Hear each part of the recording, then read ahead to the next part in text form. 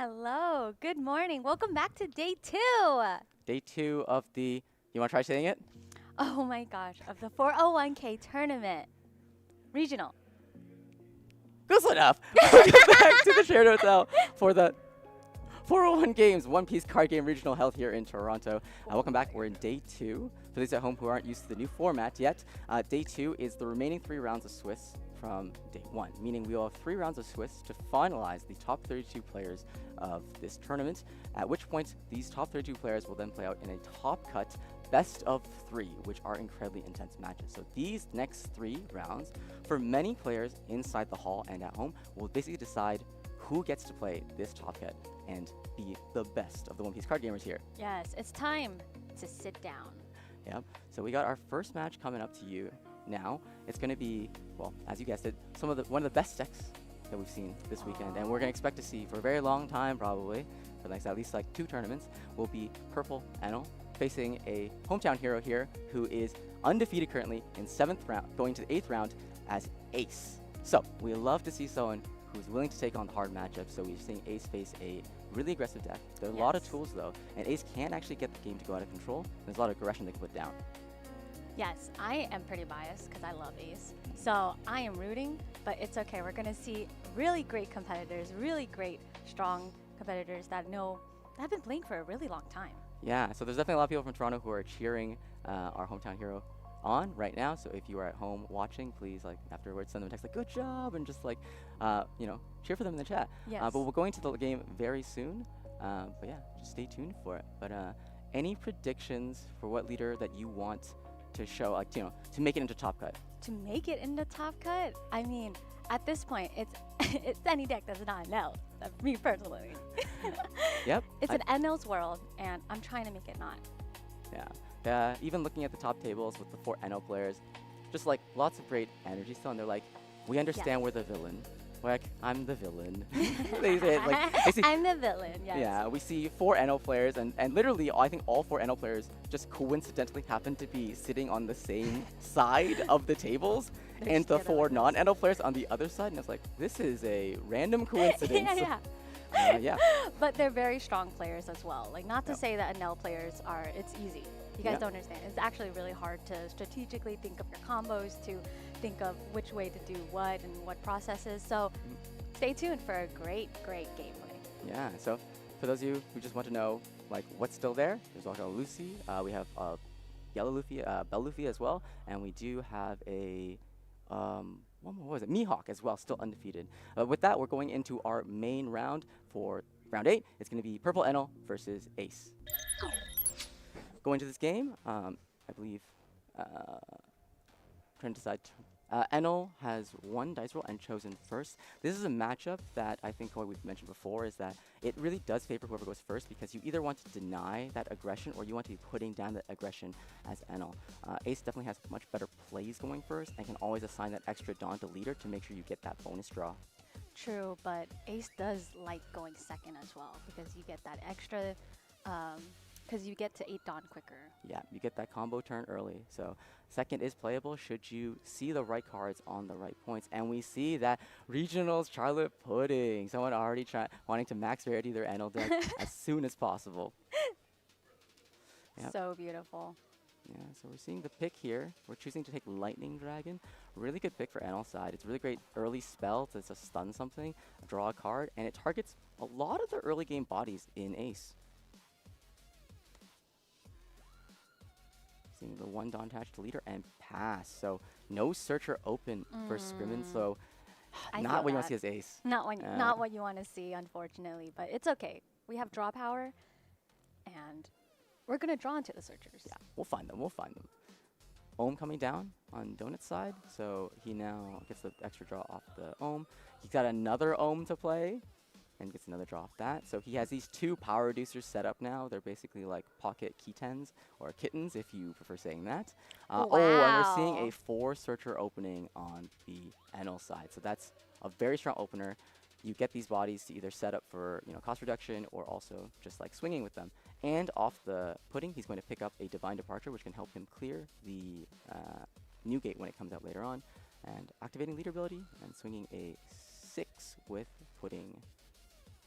And then a 6 with lead. Two Yamatos. Wow, 2 Yamatos. Well, makes sense. He's only going to 4 Dawn. He doesn't need it right away. Yeah, it's not exactly the best of 6 Dawn plays, but yeah, he has to give up both of them. That's the only thing 4 about Dawn, NL. Marco pass, nice. All right, so some people think this is not a great play on A side, but Marco is just a great card. Like, even when you play it against NL, yes, they can address it, but the challenge is even if they stun it, it will eventually restand. And it's almost, I always thought that when you're going first, it's more annoying than Yamato, because people have to deal with it eventually. And spending all these resources to rest and stun it is very annoying, actually. True. However, the downside is he doesn't have a Dawn under leader. So if Marco does get KO, he won't get the extra draw power and only draws 2 instead of 3. Yeah. Here, Donut's going to decision point. He's going to start, actually, he's not going to do an initial play. He's just going to start swinging 6. And he's going to do a reduction on the Marco. Oh, wow. He's going to, he's just aggroing. Yeah, so, you know, usually NL players like being able to, like, play a body first and then use leader ability and then do attacks. But he's actually choosing to use the first half of his turn, making attacks rather than playing a body. So his plan is not to develop any more big bodies here. It's more likely to just get a lot of pressure down. And, oh, Scrimmins is taking the block here for the draw, saying, you know what, I think you have Mamaragan and the stun, and I know you have it. So I'm just going to prefer to just say, you know what, let me just take the block right now, save myself a card, and draw 2. Yeah. He says, I need cards. Yeah. He says, just give me the cards. I think this thing's already dead. So this is not normal. Yes. I think normally what an NL player like kind of can do, and not saying that he won't do it, is that you want to play a body and then minus Dawn off it and then attach it. So you can basically create a bigger threat for the following turn. But it looks like Donuts is kind of opting to kind of keep the board wide and just make sure that his early game pressure is good. It could be that Donuts doesn't have the cards he needs currently either. I think this just goes to show how flexible NL can be. Yep. So we're still going to see 2 more 6s come across. Wow, So 2 more 6s. we're seeing 3 6K swings in this turn, and it's still so early in the game, and there's already so much pressure coming down. At least Scrimmins has the 1 free block he got, and got to draw 2 cards, but that's another 6. Yeah. Very strategic on Professor Donut. Yeah, just really annoying swings. Oh, and the Zoro pitch. That Zoro is very key in this matchup. It does suck to say goodbye to it, but also it's a non-counter. Yeah, it's non-counter, so you want to make sure you get rid of it with your leader ability, and you're not playing it right now. Right now probably maybe a Boa, but even then a Boa, a Boa would be good because you could actually get to establish the body here. So let's see what Scrimmins has in hand, because pitching all these cards, I don't know what plays are still left. I don't know either. I would say a Yamato right now would be great, but he just trashed 2. We saw the 2 go in trash. That's one of the annoying parts of this matchup. Like, without having that Dawn attached, because you're going second, you don't want to take any of those 6K swings. Right. Because you just, you don't get this bonus draw, and it feels like a waste. And also not having Dawn attached under leader. It's really hard. Oh, but we're seeing 6 Dawn get tapped, so I think there is a play. Oh, and we're seeing it. Boa. We're seeing it. We're seeing the Boa. It's going to bot deck and, I guess, stun any random one of these units. Yeah. So I haven't seen too many people run Boa.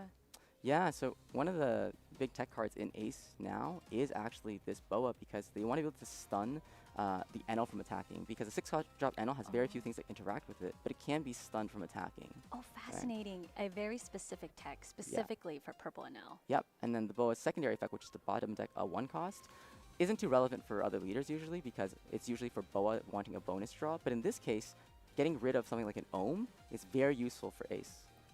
So Scrimmins said, this is personal. Yeah. This is like, if you're playing Ace, I'm out here to get you. All right, but once again, same problem still. Still no Dawn on Ace, so any clear, like what's happening right now, is not going to feel great. He won't get the draw. So it's a -5 on the Boa, so it's 3K, which means it can be cleared by L Thor, and Scrimmins will not get the draw from it. And we're seeing Mamaragan on it, so there will be a swing that has to be dedicated to clear this Boa, or a stun that's assigned to it. And we're going to see a stun being used, so Boa will not be able to restand on the following turn. I see. And I've been seeing a lot of Reijus. Can you explain why a lot of purple NLs run this Reiju? Yeah, so Reiju is actually a card that people run a lot of, especially to replace Holly now, or the dog. Primarily because it's very good at dodging removal and being good into Nami. reason is because with 4 events in trash, it will become a 7,000 power character, as well as having plus, I believe, plus 5 cost, making it evade most Wow. effects for stunning, for removal. So against Nami, it's very good at being a great attacker and being difficult to interact with Zeus or anything else. So this Reiju is a very key piece for NL players now when dealing with the Nami matchup specifically, but just with anything that has to do with cost-based interaction. Yeah, and we're seeing the 6 come across. And yeah, Scrimmins has to keep giving up the cards. He knows I do not want to take a life until I have this Dawn attached. Oof. And we're seeing the Elthor get used and clear this Boa. Likely a sign that Donuts wants to actually dig through the deck. His earlier Lightning Dragon was just used to dig through the deck because he knows he's going to clear the Boa anyway. And, this 6, I think Scrimmins has to take. Yes, and he Doesn't get the bonus draw. So tough. Yeah, but Scrimmins on his 8th Dawn turn, does he have the combo? If he can combo right now, this board isn't that scary. Oh! There We're seeing I am Whitebeard, and we're seeing the 10-beard come down, drawing 2, and then pitching 1. Now that is the right way to do it because you need to, with all these bodies, you need to start building bigger board. Yep, and I think if you're Scrimmins, you might actually have this Glimmer right here, getting the search, or getting this rather cycle, primarily because Donuts doesn't have an NL established yet. So there isn't quite something that is going to be, aggressively attacking Ace yet. So having this body out is amazing for him. It's like kind of a saving grace here. Now he knows Donuts has a Divine Departure, but still, Donuts is going to have to show him some cards to get rid of this new gate. And Donuts is going to have to start tempoing. Yes. And catching up in bigger bodies. Yep. He doesn't want this. Now these small bodies are not going to make it. Nope, they're not. Yes, these little 6 were good earlier, but now if Scrimmins keeps like chaining these 10 beards or just even playing out more blockers to kind of support this 10 beard, he's going to be able to stabilize out. So Donuts has to think hard about this. But luckily, this Reiju has at least a 7,000 power, so it's pretty good attacker. But he's going to want to either develop the board or clear the new gate. In a perfect world, he'd try to do both, but it is difficult to do that. Yeah, and here we see the thought here. He's seeing it. This is a moment that I love actually in this matchup, is that the NL player is realizing, okay, this is actually like if I don't keep that pressure going right now, this could get out of control. So this is a really tough turning point turn. It's like seeing a conductor see the train track split, and he has to choose. Yep. Wow, Ooh. Manga and Nell. Wow. Wow. Is this true max rarity? True max rarity? Oh. I believe it's a $1,200 USD card right now. Ooh. What's that in Canadian? I'm kidding. I'm sure 1,500. Someone tell us what the exchange rate is. No, we're all one people. Kidding. Damn. But we're seeing this beautiful manga and I'll come down. So I guess it's signaling that Donuts doesn't really want to address the new gate this turn. He's like, you know what, I need the bigger body first before I want to clear it, because I feel like if I just clear it this turn and don't make a bigger body come out, I'm just in the same bad position as next turn, because if another one comes down, that's not going to be great. You think Professor Donut has 4 manga and L's? I guess we'll have to see. All right. So here, Donuts is thinking about how to attack in. He can technically do a slightly bigger swing here. He can stack on the Reiju to swing 11, but no, he's just going to swing, I think, multi-6s again, because at least he takes up the 2 cards. And it depends on whether or not he's going to swing the Reiju too. So here, Scrimmins is thinking, okay, which ones am I going to block? Am I going to respect the Reiju that it might swing at me, or should I block right now? So he gives the 1K. Smart. Nope. So Donuts is going 6-6 and then a potential 7, but probably just stopping here if he wants to keep the Reiju. But no, Free block. he is going to take the 7 in. You see Scrimmins nodding. Probably He's like, yep, another card. that's what I thought. Cool, 2K.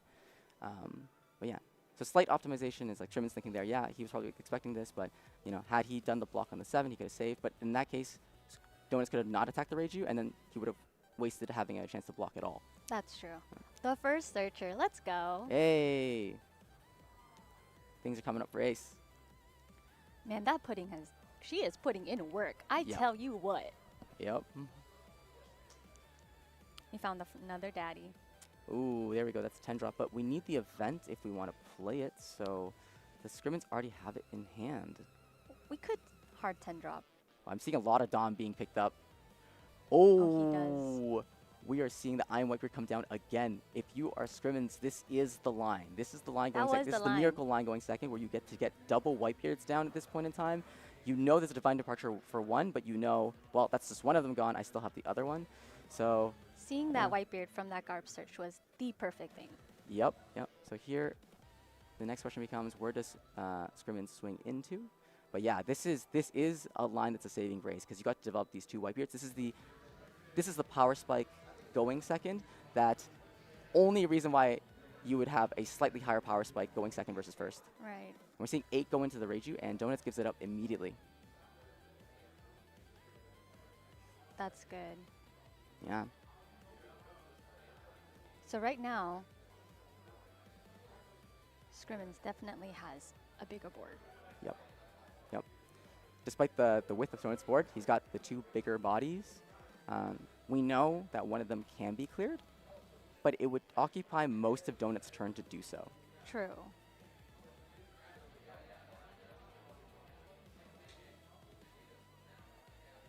And the turn passes to purple NL. Yeah.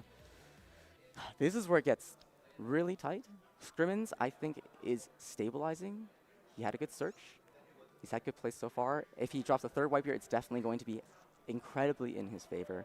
So here, he just has to can maintain this defensive position at this 2 life count, which is very good for him right now. So on Donut's side, he really has to think about, what is my line to lethal? Because I'm on a timer now. Now Donuts is the one on a timer. Right. Seeing 6 come through. Another 6 coming through. Yeah. It seems like that is the common line. I just have to keep seeing how many 6s can I give to Ace. Yep. Until he runs out of gas. Just keep poking those cards out. Yep.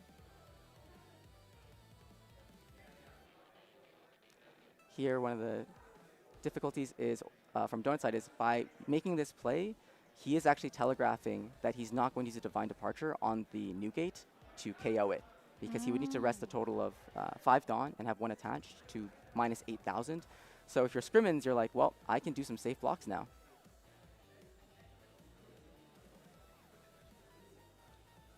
Man, what great recovery on Ace's side. Yeah. Really just believing in the deck. When you pitch so many of those early game cards, like, you know what, I'm going to get to the 8 Dawn turn. 4 cards. Yep. Garp only my searches top 4. My dad Whitebeard's coming. He's gonna come down on 8. He's gonna come down here. on 10. Yeah. Just Ace and his 2 dads. His dad's in a world of purple NLs. Yep. All right, we're seeing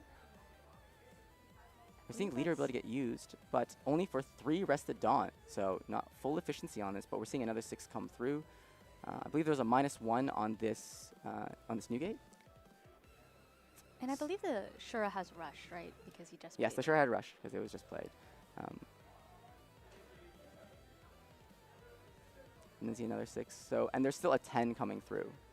2 free blocks. But in this case, interesting. Scrimmins is actually taking the free block, because he's saying, swing the NL at me. This NL's not swinging into my board. You can't really threaten the new gate. It's going to my face. You're going to give me 2 cards, and then the NL will be sideways, and I'm going to clear it.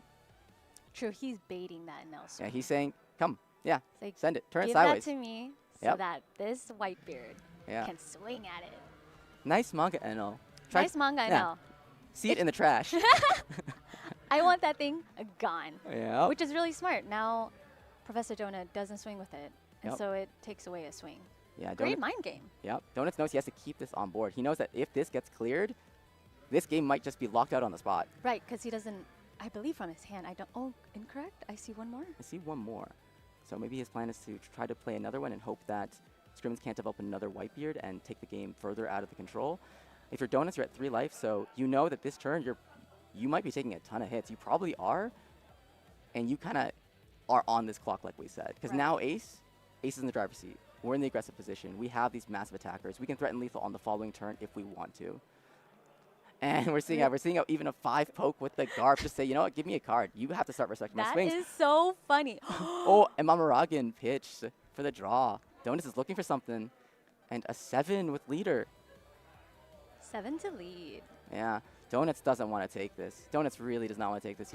If he drops to 2, that's a hard one. It's a hard one because these he can, scrims can threaten something like, 12, 12, 16, The most basic line would be 12, 12, 16 if he's at 2 life. And it's really hard to get out of that. Even the first swing he'd have to counter out of just to make sure he doesn't die on the last one. So he had to respect it. Oh. He did. He's also probably digging too, but I don't know. Oh, he takes it. So if you're Scrimmins, you're like, I smell blood. Oh, and he drops Another the boa. Really Stuns good. the NL. So this NL's not clearing anything. Wow. He's going to bot deck one of these Shuras and get it off the board. He doesn't really care too much because he knows, hey, you've got these 1-drops no matter what I clear, so like you're going to swing with it. But he is in a commanding position right now. He's got 2 incredibly strong blockers. Donuts basically has no board because you can't factor the NL anymore. Only these weenies, and you're looking at a 12K, a 12K, and an 8K. Try clearing that. Right. At first I was like, oh, why is he getting rid of Yamato's? But this Boa Hancock, she is addressing the 1-drop and freezing. That's so good. Yep. So Zeno will not be able to swing this turn, so no threat from that. So I believe if you're on Scrimmins' sides, you're feeling good. This is the line. This is the line. Just a reminder that NL is stunned. Yeah, just so you know. Scrimmins, that's cheeky, like, just so you know. Just a reminder, just so you know. Search and pray. I love it. I mean, one thing, Donuts does have the clear.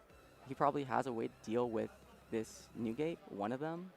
But, you spend your whole turn doing that, you're still hoping for a miracle to get you the game over the next 2 turns. And we're seeing this search for the pudding. We're seeing this event choice be really challenging, It's going to take an L Thor.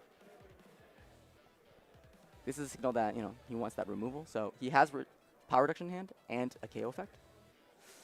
Let's see what he goes for. We see a lot of different combo pieces in hand. I think he can choose to go for the boa or the Newgate and end up a bunch of different ways. So now let's see how he plays out this turn and if he can apply enough pressure to keep this game in a good state. He has to drop him at least to 1 to have a good shot. True. But on the bright side as well, Ace has it on into the leader. Yep. So you see Scrimmins earlier, he was tense. He was leaning forward, looking at his hand the whole time. Now he's leaned back. He's like, yep, show me. Show me what you got. This is a reason. This is hard. Yeah, this is tough.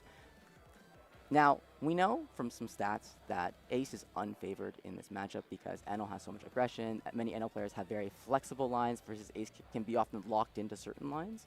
And a lot of things on Ace's side can be removed. But this is an example of what happens when NL, you just don't see the right things, or you just don't get the right clears, or you don't get enough pressure early with with an early NL on his first turn, and you miss that NL, and then Ace can run away with it.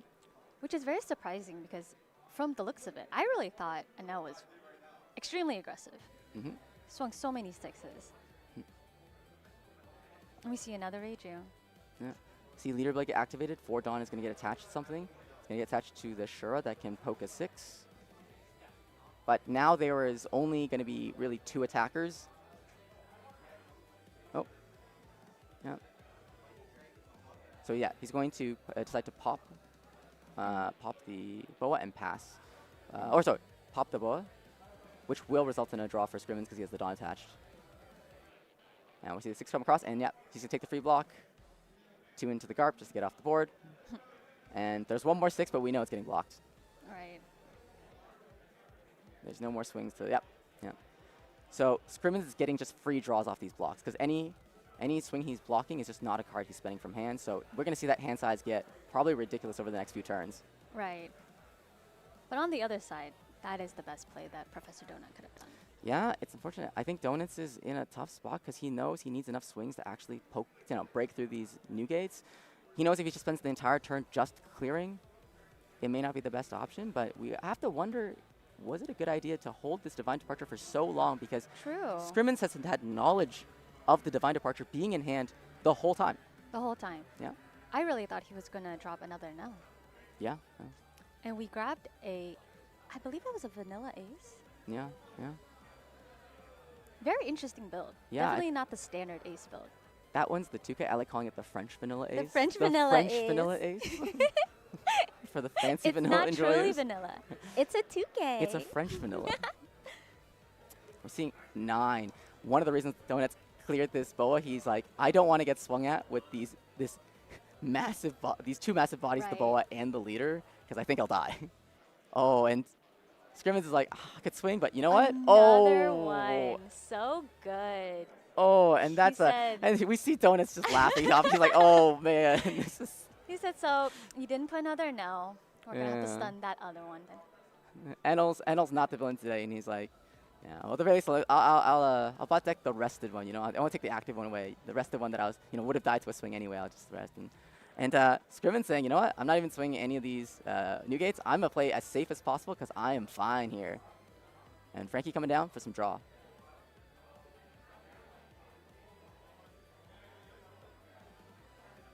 As an ace player yourself, what do you think of this board? Like, when you see this board state, how are you feeling? I love it. The wall is built. I love this boa tech. I think I might try that actually. Yeah. At home, if you are struggling with Enels and you're playing ace or any blue deck, this boa right now is incredibly useful for addressing some of these units, as well as dealing with these annoying little babies on the Enel side, the little searchers. So yeah, it's a very good card, and it's on curve stats, so a 6/8 is very efficient. And with Donuts with Scoop, and we see the fist bump there. He knows this is exactly what we talk about when we talk about this game, and why this matchup can still be such like a back and forth match.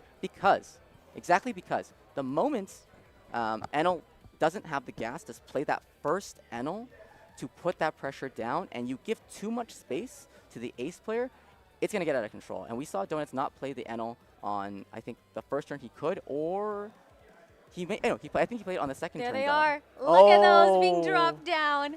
Surely. He has a fourth? Oh my gosh. No matter what, that's respect. Oh my gosh, I'm seeing my mortgage on the board. Beauty. See that shimmer on it? Yeah.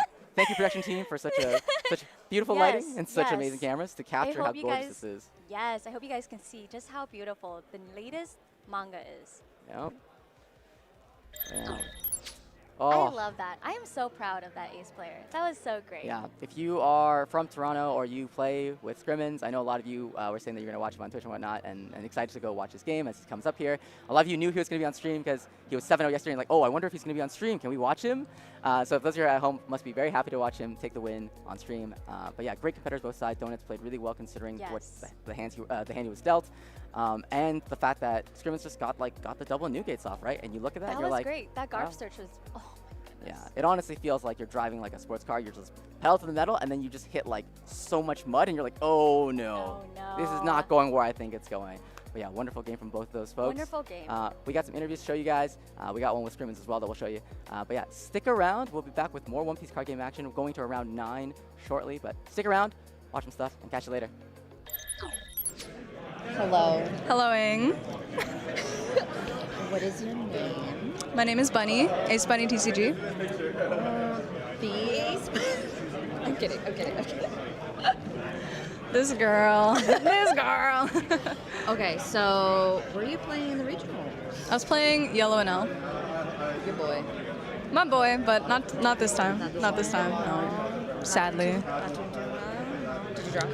Yeah, I did. Are you gonna do side events tomorrow? Possibly, but I'm not fully. I'm not fully. I get it. It's stressful. Regionals is stressful, but important question: did you have fun? Oh, I did for sure.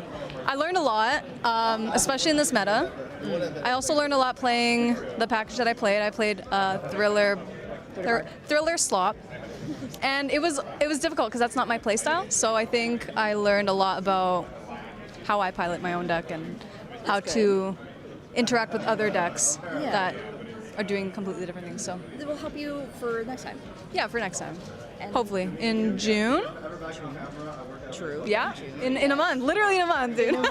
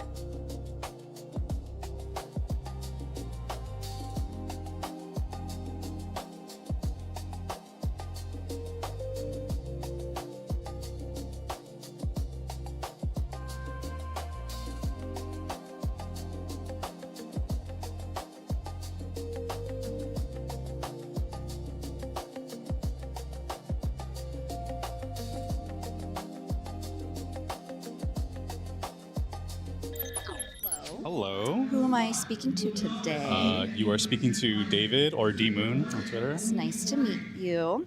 Now, were you playing yesterday? Because we're day 2 today. So, day 2. were you playing yesterday? I was playing yesterday. And what were you playing? I was playing Blue Yellow Nami. At least it's not an L. At least it's not an L, okay? So I'll Not take an L. it. No, I'll no, take no, it. no. I'll take it. How'd you do? I went X3 and then I dropped. Yeah, so towards One the end of the those day. One of those days. days. One Yeah, of those yeah. days. And also, you're from West Coast, so like West Coast, LA, yeah. you gotta. It's all the time zone stuff. So Yeah, for sure. Rough day, but we're staying positive. Yeah, I like it. Are you enjoying the regionals though? I am actually, yeah. Very, very nice venue, very well run, very, very good experience. Oh yay! I've heard that we have very good chairs. We do have very good chairs. Yes, that's a big deal. Yeah. Very, very good chairs. Yeah, especially for sitting for so long, you don't want to get sore. Yeah, for sure. Be in those plastic or metal chairs. Yes. Those foldable. Yes. Okay, so what is the best pull you've ever pulled out of a booster box? Ooh, pool would have to be Manga Boa. Manga boa. Yeah, that was my first manga pool, and yeah, Did you keep it? I did not keep it. I ended up selling it. Probably worth a camera. lot more now, but yeah, I ended up selling it really early. Yeah, I don't know how you could sell your. Was your first manga too? first manga. Yeah, wasn't the last, but first manga. Yeah. Damn. I could never sell my first manga. Yeah. I know some people. I mean, it was a character that I didn't really care about, so. Care about. Yeah. Boa. Personally, yeah. Oh, sorry. Yeah. Yeah, but I was chasing the manga Bonnie, but I never pulled it. That's one of my favorite Okay, characters. I'll Yeah. take that. Yeah, Okay. yeah. I love Bonnie. Yeah, we love Bonnie. We love Bonnie in good, this good household. backstory. Oh, Heartbreaking, but good backstory. Kuma. Yeah, exactly. Okay, what is a leader that we don't have yet that you would want to see? Oh, Frankie. We Yeah. gotta We don't- complete the Straw Hats. Yeah. True, we did get Brooke. We did get Brooke finally, We yes. finally got Brooke. But yeah, we need Frankie. We need Frankie. Oh my and God. let's make him good too, not just like What color would he be, you think? going by the trend, either purple or yellow, because that's like the meta right now, you know? Ooh, yeah. Or both, purple, yellow. Purple, yellow. Yeah. Frankie, I like that. Yeah. I want a Frankie. We gotta and get a it'd be Frankie such a leader. sick leader too, with like an alt Yes, art. Like they would yes. have to do what's the robot form he does? Oh yeah, with the cola, right? I don't Yeah, know that would what be the- sick. That would be Yeah, so yeah. sick. That would be so fun. cool. Yeah, we gotta get a Frankie leader. Bandai. Bandai, Frank- get Frankie to it. leader, We need please. Frankie. We need Yeah. Frankie. Okay. Now, important question. Okay. What is Tony Chopper's favorite food? Oh, con candy. Yeah.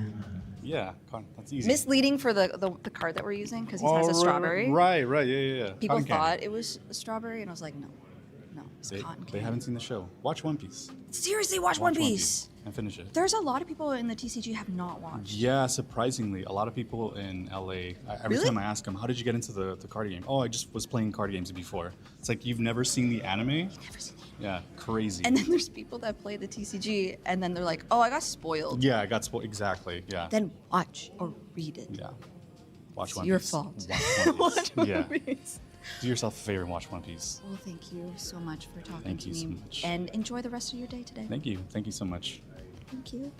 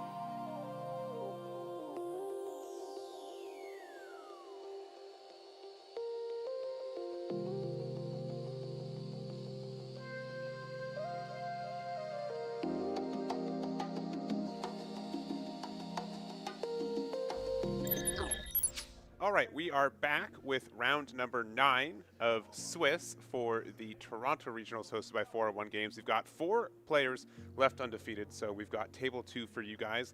And what do we got, Koi? I believe my favorite deck right now, again, Ace. Ace, yes. And versing a bit of a unusual pick, the Bell Luffy, right? Nothing too outrageous, but something that I don't think has been performing very well. I think both these players, mildly guaranteed into TOPCUT. I almost have to say day 2, but we're already in day 2. And, but yeah, obviously standings are really important. Ace is really a deck that's important, going second more times than not. And so, winning here is a big impact. Right, and then Bell Luffy is very interesting into Ace because I believe it's not as favored, but we believe in the triggers. Yeah, and with that, we're going to go into round 9. Again, it's going to be Ace versus Bell Luffy. We'll get that going, and we'll see you guys over there.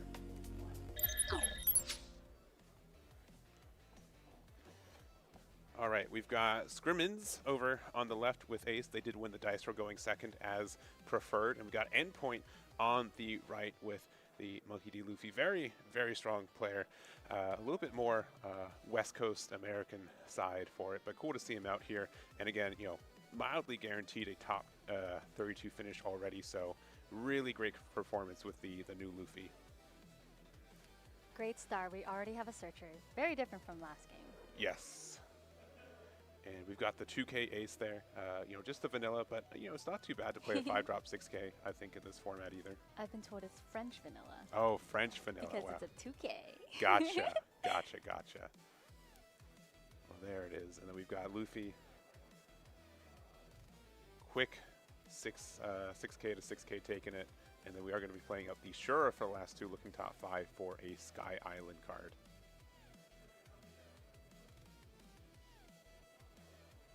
Now, I have played Bell Luffy into Ace. I always feel like it's an uphill battle. It is quite tough at times. I think that you're not as worried about taking these hits. We do have the Secret Rare Luffy that it's tough for it to hit over like a Whitebeard 12K, but it can happen. It can happen. With the right life. With the right life, yeah. I think going second does help a lot since I think both players do play these 10 drops. I think we did see a potential of a 10 drop Enel for Endpoint as well, but if you're getting a 10 Dawn second, that does hurt, and we do see the 10 drop Newgate off the search there. Great. And I do realize before from the last game that the Boa Hancock is great. However, it's not searchable with Ezo.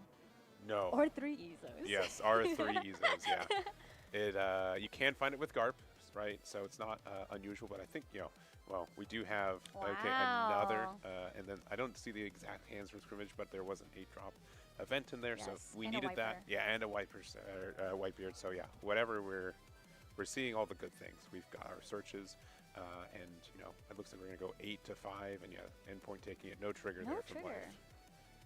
And this is great though because you have the Ezos that help cycle if he does want that boa again.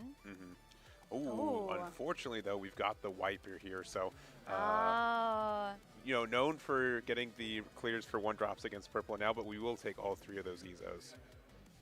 So good, and he won't be able to get the effect off where you can trash it and then cycle to.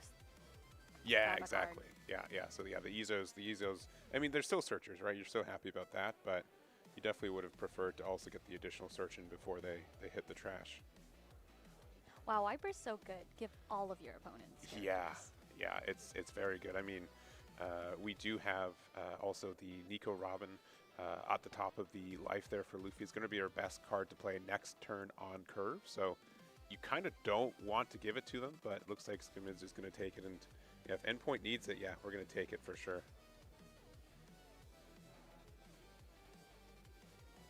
Nice.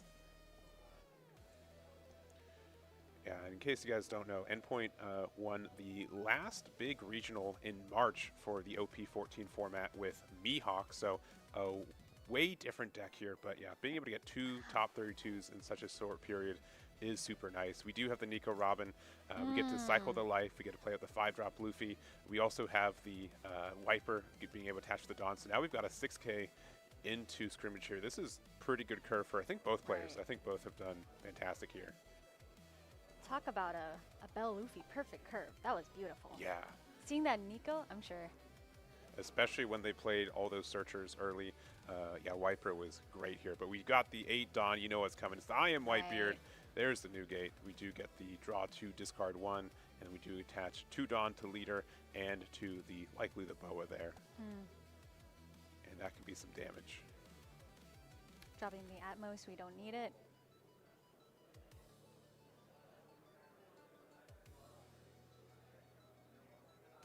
All right, and so we can pressure into the 7K Luffy, but honestly, I think you just have to go into the leader. If you do want to get rid of it, you can just take a life anyways, so you really just can't focus on it, I feel like.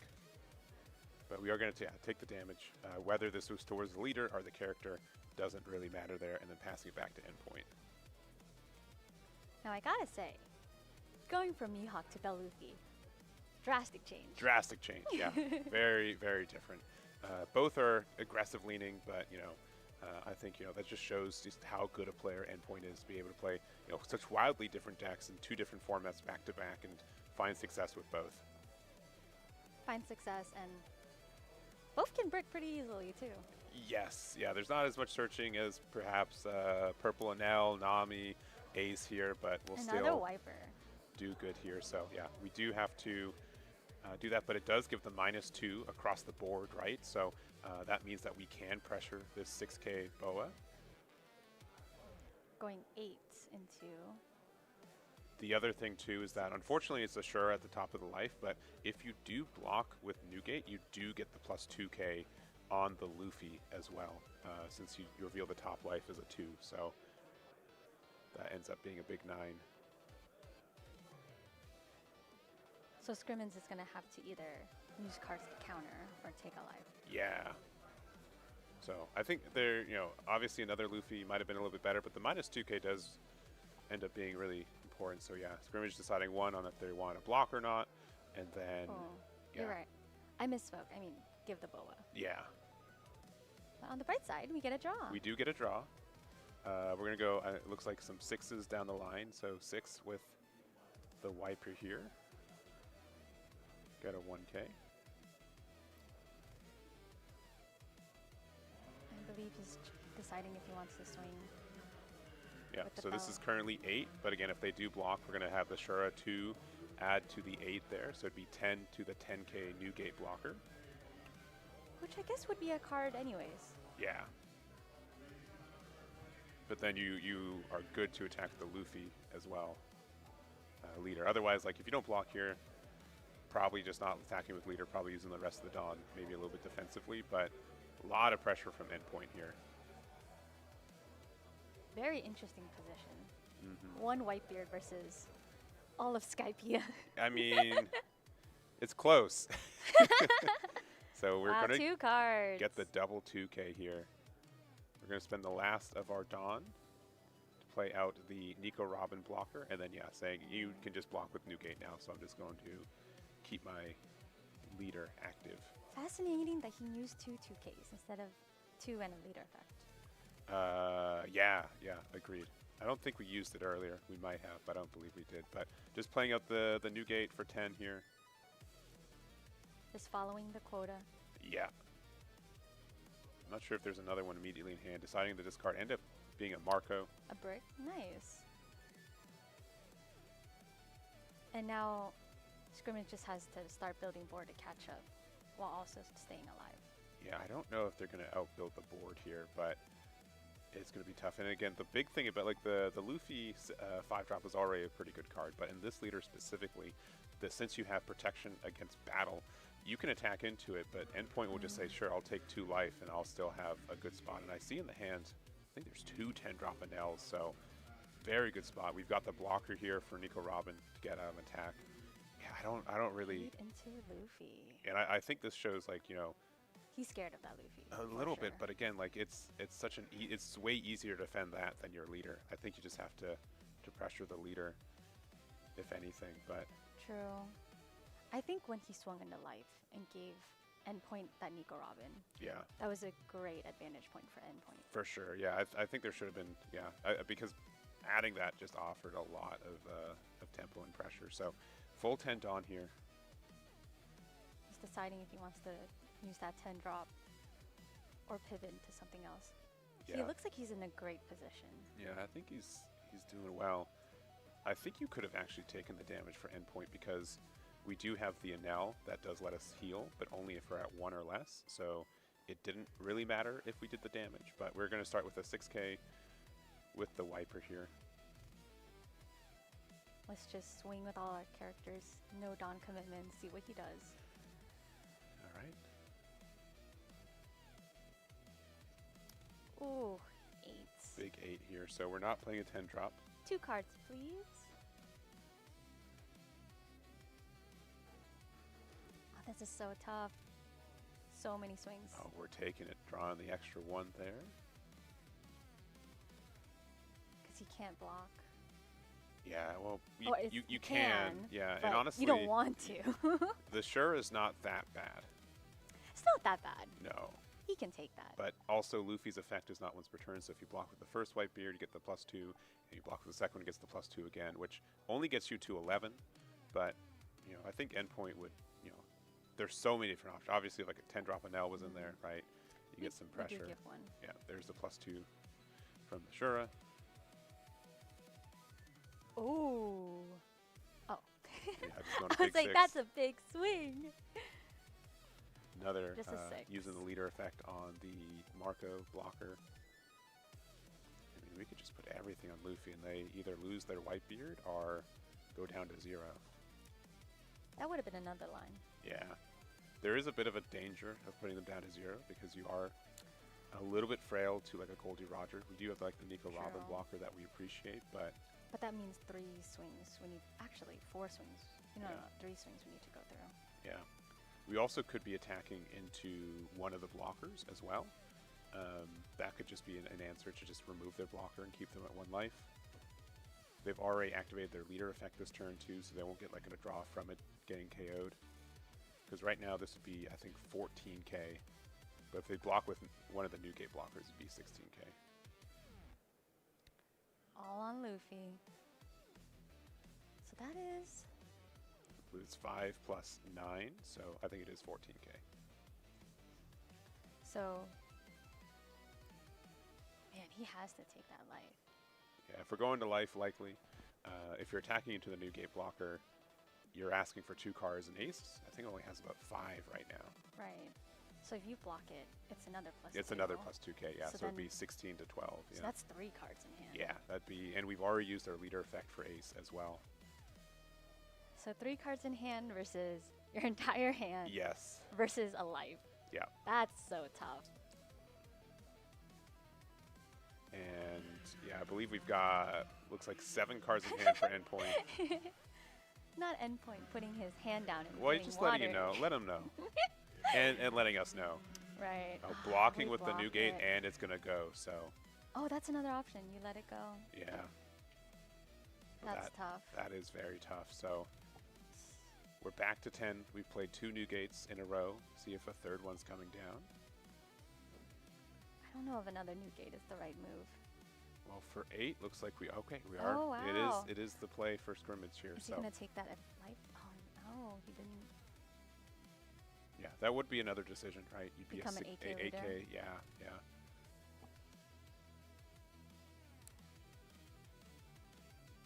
Yeah, but at this point, I think endpoint would be, yeah, likely persuaded to take this this Shura from life.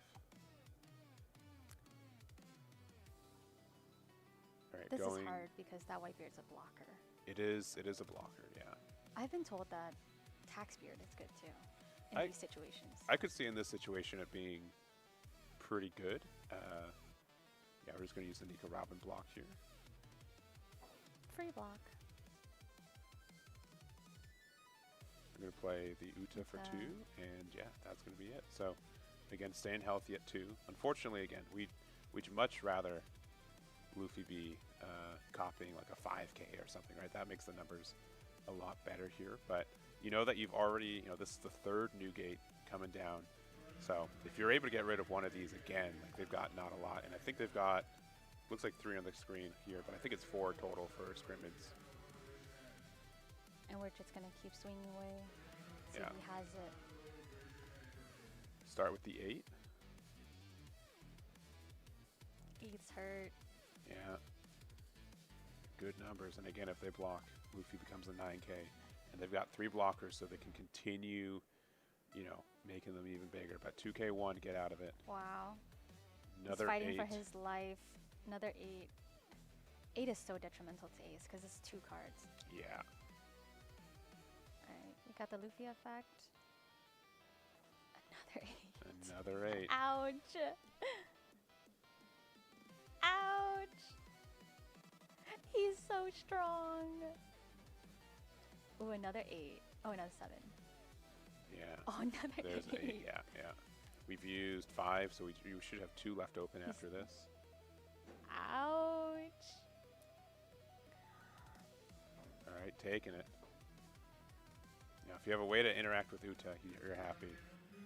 Otherwise, yeah, Uta's taking one for the team, and then 2 Dawn left Oh open. No my life for gosh. scrimmage, but But a Roger? Roger would be good. I mean, we don't have a blocker anymore, but The 2 Dawn's up. 2 Dawn's up, and there are defensive events for Yellow Luffy as well. If you start turning these new gates sideways, it's just you conceding, like, I'm going to lose next turn. I got to win this turn. Right, this is the last turn that Scrimmins has. Yeah, very likely. So he's trying to see, how can I kill endpoint right now? Hydration break. This is so hard. Yeah, and, you know, Scrimmage did go second. They found new gate on curve. They did everything right, right? They did everything right. There wasn't anything. I think, you know, they were able to get their piece. We're going to use Garp. Look at the top Garp and 4. praying for a Roger. Likely not a Roger. Oh, not a Roger. Yeah, That's 'cause- right. That's yeah, a 10 yeah, drop. yeah. I wonder what's. Yeah, what is the line here? Yeah, I mean, again, we can't, even if there is another 10 drop new gate, there could be a Zora. Zora would be nice.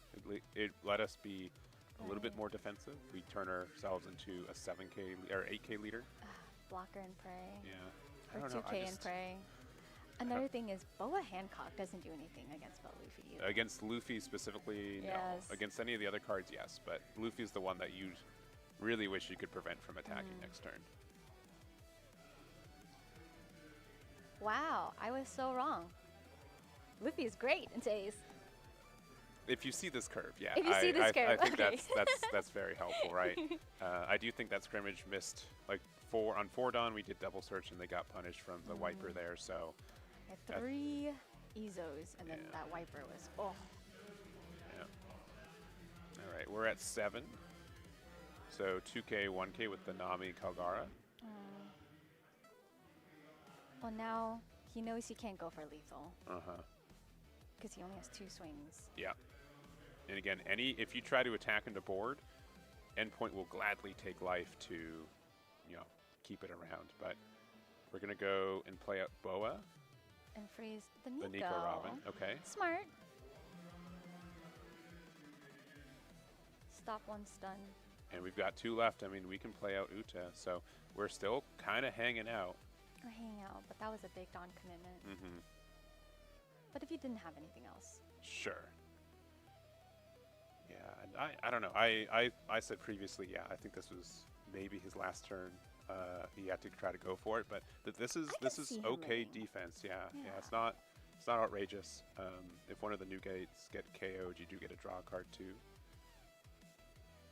Because he's seeing that Shura, and he knows, alright, you can only be buffed up by 2. Yeah, we're gonna play another Luffy Oh though. my gosh. But again, and we're gonna double use the wiper effect to make this an 8K since you can use the effect there. And so- 2K, 1K with the leader effect. Another 8. Wow. So both Luffy's get buffed. Yes, yeah, +2 to each. Another 8. Yeah, double buff here. And then that one's going to get, and He one more has buff to- for 13. Yeah, it's going to be enough. So game. endpoint takes it. Wow. only a one more 10 drop in hand. That was insane. What a great board flood. With Yeah. the Nico, and then spam the secret Luffy's, and then you just ramp Granted, that Shura wasn't too strong, but it was still more than he needed. Yeah, but looking at like Endpoint's hand too, like it was, I think it was pretty clear that we were probably going to go for game successfully there. But man, if you did not have any defense left for it. So really cool match. Endpoint is now 9-0, so going to be playing at table 1 next round. Potentially first seed into top 32, Yes. which is a very, very helpful thing. But really cool match. Happy we were able to watch it. It was so great. I wish my curves are like that. Yes. That was beautiful. Yeah, if you like the Nico Robin on 7 just helps you so much. You're able to get the aggression with the 5-drop Luffy, and even if they were like a little bit more aggressive, the 10-drop Anels that were in hand would have definitely helped you stabilize at 2 life once again. He had great bodies in his Definitely, hand. Right. definitely. So that's it for round 9. We've got one more round of Swiss coming up, round 10. We'll likely try to find an X1 table, some hopefuls to get into top 32 as well. If there's any leaders that you guys are interested in us trying to find on that X1 kind of bracket, let us know in the comments below, in the chat. And anything from you, Koi? Man, I'm happy to see 2 aces. That was great. Yeah.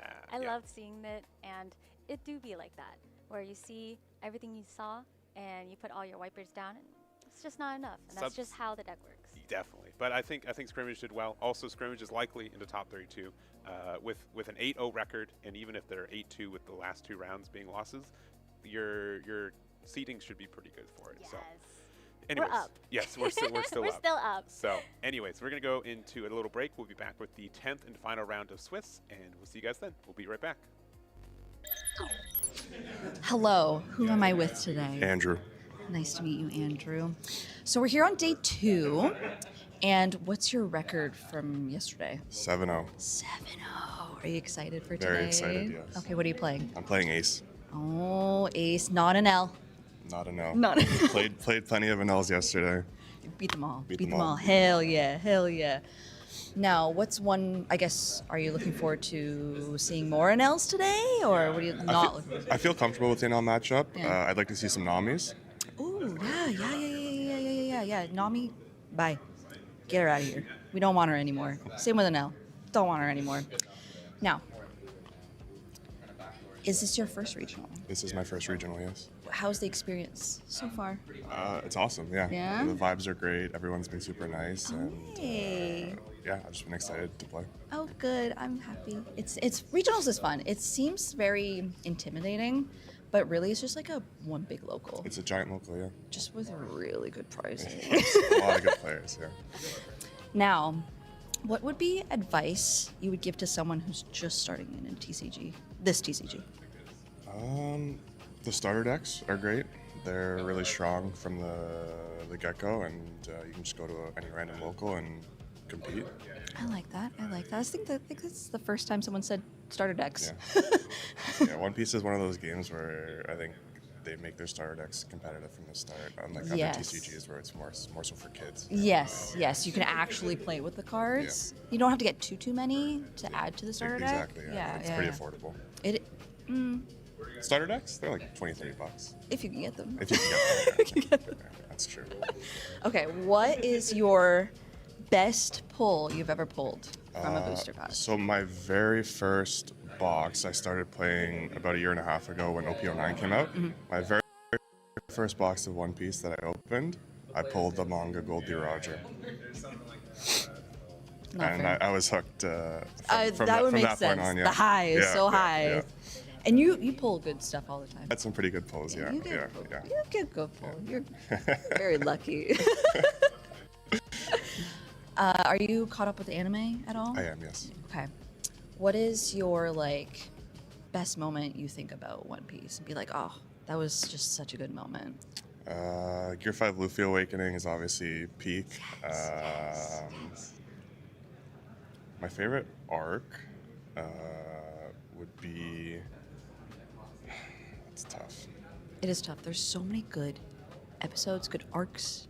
It's really hard. Unpopular opinion, I really like Sky Island. I know a lot of people say to skip that, but... Skype is so fun. Yeah. It's like peak One Piece. It's silly but serious, and you just have Luffy hitting a big bell. Yeah.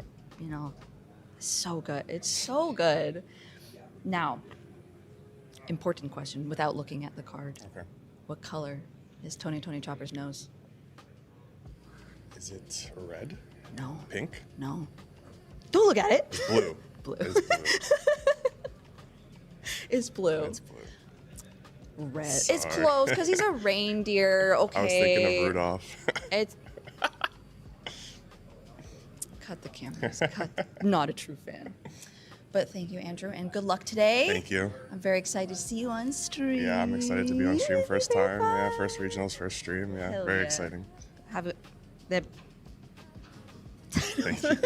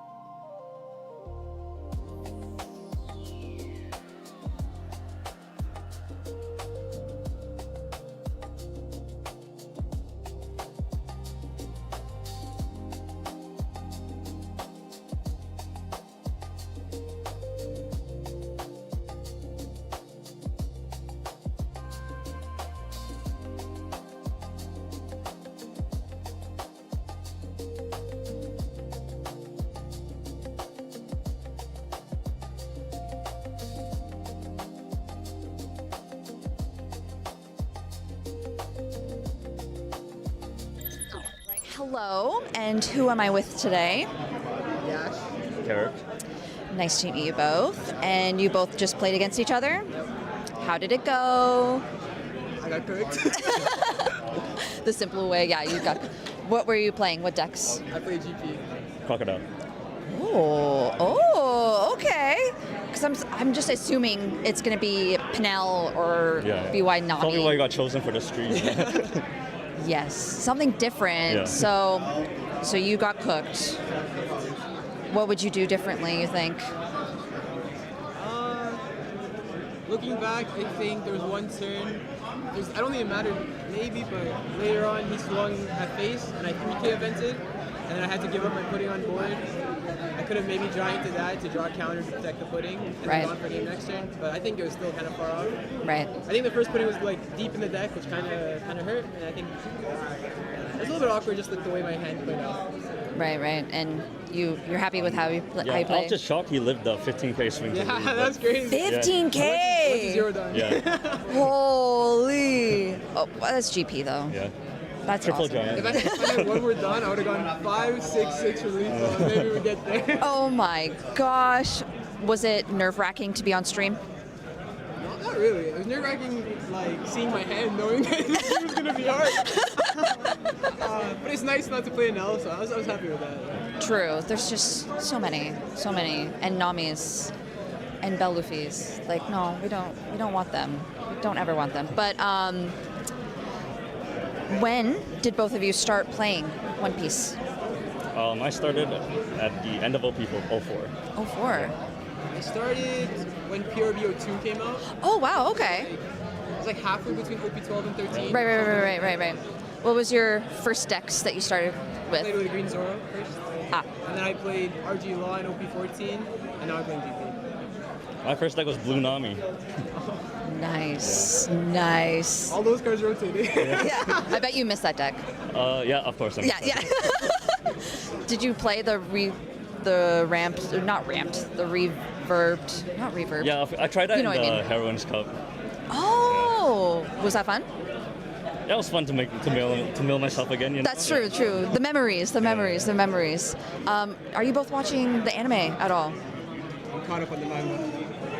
I'm almost caught up, but I'm a manga purist too. Oh, you're just manga, not even anime? I don't really watch the anime now. I just read the manga. Okay, I don't. That didn't happen. I don't read the manga, but don't spoil it. I just because I'm caught up with the anime. What's one moment that you really like love and you always think about that made you really love One Piece? Do you want to start? Sure, yeah. For me, it's when Zoro said nothing happened. Ooh, that's a good one. Ooh. I like like it when Luffy hits the bell in Skypiea. Yes!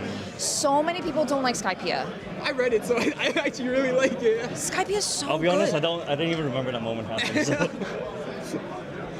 But Skypiea was so, yeah, when he hits the bell. Skypiea is like, it has like the romance and the adventure of like early One Piece, so that's why it's like, I kind of like it. Yeah, it's just, it's so good. It's so good. What's a piece of advice you would give to a new player?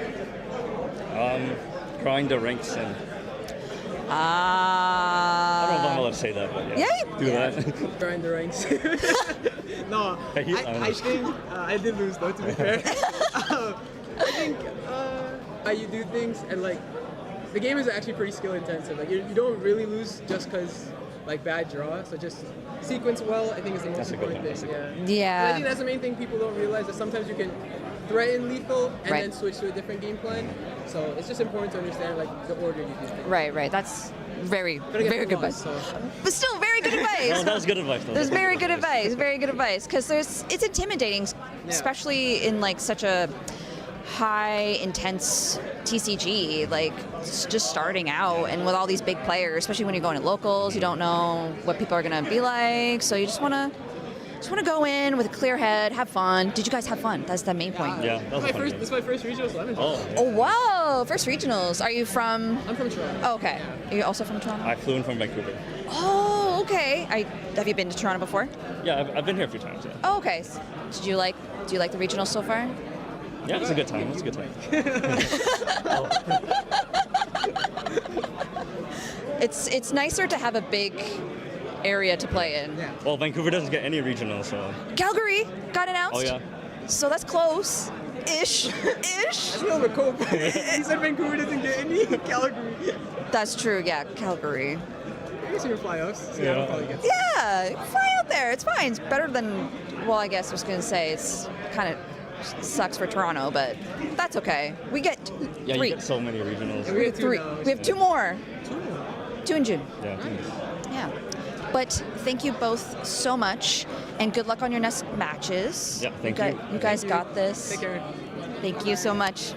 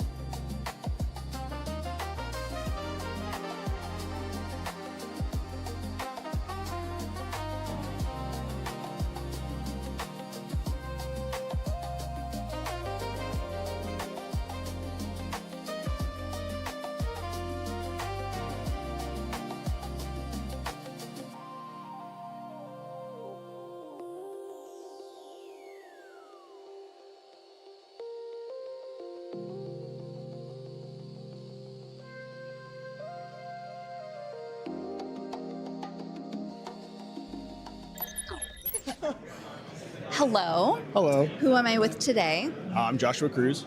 Nice to meet you. Nice to meet you. Were you playing in the main event yesterday? Yes, I was. How did you do? I went 4-3, and then I ended up dropping and entering the Treasure Cup. Treasure Cup? What are you playing? I'm playing Anel today. Yeah. Yeah. Yesterday was, I think, 4 Nell mirrors and then 2 Namis and a red-green Luffy got in there. Red-green Luffy? Yeah. Whoa. Both losses were to the Namis and then lost to a Nell. Okay, the Nell you kind of deserve. Yeah, yeah, for real. That's what I get for playing a Nell, right? That's what you get. That's what you get. That's what you get. You're playing the Treasure Cup today? Yes, I am. Are you excited to see more Nells? Yeah, I am. To be honest, I'm like pretty comfortable in the mirror match, so I would much rather see an Nell rather than like Sky Luffy or an Nami. Oh, true. For Is that sure. where you've been practicing more? Is the Nell mirrors? 100%. That makes sense.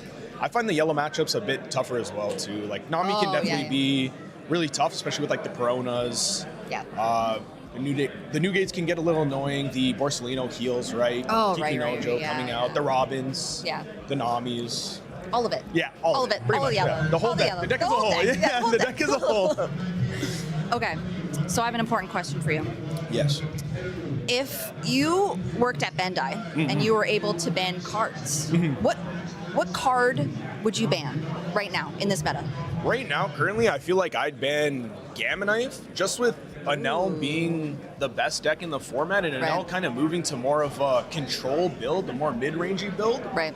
It kind of reminds me more of Lucci now, where your opponent's establishing a board, but I'm establishing my own board while removing yours. Right. So I'm always ahead in board state, and your opponent always has to answer you while you have an easier time answering them and developing bodies. Right. So I feel like right now, Gamma Knife is just too broken. It can, It's very broken. especially with Mamaragon, Elthor, so you can pop like 8Ks, 10Ks, you can just rest and then start swinging into them, right, with the Mamaragon. And then leader effect, you get the Dawn back, so you're either ripping a lot of cards or just removing board, and your opponent kind of just starts falling behind at that point. Just accepting fate. Yeah, Just exactly. accepting fate. Pretty much. Just gonna lose. Just gonna lose. 100%. Yeah. Okay.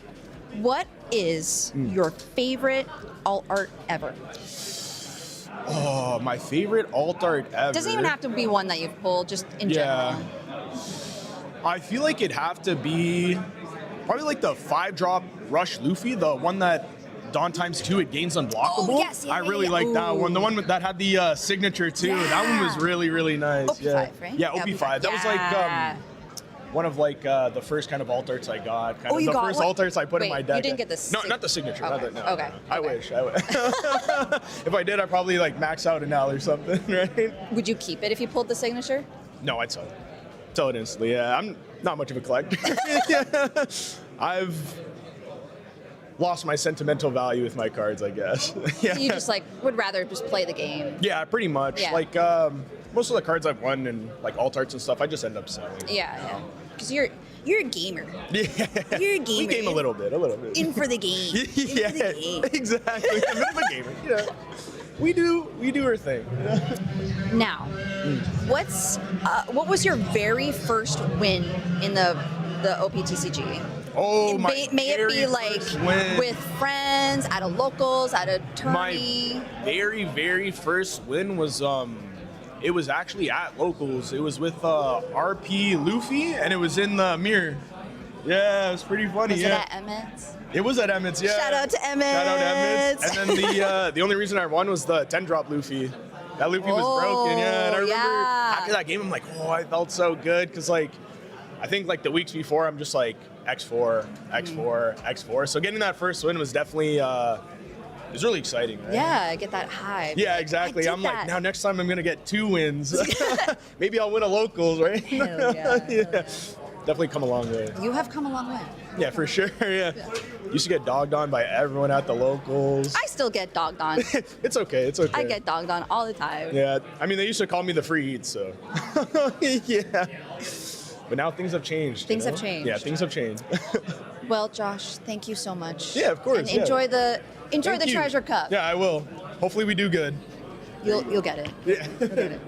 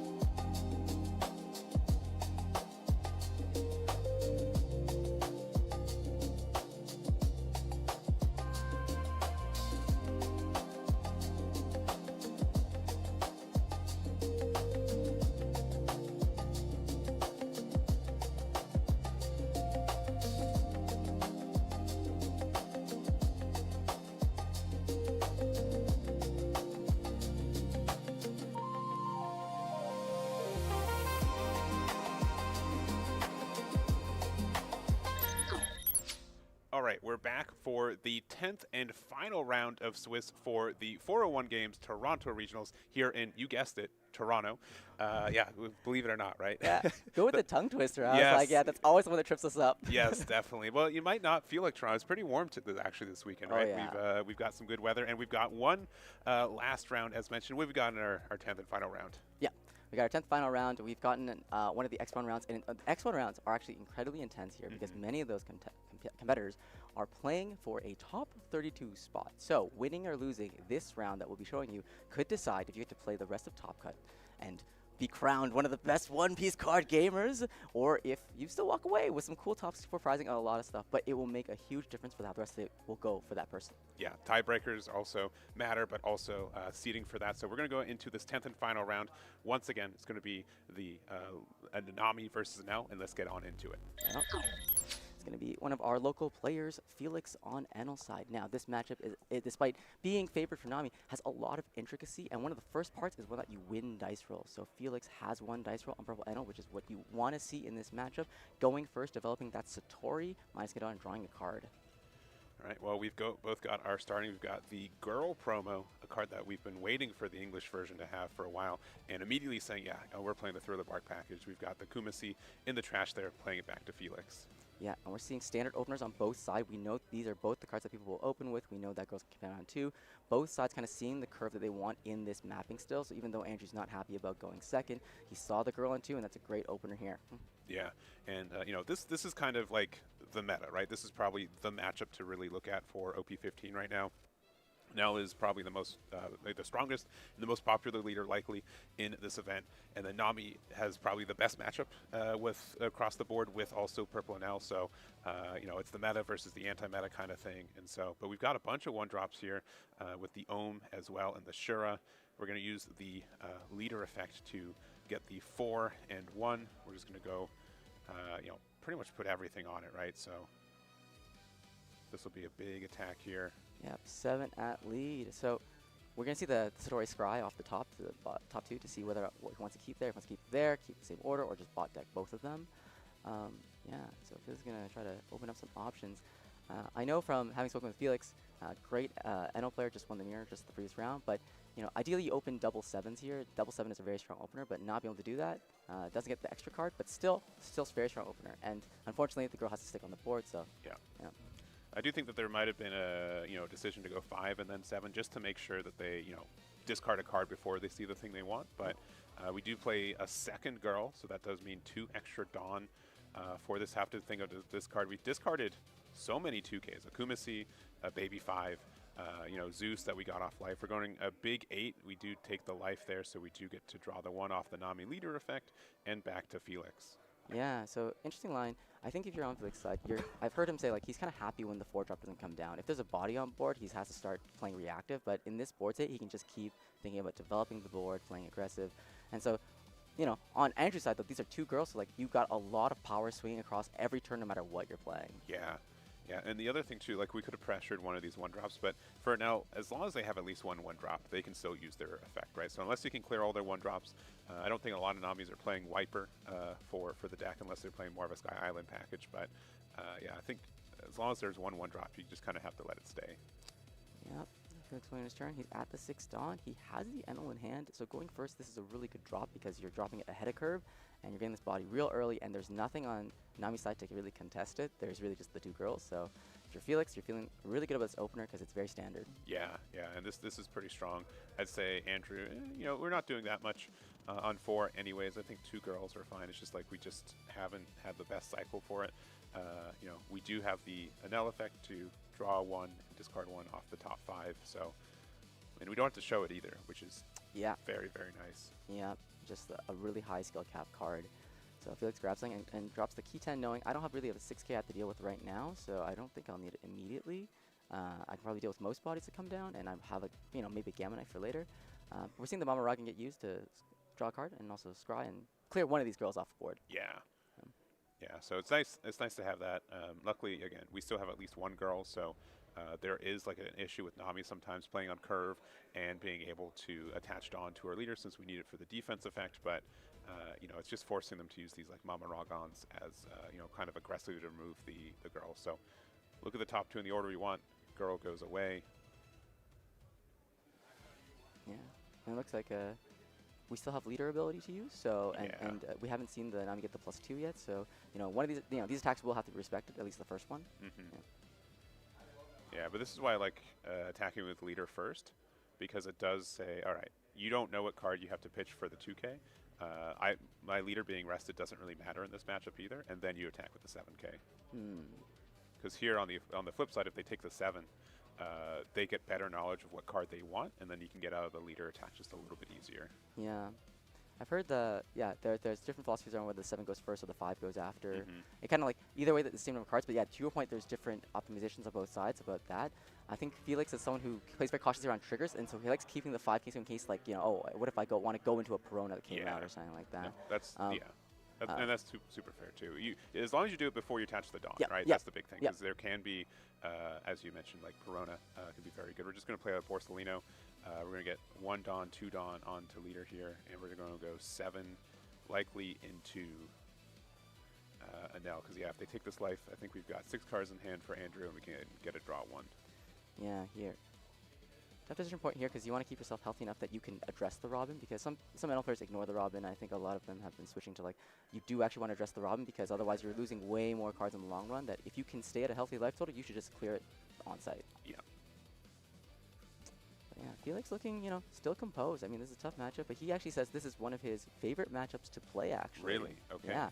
I actually think I don't play Anel for exactly this. I don't like this matchup, but Felix says, I like it. You have to think a lot about stuff. You have to always be prepared for a trigger. He's very, like, wanting to always kind of be prepared and thinking about stuff. So commend him for thinking, or always thinking ahead and enjoying that kind of play. Yeah, yeah.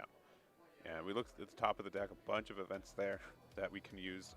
It's very easy for this deck to interact with Borsalino and other similar stat cards too. So likely just a heal, not really going to get the block interaction as much. Yeah, and on Andrew's side, like the Borsalino play is very reactive. It's not kind of pushing the game forward. So Andrew's got to start, building some bodies on his own and hopefully see some triggers to kind of like swing the tempo back in his direction, because I think Felix is looking at 2 Enels and just a lot of pressure coming through. Yeah. So we use the Ohm attack, which gives the -1, and then since it's a 5K, we can use Mama Ragon again to rest the Borsalino.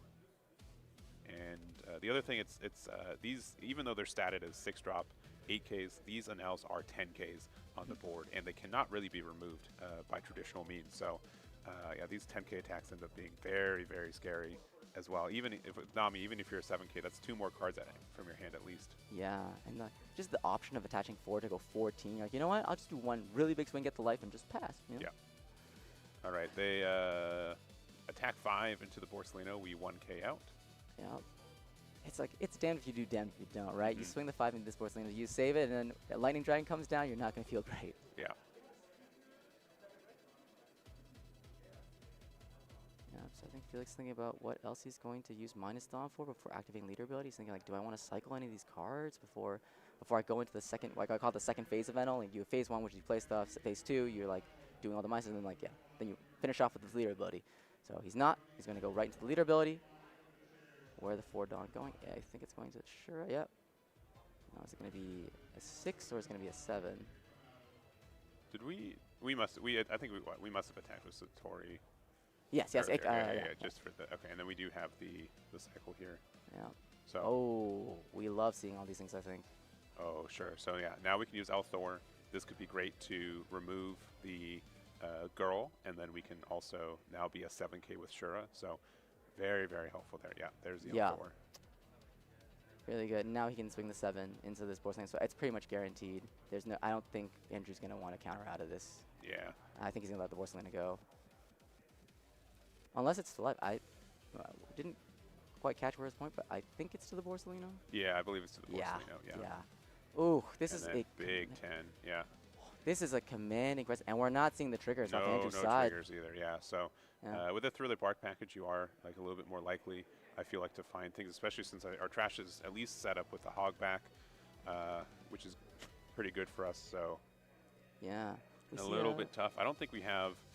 Doesn't look like we have either the Moria or the Robin either. Yeah, I think just unfortunate for Andrew here. Maybe one of them, but I think maybe he's Andrew's going to play the turtle. I think maybe he's hoping for a good trigger in life to kind of help him swing back, because I think in these games, like, you know, if you see the right triggers, you could swing any game kind of in back here, and he's trying to go, you know, let's go aggressive, and let's see if I get anything off life, then I could really swing the game back just off the fact that I'm aggressive. I'm not going to try to live forever. Let's just try to get like a really uncomfortable position, because he knows this is a very good start for Felix. Yeah, I think for turn, Andrew drew the Kiko Nojo, which was perhaps the Sai. Oh, we did have an 8-drop Moria in hand that we could have used as well. Yeah. Are we? I'm not. It's always tough to know. He doesn't have the girl. He wouldn't have been able to set up the 1 Dawn on leader. Yeah, so I think we're just at 8, right? Yeah, so he was probably worried about, you know, potentially getting, you know, going too low from these 2 NL swinging next turn. But yeah, this 10 is coming across, and he's gonna have to take. And he's pausing here for the trigger to see if he's gonna activate or not. Yeah, it looks like it might be a Silver's Rayleigh, which I wouldn't be too upset to. Yeah, we use it for the Ohm here. Yep, just so that it's harder to get this porcelain turn sideways. It's a little more awkward to get out of the way for these attacks, and it might stick on the board. But yeah, and these 2 players are playing for their top cut position, so you know one of them may bubble out should they not win. Yeah, so the winner of this one guaranteed top cut with X1 and very, very good seeding as well. That's also important. So you get to go first for the majority of top cut, and then also you get to choose if you want to go first or second, and then another 6-drop turn after turn. Wow, I think Felix is just. I think this is the luckiest I've seen an NL Open. This is literally, I think, the perfect line as the NL side. It's literally you're seeing this, this, and this, and you know Andrew just missing some of these crucial pieces on some of these turns, like missing the Robin and losing the girl. Yeah. And the other girl. Yep. And also, so we've been looking through the decks too. It doesn't look like Felix is playing the 3-drop Holy. I know that's been a decision for a lot of players who play now. Is that card being included in the deck or not? I don't think I've seen it so far off of like searching and stuff. I could have just missed it, but you know, what's your thought on that card in the deck? Yeah, I think a lot of people are on the either a dog list or not. I think Felix actually talked about this point a lot with me, and he said like, oh, I'm thinking of maybe running 2, because I've seen a lot of lists in Europe and other places run only 2, and they see it sometimes. And I think Felix has grown more comfortable with just running 0. He says, I'm very comfortable with Reiju lines, and I think the Reiju lines are very fun. So he's opted for no dog and instead playing more around Reiju, which I think I agree with, yeah. Yeah, especially because it's the plus 2Ks on both turns, being able to attack 7K into the Nami is good. We did use the leader effect, so we are 7K now. Yeah. Him just poking the 5, getting the card. So is that a sign that he doesn't really want to commit any more swings, or he just wants one more card out of hand, I guess, or to see what's up? So it's a 7 coming across, and it's gonna demand a card. Yeah. But Porcelino did live, which it's so easy for now to have removal, right? For this, we could have like Gamma Knife and Althor. We could have like Mama Ragon. We did lose the Ohm, right? So getting the extra minus 1K on Porcelino is not as automatic, but we're passing there. Nami going to, I believe, full 10 on here. Yeah. And we do know, like, you know, we did see a key 10 used. We don't, you know, sometimes you just miss the key 10, so you, like the ohms are good. And I don't think I see a key 10 in it. I do see the other piece, so that is good. There will be an answer for it, but yeah, no matter what, I think Felix is he's feeling good. He had a good search too, so he got to pick what he wanted because he already had a lot of pieces in hand. He's been choosing options based on like what's the contingencies he needs, and I think Felix is sitting pretty. He's like, you see the ass cards in hand. It's like 8, 9, 7. So it looks like we decided to play Girl out once again to get a draw 1, discard 1, and this could actually be huge because I don't think we've had Perona into contention yet, and so that would be a great card. Yeah, so to stop one of these 6 drops after playing off the you know, the Moria potentially. So putting a Dawn on leader, we've got 8 open still. I think we've got Moria in hand. If we do, I would be pressed to play it, but instead we're just going to go 7 into life here. Yeah, so probably opting for a Robin Blade. I think I saw in his hand, the shiny one, the really pretty one. But you know when Robin, when you have to discard a card off your life, you know it's going to be a trigger every time. Yep, yep. Felix thinking here. He's mapping lines. He's trying to think about, you know, what if you get the best triggers possible and you're healing right now? Should I take this life or not? Because how long is the game going? But I think Felix is very confident in his lethal line. All right, there's another Perona. All right. I knew it. There's the Kiko Nojo off the life there, but that's okay. We just put 2 more triggers in life, yeah? Yep. Has to be. Yep.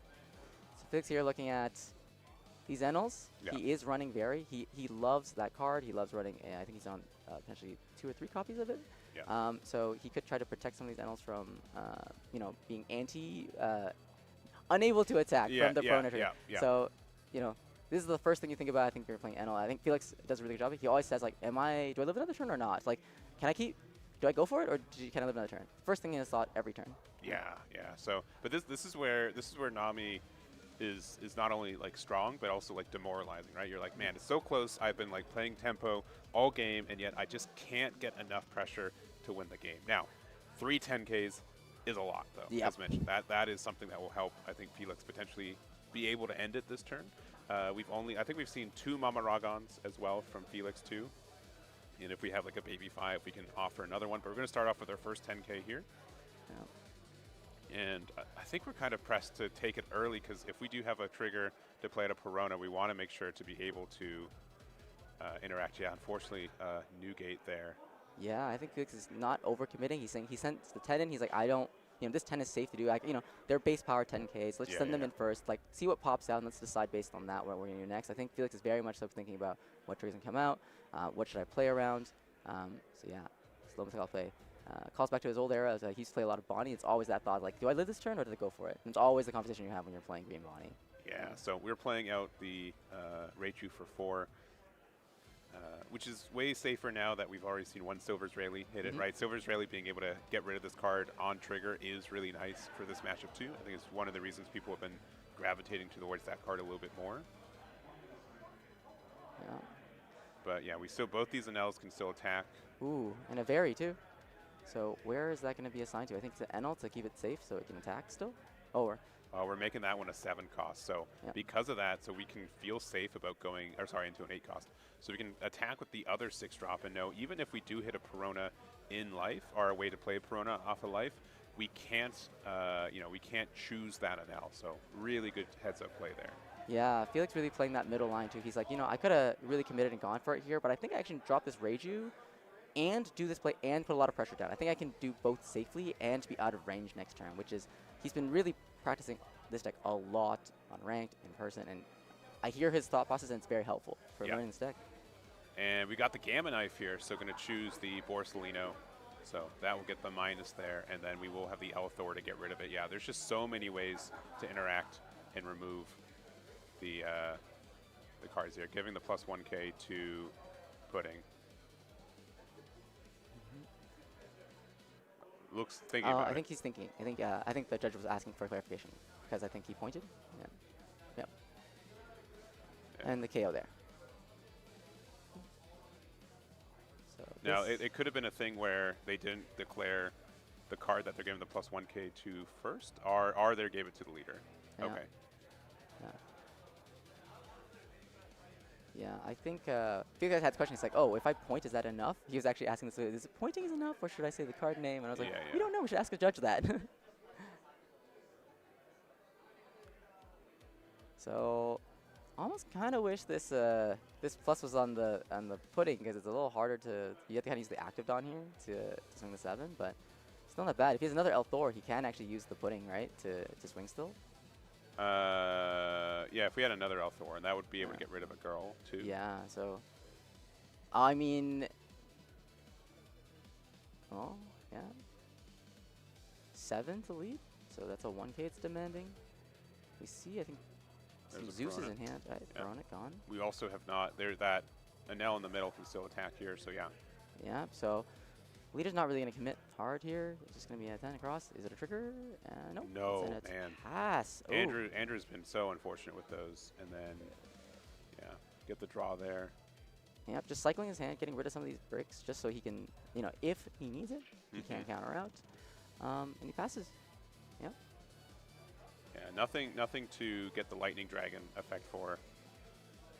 Oh, Andrew looking up. He's like, look at this guy. I mean, so unironically, you could kind of go for game here. Yes. We do also have Luffy. We don't have any more cards in life, so it doesn't get any boost even if they block with it. Anel likely has a good amount of 2Ks, but we're going to ask what cards are in trash right now. If I try to go for game, what's it going to look like? Yeah, and we're like, oh, well, I'm doing nothing. Let me see cards in your trash, too. Very good habit. People checking, for those of you at home are trying to get a little better at the game, checking your trash and cards in hands are very standard things, and it's a lot of respect around this too. So, and also a great time when your opponent's doing it, you should do it too. Yeah, and we're like halfway through this format, so most of these decks are pretty understood for ratios and numbers. So you know what you're kind of playing around and what they can likely have, and you know how many 2Ks does an L run, right? Those are pretty common knowledge now. Yeah, and Felix feeling good, you know? He says, okay, if my opponent's doing this, he has to go for it, and that means I'm in the good position. He's like, he's forced to go for it. I don't think Andrew can live another turn. So I think if you're Felix, you're like, okay, as long as I just don't mess up my math, you should be good. Yeah. But looking tough. I will say, Andrew's been pretty unfortunate with cards in life, right? We've had, I think, about 8 cards that could trigger from life, and I think the only hit we had was a Silver's Rayleigh, which only got rid of a 1 cost before Reiju hit the board, so a little bit unfortunate there. Felix on the other side, I think, had a lot of consistency. These 6 drops have been very nasty, and again, you haven't been able to play a Perona and interact with them yet either. Yeah.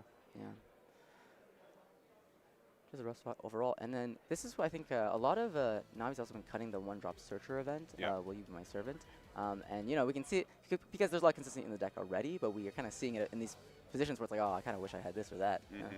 Now, there is the Sanji, but I think Sanji only lets a character become unblockable, right? Character so, unblockable. by attack with this Robin, you are less afraid of that. There is also like the Whitebeard event that lets you become unblockable on the leader, I believe. So, you know, these are all cards that could be played. So Felix does have to be aware, you know, what the dangers and traps are. But Felix says, you know what? Obviously, I'm countering on this one. Like, it's only safe to. Even though he can comfortably take and probably force an overcommit and then probably still get out, but he's like, you know what? Just there's probably something I'm not thinking about, and like, do I really like, you know, as long as he can deal with whatever this Tendon can do, like the worst thing that this Tendon can do, if he can deal with, then he might as well counter out.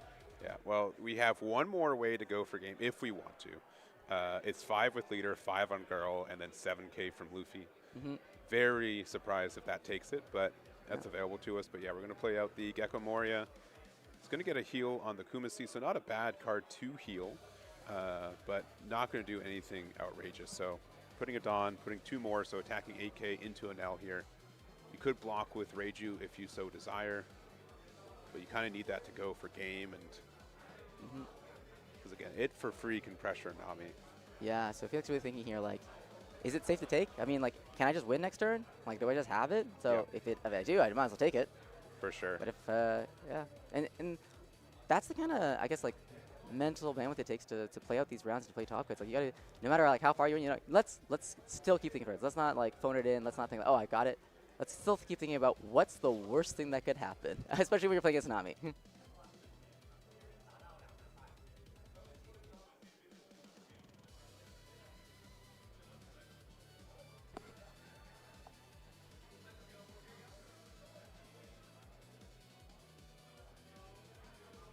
All right, he takes the block. And he's going to protect it with 1K. 1K. These 2 ohms aren't going to be doing much now. All right, and passing from there, yeah. All right. I think 5 cards in hand. Looking at a 7K, a 10K, and a 10K, and a 10K, and a leader swing, and 6 Dawn to work with. So now Felix is just going to run the math. He knows one of these NLs, if they connect successfully, if an attack connects successfully, one of these NLs is not attacking. Yeah, because you can use Kumasi, you can play out Perona, and that's good. But I think the numbers are just so far in your favor right now for Felix. Felix can even be cheeky if he really wants to. He could decide to play the senior pink to grab Barry to protect. Protect. But he won't need to. But like, that's just the flexibility of this deck at play. And we're seeing 11 to life first come through. So if Andrew wants to get out, he'll have to go with 7K leader by pitching 1 card and giving a. You gotta get 3 cards out of your 5-card hand. That's That's just so much. Oh no, 7 and then 2 gets them to 11. Yeah, 4. Yeah, well, you got 3 additional cards. Yeah. Okay. Yeah. Well. Yeah, I think there's math on it. Yeah, I feel like just checking, just like let's check trash. Yeah, you got the Prona. I see it there. You know, is your hand all 2Ks? Is like, but like, you know, even then I think you're fine, right?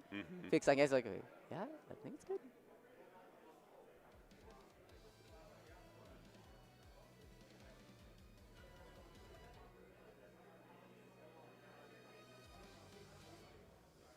again, this is going to be 11K to currently a 5K leader. Nami has not used its leader effect. 5 cards in hand. We do have 1 Kumasi in life, which will, again, as mentioned, will likely get Perona, but yeah, I'm not sure what the decision here. These are going to be some really tough numbers to get out of. So Kumasi here. Stuns plays it out. Yeah, that Anel specifically. Yep. Cannot attack. So here, it's just about how Felix assigns these last swings. He's got quite a bit of Dawn to work with. If he just...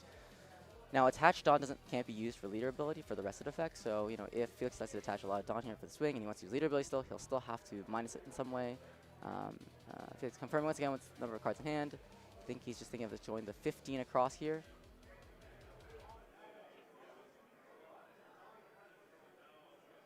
Lucky 10. Minus 1 Dawn, just to get it off of the character. Yeah. Draw a card. Seeing if he picks up any more L-Thors to get through here. Yeah, L-Thors can help. Yeah. Felix still playing cautiously. He knows. Yeah. Okay, if you're playing for a TOPCUT round, you're gonna think it through. You're like, well, let's make sure. Did I forget anything? Nope. And that's game. We see the fist bump, and you see Felix taking the win from BY Nami, and still laughs all around, still smiles. Both of them know that they're leaving here today, still leaving with something, still really happy about having come here and played. Yeah. So Felix guaranteed into top 32 in the next little bit. Andrew still pretty likely, right? But we'll have to wait on tiebreakers. You know, losing in the last round usually does mean you got some pretty good tiebreakers, and that's going to be it for our Swiss coverage. Yeah, no. Big congratulations to Felix. I know as soon as we are off screen, I'm going to go run up to him and give him a big hug. Yes. Because it is Felix's first time playing in TOPCUT. Oh, really? That's great. So, and he's been practicing this meta so much, and he says he's been really enjoying playing Enel and learning the intricacies of it very thoroughly. So, like, really great to see that kind of come through, and I'm very happy to cast him into TOPCUT. Definitely. So there will be an extended break. What are we ballparking? Hour and a half? 30 minutes to an hour, but we're also going to have a fun thing to show you guys in between. Okay. We have the Treasure Cup Day 1 finals recorded for you guys from yesterday that we'll be showing you. So if you like watching a pro player, I think his name is, I think he's got a pretty good record of stuff. I think his name's, Richard Yam? Yeah, I think he's he's pretty good in the Toronto, area, right? Probably. I think he's pretty good. No, I think he's also gone to Worlds too, I think. Yeah, I think he's been there once or twice. But so if you guys like watching Richard Yam pilot a really high skill deck in the Treasure Cup final, you can watch the recording coming up to you now, but I think we'll be gone for about 30, 45 minutes, but we'll be back then into our TOPCUT hopefully then. But yeah, stay tuned. We'll also have lots of fun interviews in between too, so stick around.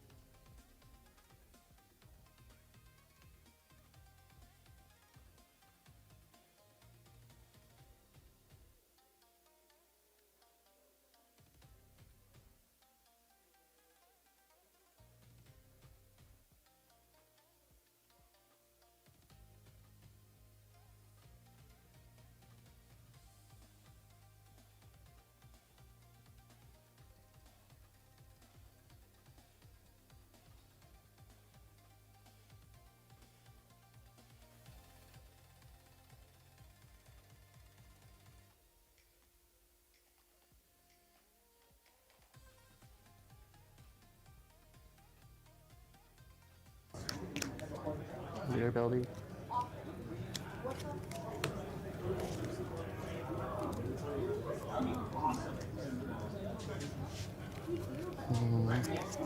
Let's go here.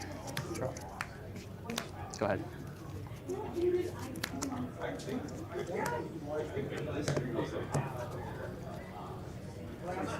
Sanji on play, get 2 Dawn back. Yep. Let's go 6 life.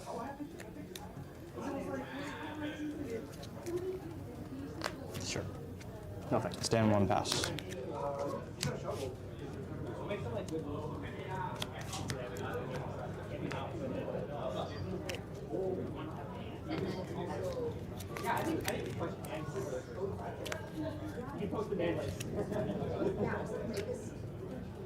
Let's go. No? Yep.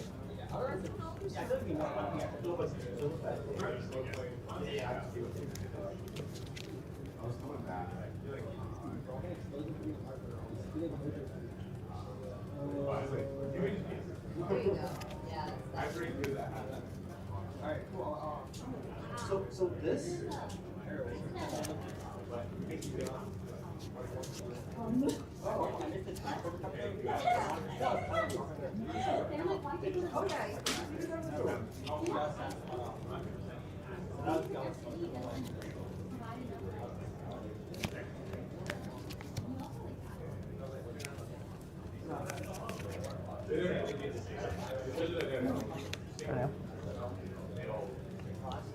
Let's go. 5 lead. All 2K. Yep. Let's go. Leader effect.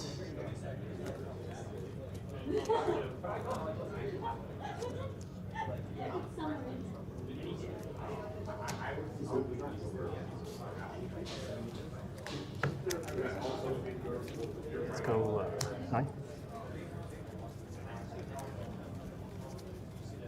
No trigger.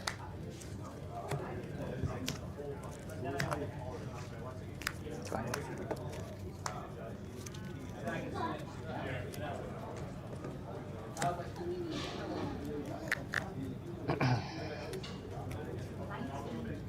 Let's go 6 leader.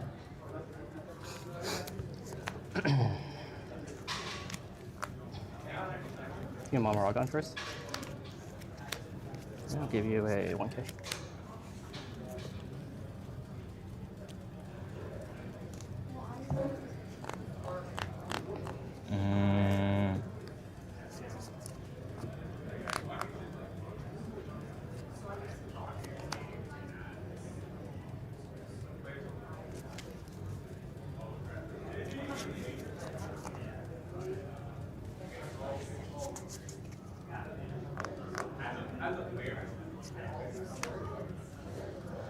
Let's go 7 face.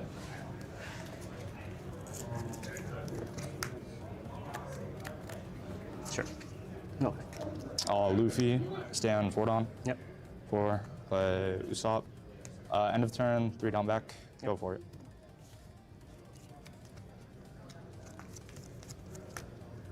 Sure.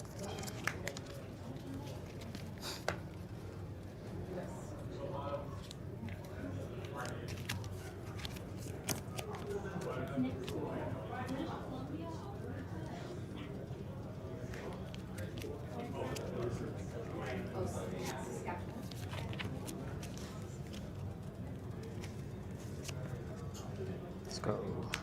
Rage here. Let's go. Gamma knife. This. Pop it. Get +1 to.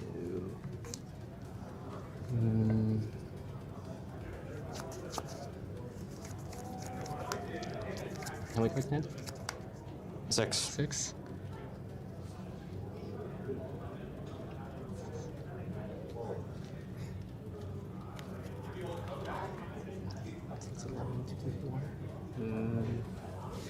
So I can work with the +1 right now.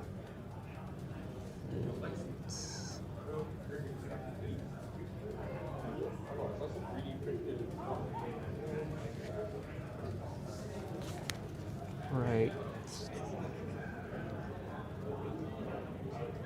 So that's 9, 11, 13.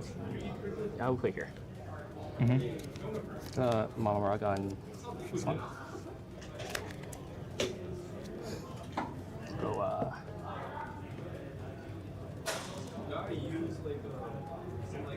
make it a 4.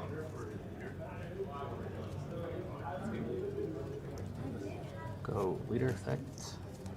Oh yeah, I saw. This is 15 to 7.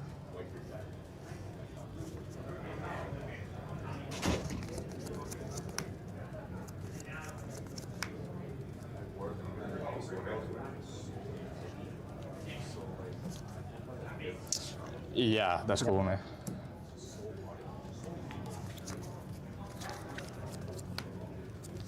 Yeah, that's gone now. Yeah, basically. Okay. We're just gonna go Dragon Freeze.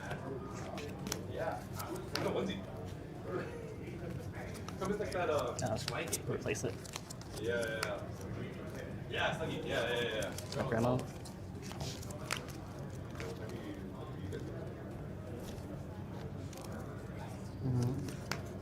Yeah. Yeah, get one there.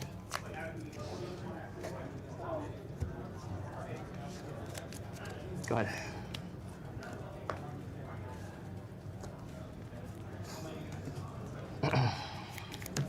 I'll go 2 dome. Yep.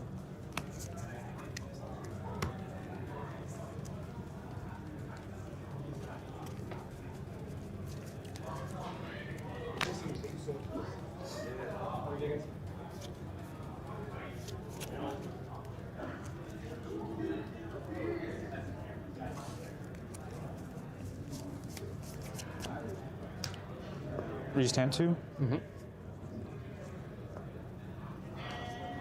Let's go 9 life. I'll block. Stand 3, pass.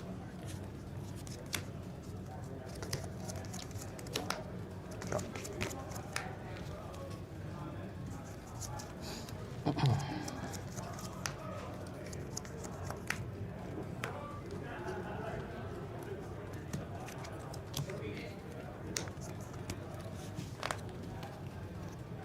Back out door. This. Yep. Outdoors. Got my lead. Is it leader? Yeah, it's leader. Sure. Stun drill. Okay. Yep.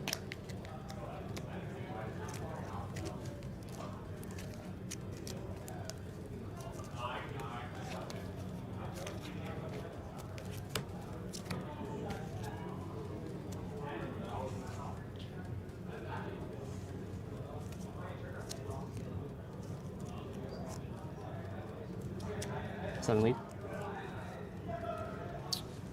Give you +4. You have 4 in hand or 6. 6? It's 14. Yeah, I'll kill this one.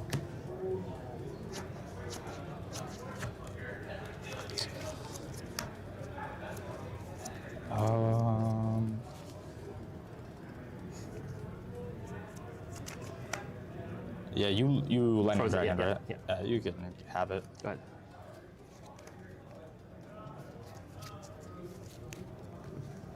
Cards in hand. 6. Garp. Top 4.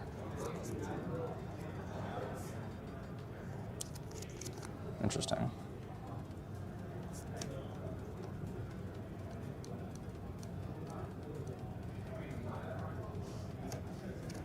Pick up Sanji. Yep.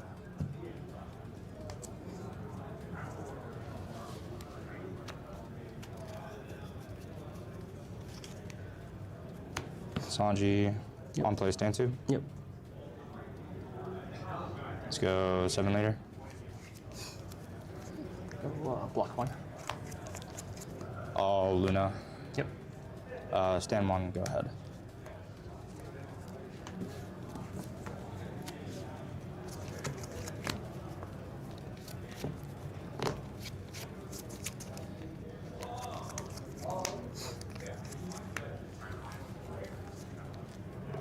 Two up, right? Yeah, 2 down. Rage you.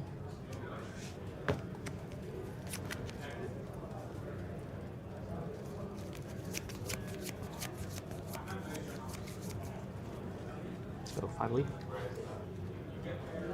How many Mamaragons in charge? 1, 2. 2. What about Gamma Knife? 2. 2. No Keaton, right? Sorry. Nope. Alright, cool. I'll do that. Yep.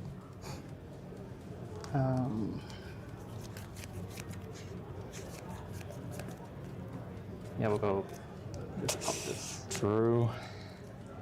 Meter effect. Let's go 9.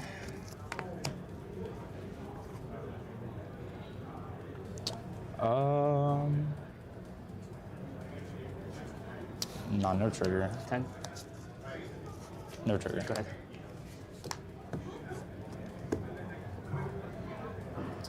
Two to 2.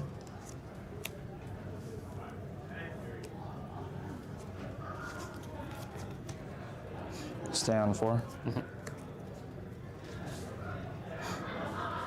Cards are 9. 3.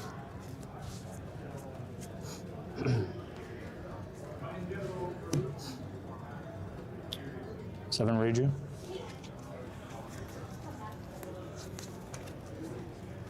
Card to hand.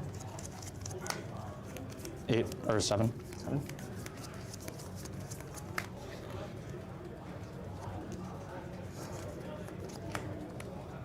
Yeah. Oh, Luna. Yep. Go ahead. So you have 6 now in hand. 6.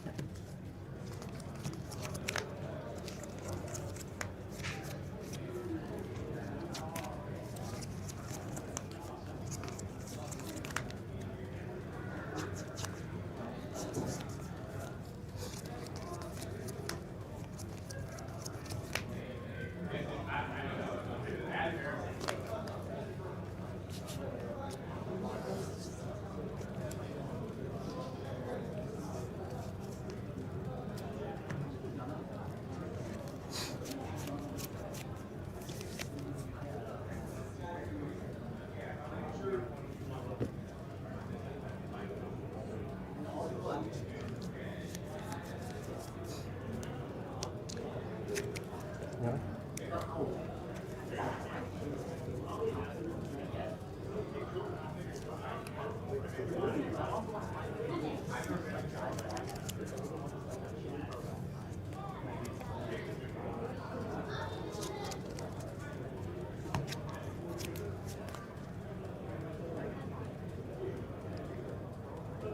Got the Mama Rock on.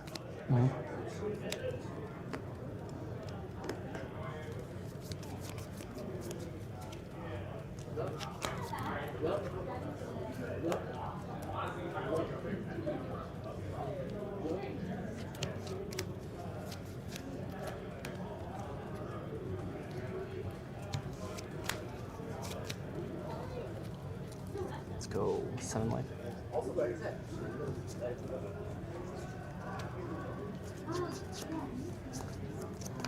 +4.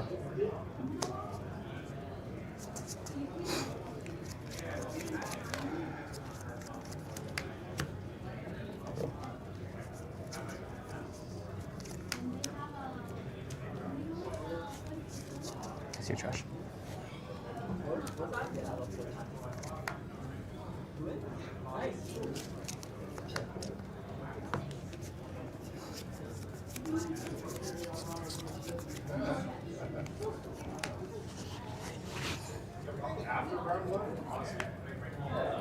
Literally, honestly, it was all pretty smooth. It was just that fucking round one. I'm so glad I had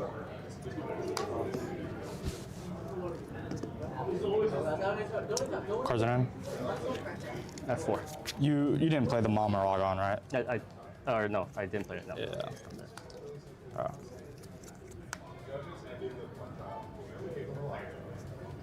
Let's do 7 life double attack.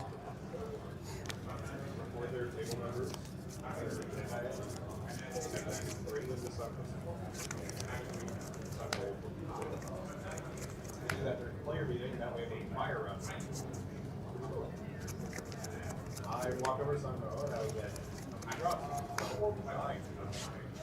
Great. And I watched it look over at all the judges and they're all in chat.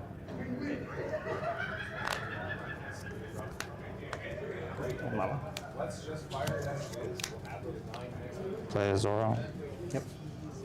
And then as soon as I did that, all the judges +2. and then like random Character rush. 9 at Reiju. Pandemonium, and then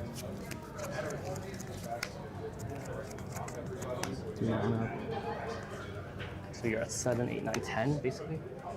Yeah. 10 potentially. No one restands. Nobody restands Dawn. So at least one, so it's an 8. Thinking. 5 in hand? No, I have a 6. 6.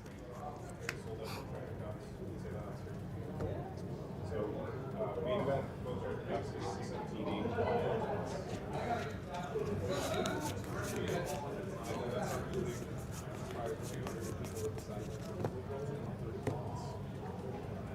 Pods each, so that's 40 people. Different side events as well, so we're one day in and we'll let 200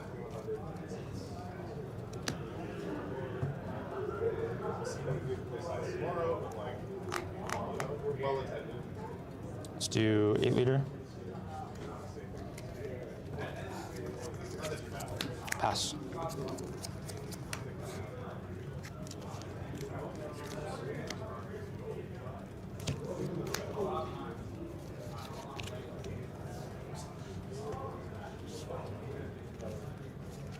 Six in hand.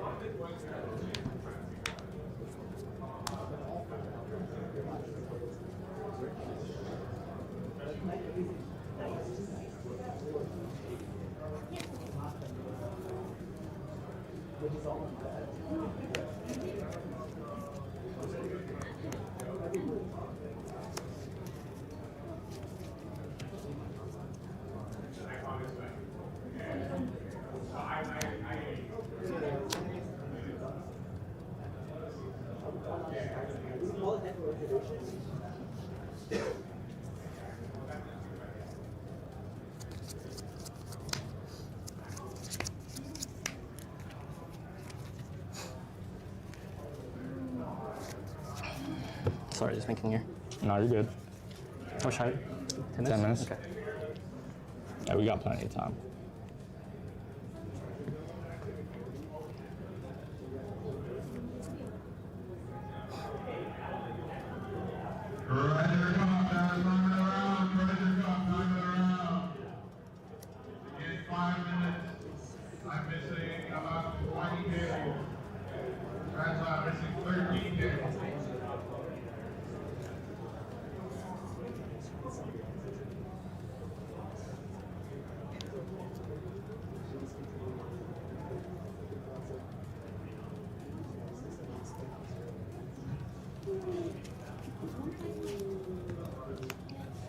Minus 5 and 2. It's -8, right? Yeah. So it's 1. Yes, 5 and 1, my bad. Yeah, you're good, you're good. You can have it. Catan minus your Luffy. Go Catan minus your Luffy. Yep. Let's go. 7 to 5. You didn't lead her, right? No, I didn't lead her yet.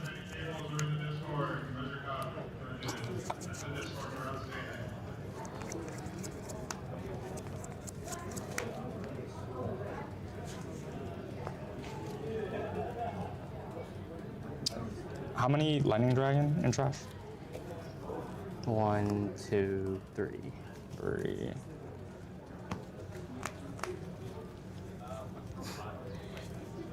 Yeah, you could just kill it. Yep.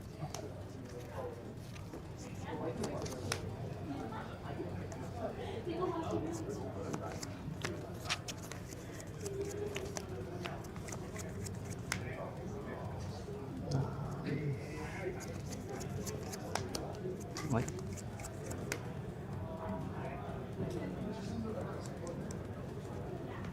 +4.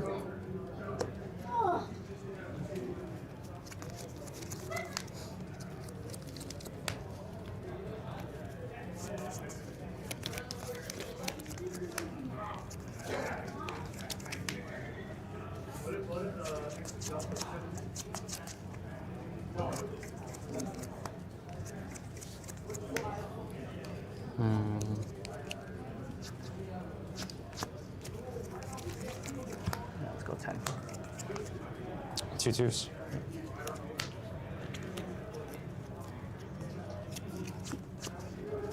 Go ahead. You whiffed? Yep. Okay.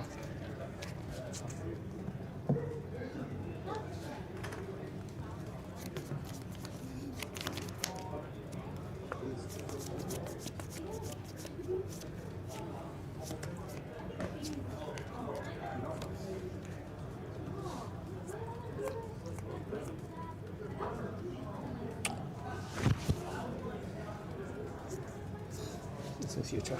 Yeah, go for it.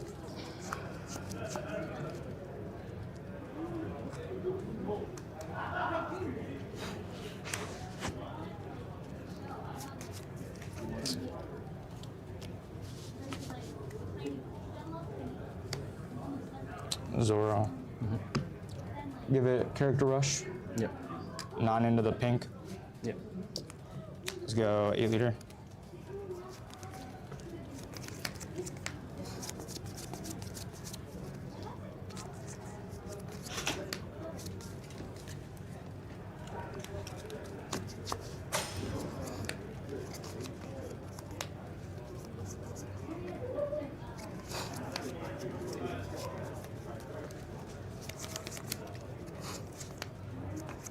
Leader, 2.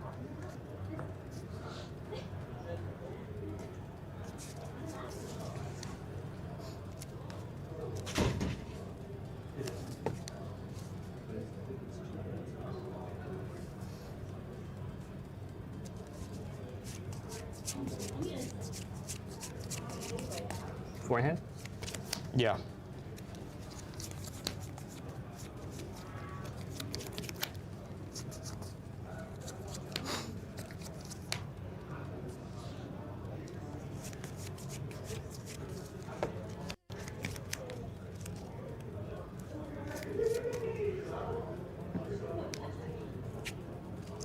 Pass.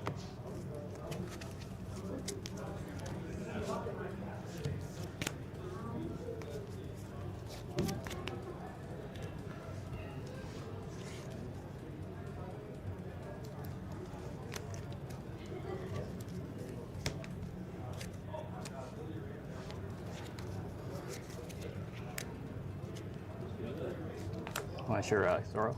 Yep.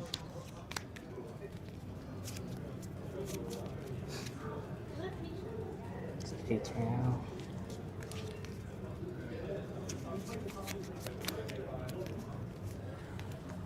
That's 2.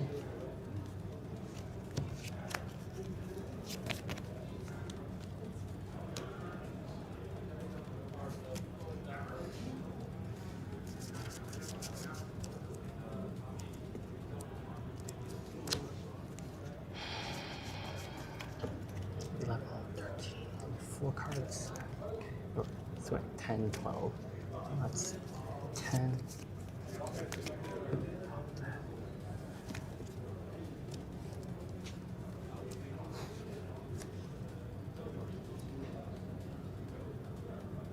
Let's go 7 life.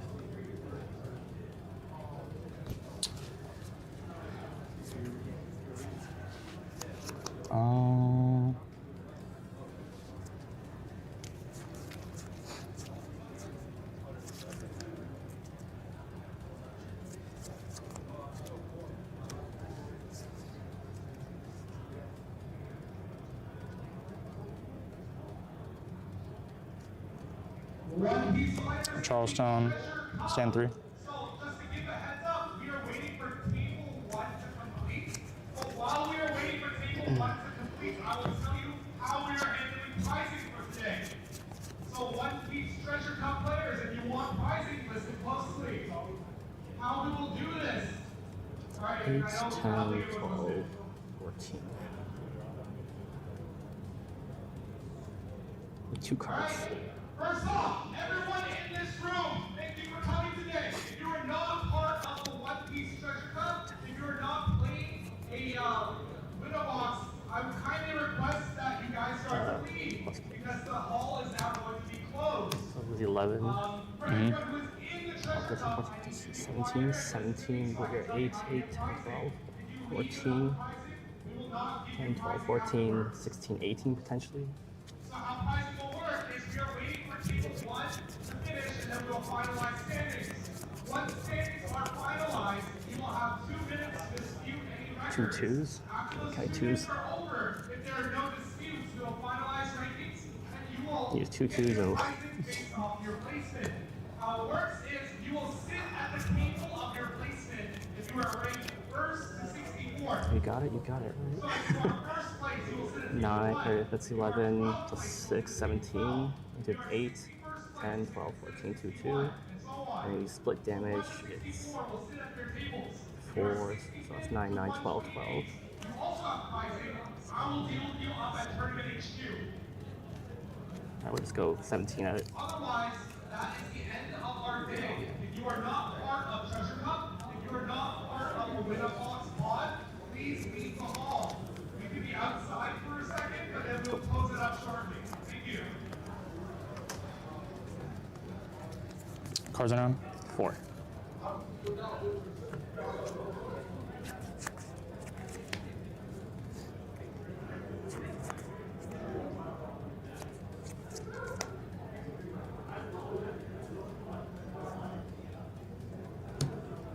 Stand 2.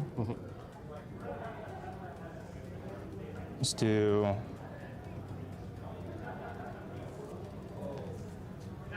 8 life.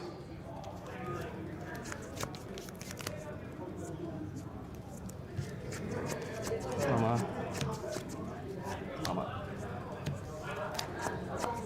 Stand 1, pass. Still 2 in hand? 2 cards.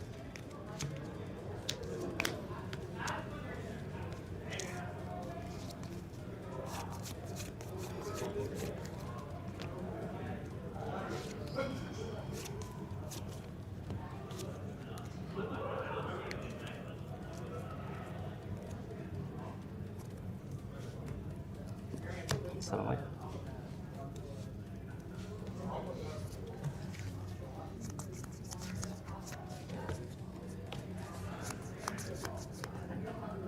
You did 0 in overtime? 2-0. Yeah.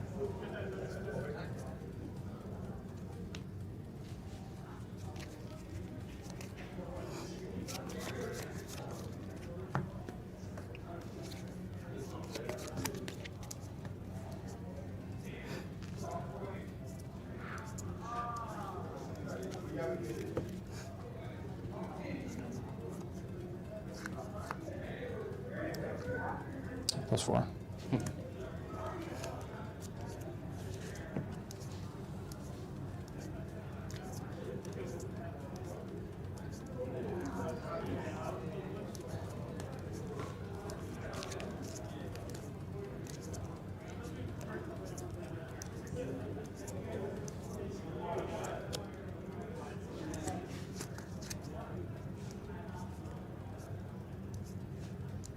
Suddenly.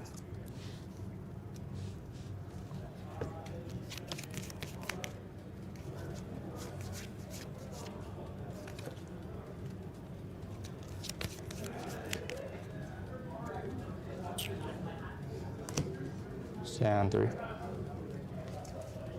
Yeah, keep going.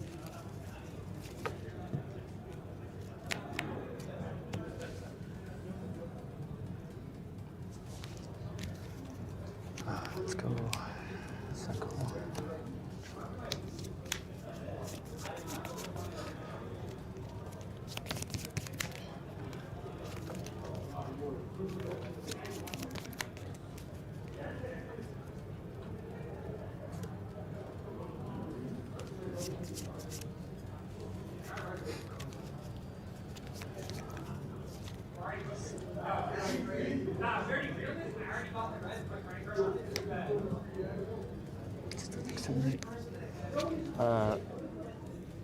Just a top deck, I guess.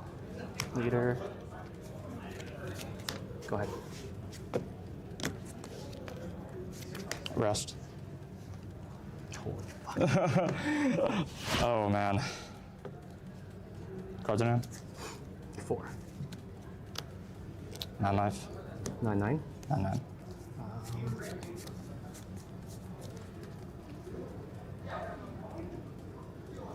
Fuck. 9-9. Show me. Cost 2. Pass. Stand 4.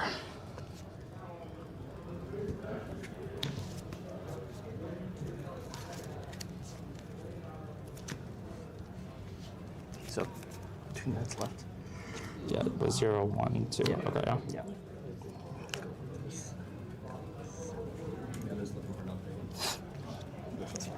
Wrong pick. Yeah.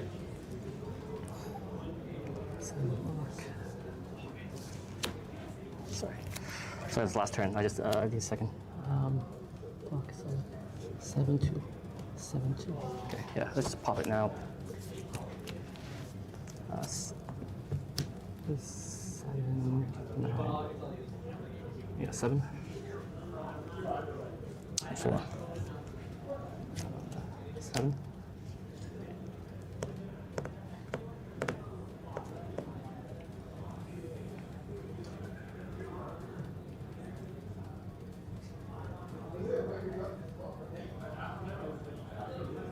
This game. Yeah, +4.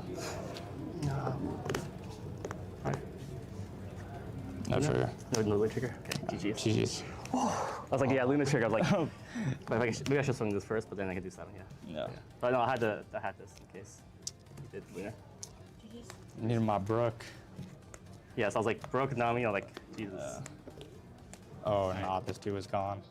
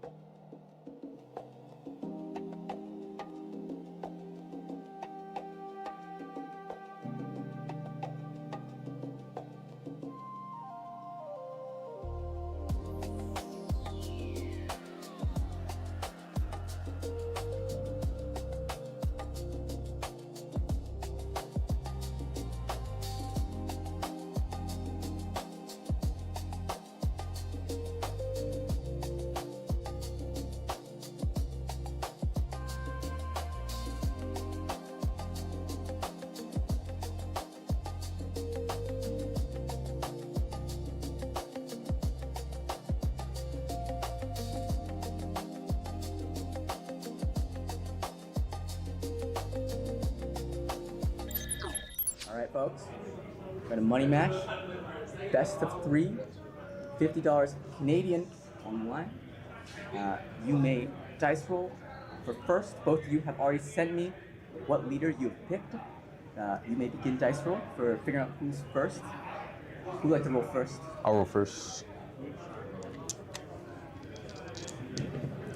11. Wait, is it winner picks or loser picks? High roll winner will pick. Okay. The turn order. Nice.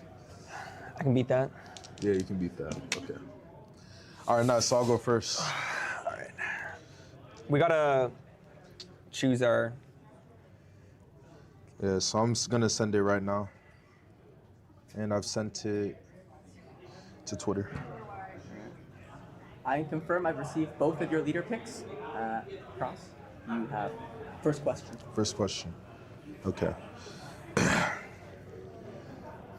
Does this character have something in their mouth? Pause. It's got to be a... No. No, they don't. Okay. Okay. Huh, that actually didn't give me that much. Yeah, I was... Oh, wait, hold on. Okay, I mean, it's decent. All right, my turn. Is this character a fraud?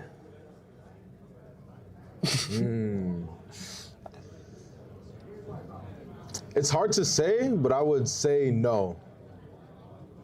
Oh, it's supposed to be yes or no. No. Okay. Okay.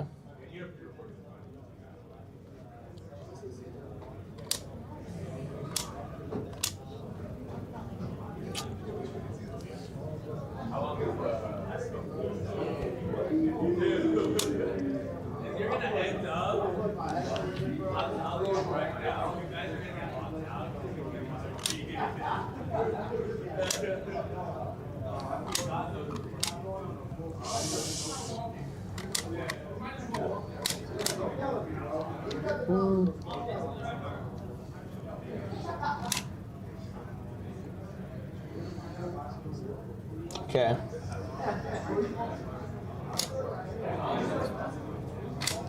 Feel good with that. Okay. Okay, my next question.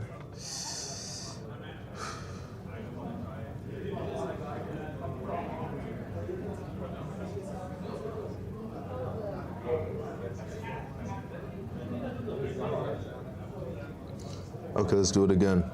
Wait, hold up. I got my answer mixed up. Oh, you got it. Okay, yeah, flip it back. Okay, Hold on, correct it. I'll correct it. Yeah, correct it.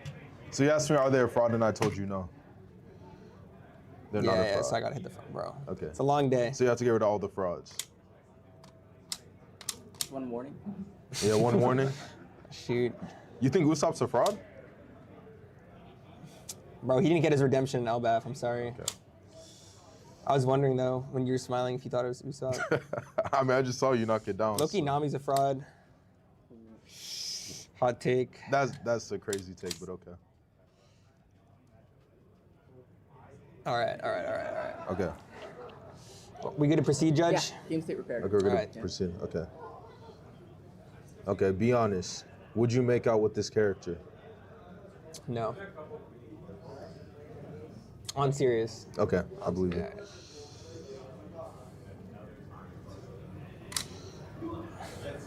Judge is curious who I'm gonna make out with.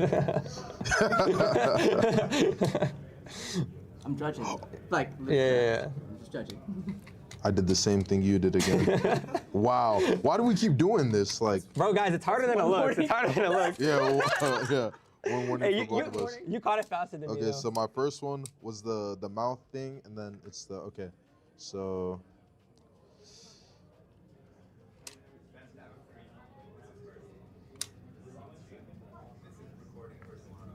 Oh, I actually have a good question. All right.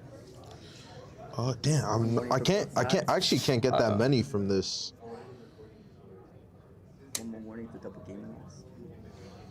Okay. Go on. All right. Does your character have a devil fruit? Oh. Are you the fraud? Yo. Wait, do you know? Do you know if they do? You can call Judge. Is it Caesar? Judge, Are yeah. you wondering if Smile Judge, Fruit counts do as that? devil fruit? That'd be a good question. I actually don't know. I feel like I'd count a Smile Fruit as devil fruit. No. Oh, no? They don't. They don't have devil fruit. Yeah, you know what? I should actually just be like, you call Judge. You can call Judge. Yeah, call Judge on that. All right, they don't have a devil fruit. Hopefully, you know Luffy has a devil fruit. I guess if Ooh. you call Judge in a question that you're unclear of, I can clarify, what you make out with. Yeah. Yeah. Okay. Is that it? Yep. Okay. Does this character have Conqueror's Haki? No.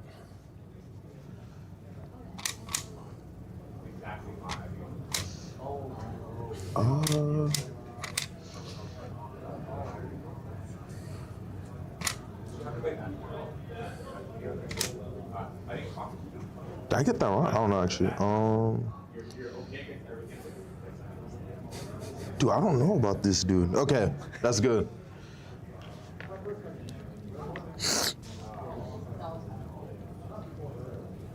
All right.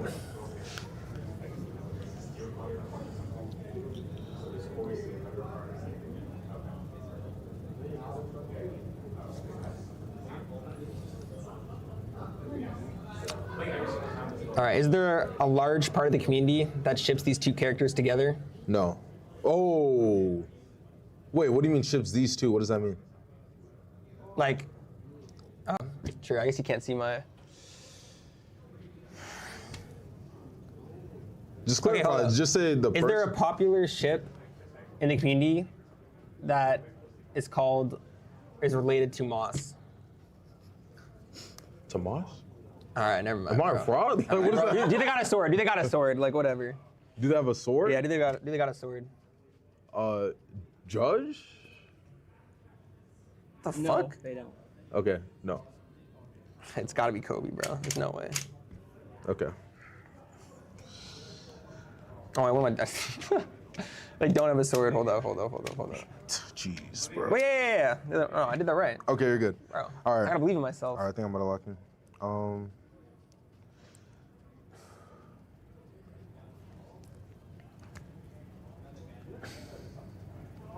Does this character have that Ishan, in your opinion? And you can look.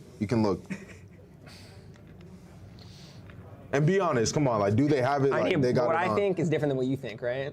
Yeah, it Look is, at what I'm but, wearing come right now, on. bro. Yeah, you're wearing a Christmas sweater in May, but it's good though. All right, I'll say no. I'll say they don't got it on. They don't got it on. Begrudgingly.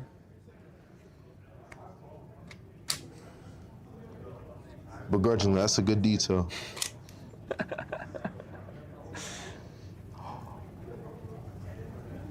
Okay, yeah, go ahead. Is your character Kobe? No. Is your character Caesar Clown? Yeah. Bro, who is your character? He does not have that. He does not have it on. He knocked it down early. Who? Koala. What question I knock it down? I don't know. It's part of the game, man. What the hell? Were you tracking? Were you keeping track Of the questions? That's No, that's game one. That's game one. That's game one. That's game one. Yeah. Reset. I'm gonna get a. Reset. Ethan, you have choice for turn order. Wait. I asked if they have a devil fruit. You said no. Yeah. Venom said they don't. Oh. You got One Piece stiff. I did. That's why, I didn't know. Actually, I feel like. See, that's why I think if you ask a question and you knock down the wrong thing. Actually, I think my struggle, like my. I thought I knew. Yeah, my difficulty with answering that question is also like. Gotta call judge. We got a Oh, was great it? judge staff here. Oh, that but I will- understand why you would think Kobe then. That's fair. Then when you Yeah. said ship, I didn't know if Koala shipped with. Wait, no, Koala's not shipped with. No, I was trying to. Oh, Sabo? I was trying to get Sabo, right? I was making like a Sanji Zoro joke. Come on. Yo. Guys, All right, bro. we're moving into round. I gotta two. lock in. I So I'll get. have to text you Text new me. person. You can choose turn order. All right. Would you like to go first? I'd like to go first. I'd like to go We're moving first. first. Okay. Now text me your leaders.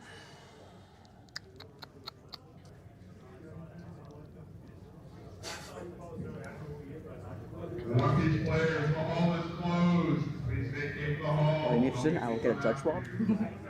Okay. A special one for One Piece. That's right. I know. Is that Coach? What is Coach talking about? All right. I'll wait for the judge. Prepare yourself. All right. Yo, Caesar Clown got no drip. Yeah. All right. I kind of like the makeup though. Kind of rocks the makeup. All right. Have you both sent me your leader choices? I did.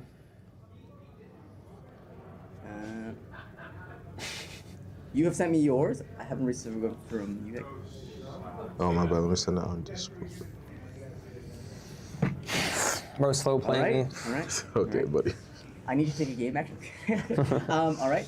Ethan, you may begin. Pick wisely. Have you once baited the One Piece community that you would play this leader at a regional? No. Nice try. All right.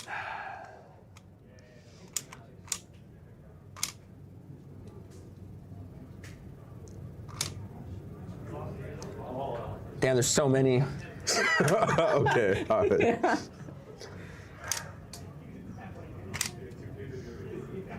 One Piece players, if you are still in the hall, get out. That's it. Get out. Close the hall. I'm sorry. Thank you.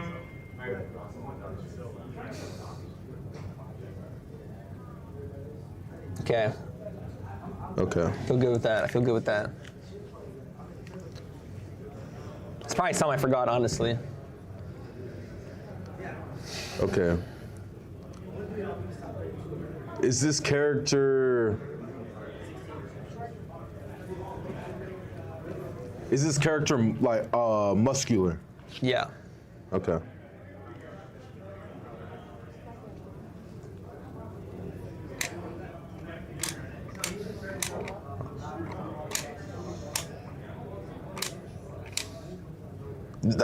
That was a good question for me. I'm not gonna lie. Yeah, that is a good question. Damn, but actually, I guess they're all like kind of muscular. O to be, okay. I think. Okay, Spugger. All right, would your character paint their nails? Okay, you didn't instant answer, so it's not a woman. All right, tech. I guess I don't really know, but I don't think so. No, like they've never painted their nails or anything like that. I'm just saying no. Okay.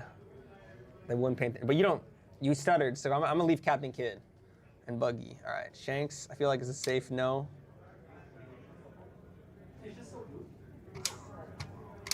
Oops.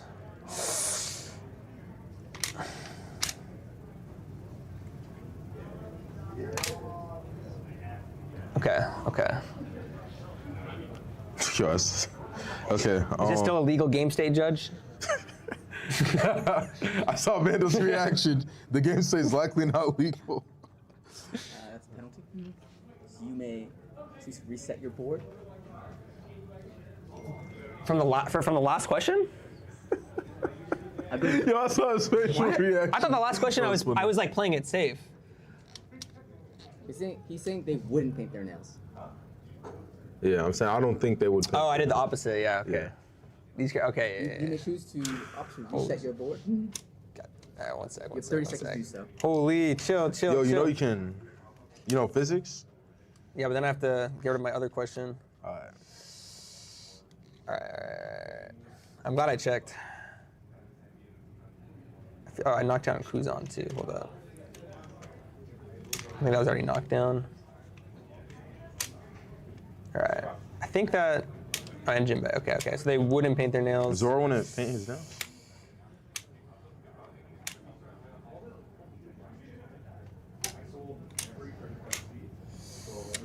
Caesar's and Buggy are obviously painting their nails. Come on. So they wear makeup in every episode. But Buggy is. Do clowns paint their nails? Like. Yeah. Do they?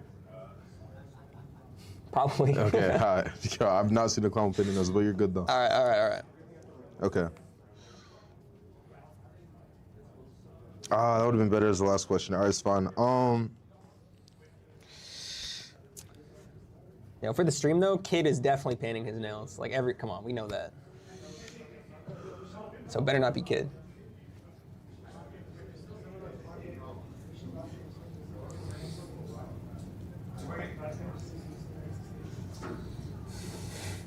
Oh wait, this is not. You said people don't have stuff. They don't have stuff in their mouth, right? That was from game 1, right? Oh. Was that from game 1? That was from this round, right? I swear that was game 1. Do you have the VOD? I think it's from this round. I'm pretty sure it's from this round. So I'm gonna just knock that down. It's fine. I'll start writing these questions down when you ask them now. Yeah. Okay.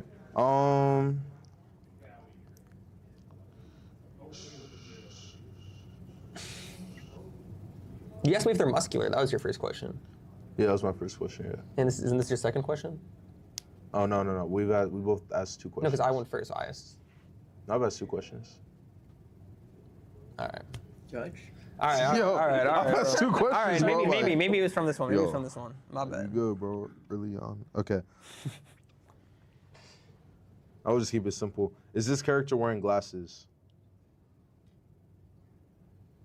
No. Does that help you? Who's Koala's wearing glasses? Who else wears glasses?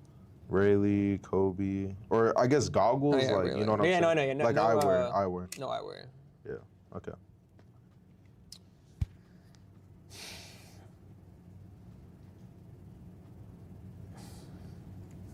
And you're good. Oh, that's it? Yeah. All right.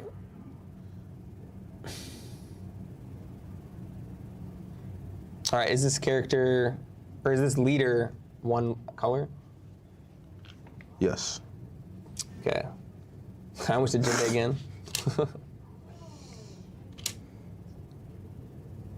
Okay, wow, that actually wasn't as good. Okay. Pass. Okay.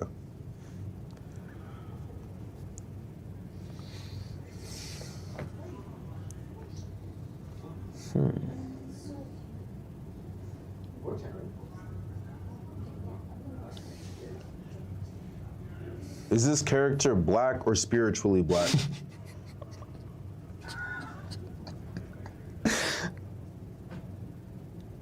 No.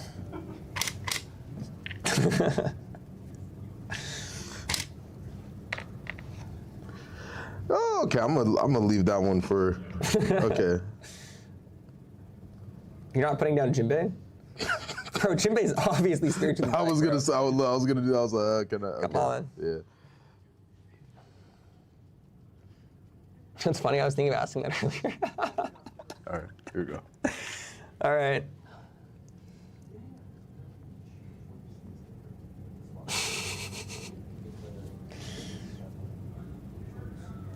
It's kind of even. We're neck and Does neck. this character need to put extra effort into their hair care routine?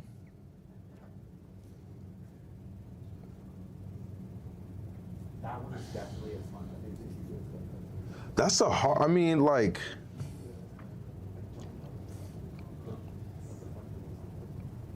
How about this? Like, beyond styling. Beyond styling. All right, never mind. Like, All right, I think I get what Does you're this character trying to have thicker hair? Yes. Yes, this character has thicker hair. Okay. All right, you got 2 turns, buddy.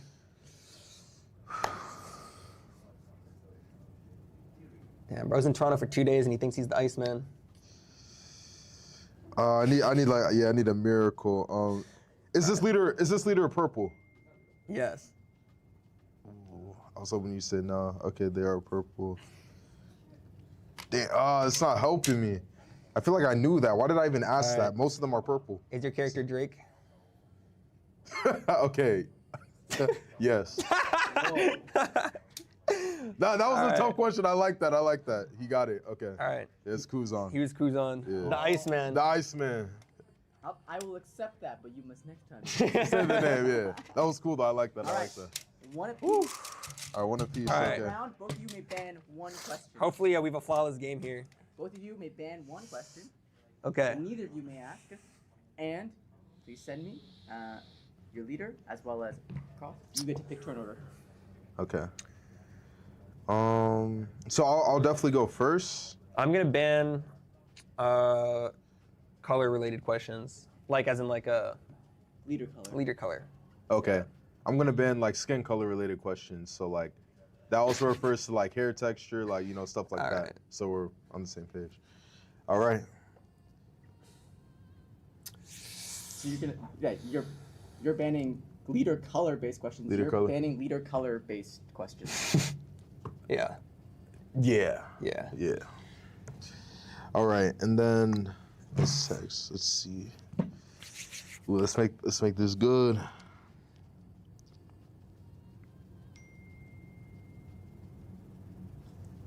All right.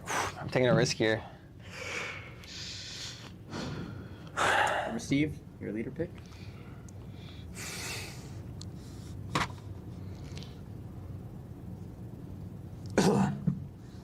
Okay, relax. All right. I'll start. Is the character Luffy? No. Damn, that would have been crazy. That would have been crazy.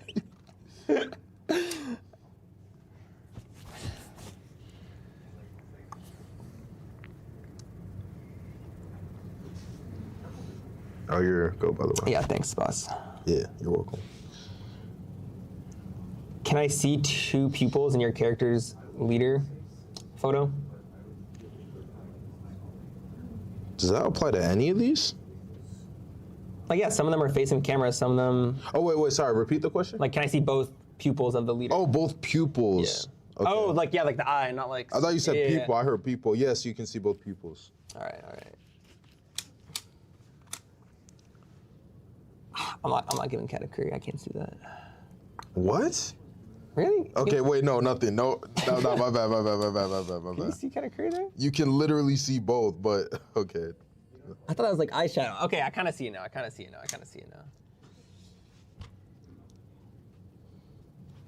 Rayla, you can't. All right. Okay, I think I'm good. Okay. Actually, Zora also, I can't. All right.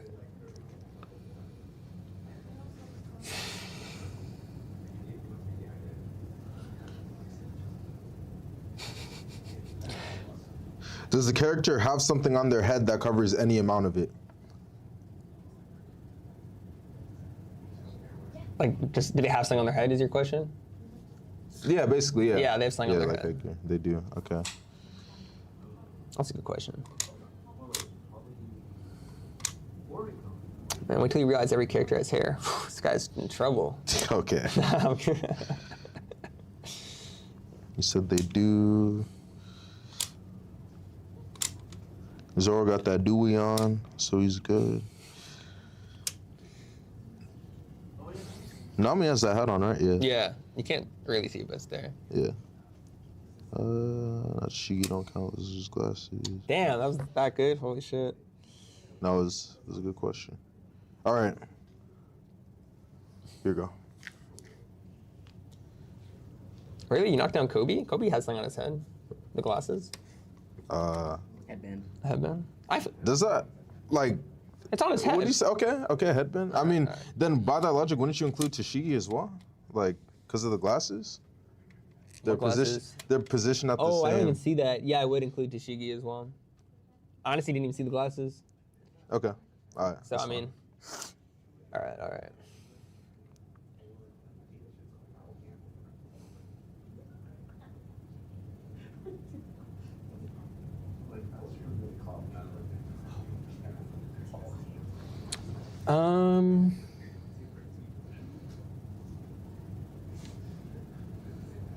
Was this deck meta and like top 2 or top 3? No. Like, okay. No. Definitely not. Yo, I look, he didn't play when Rosie was good. I don't know if he was top 2. I don't. Yeah, sorry, Usopp.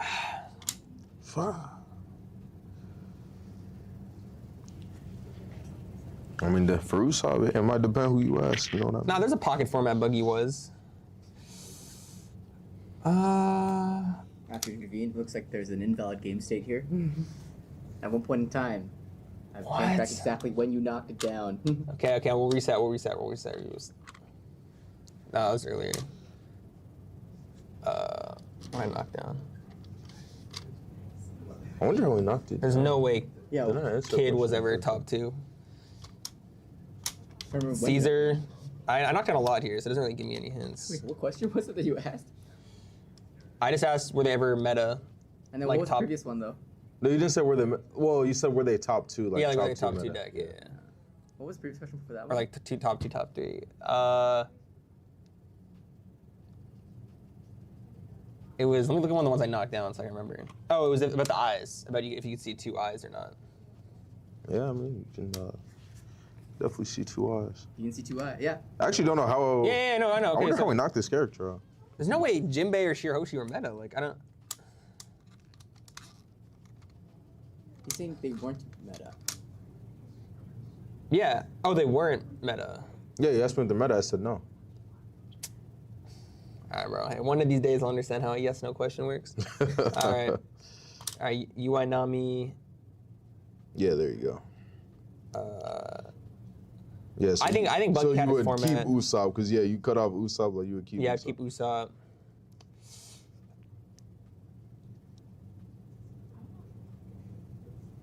I feel like Shanks had one set.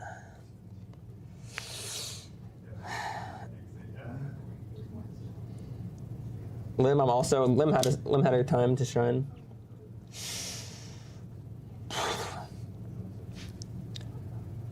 I feel like PY Rosie was good last set, right? Or was it 2 sets ago? All right, I think I feel good with this. Maybe Green Yellow Law, I think, had a good set. All right, I'll play it safe. I don't know, I can't remember about Black Purple Luffy. I feel like that's debatable. Oh yeah. No, like I'm Black not. Purple, Black Purple. Okay. So remember, there's that one Florida tournament we all played at. Okay, my go. Okay, that was decent. Would I find this character physically attractive? I like how you specified I. Yeah, I was gonna ask you, but I was like, nah, that's probably safe to ask me. Would I find probably. this character physically attractive?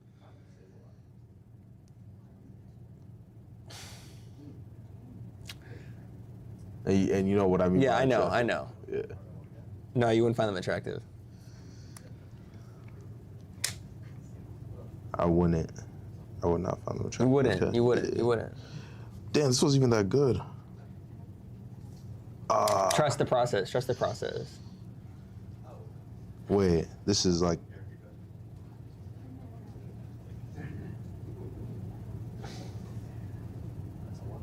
Yeah, bro, put that down. You would. You would. Don't even, bro. We all do this. Okay, go ahead. All right. See, Jeremy was worried about, like, I know your type. That's why you got a jacket on. What does that even mean? Like, what? Just talk. Just talk. All Yeah, right.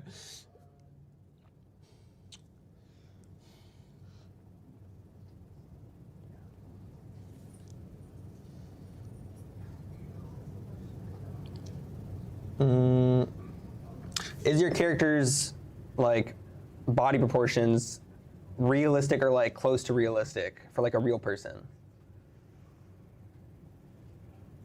Like, could you see that person in real life? You know? I mean, yeah. Yeah? Why is it so funny? That's difficult. I get what you're saying though. Yeah. No, because like not not Shirahoshi, right? Like, you know, Shirahoshi's fucking like, I don't know, like 50 feet tall. You're not gonna see Shirahoshi in real life. Yeah, you're not gonna see Katakuri, who's like 10 feet tall. I mean, wait, is Katakuri 10 feet tall? He's like 9 or 10 feet. Okay. Well, actually, I don't know all these characters' heights. Aren't they all super tall? Like, nah, Kobe's a normal guy. Sugar's a normal. Usopp, Sugar. What about Law's a normal guy, right? I mean, I already put down Law. Rather than the proportions, because proportionally their arms. Well, I just said, like, is this someone that physically could exist in our Oh, world? in that case, change the question. Oh, okay, that kind of changes it. All right. If you say, could they physically exist in our world? Okay, fine. Then, like, I might say no. No. Yeah, I think I'd say no. Then. Judge? Yeah, sure, Judge. Yeah, what's your take on it? I would say no. No, okay. I'll say no. All right, so they couldn't exist, so yeah, Kobe, Smoker, Sugar, Usopp. Smoker? He's literally made smoking stuff. Like what? Like what? You know what I mean? Well, I'm not including devil fruits in general. I'm just saying, like, oh my God, just like your hand will go through Smoker. Like, is that possible? Like, yo. Do you get the question? Hand, do you want me to clarify the question? Okay. Do you want me to clarify the question, or do you get it? Okay. Do you get the question? Okay.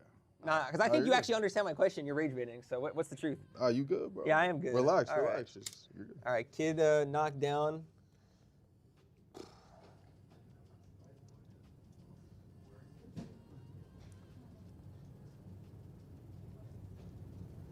All right, this Luffy specifically is kind of fucked up, so I'm gonna keep this Luffy.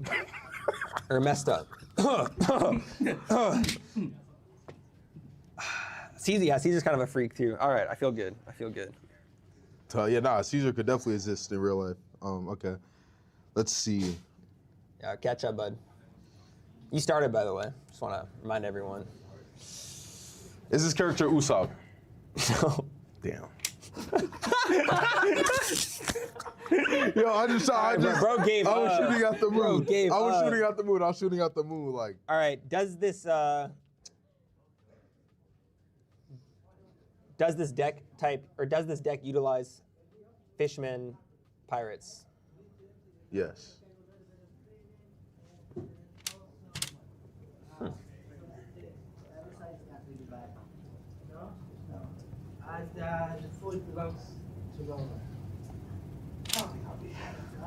Okay.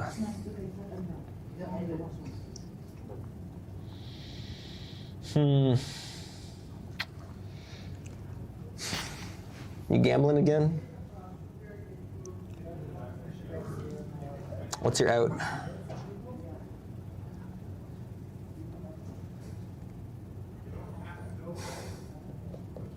Is this character Sugar? No.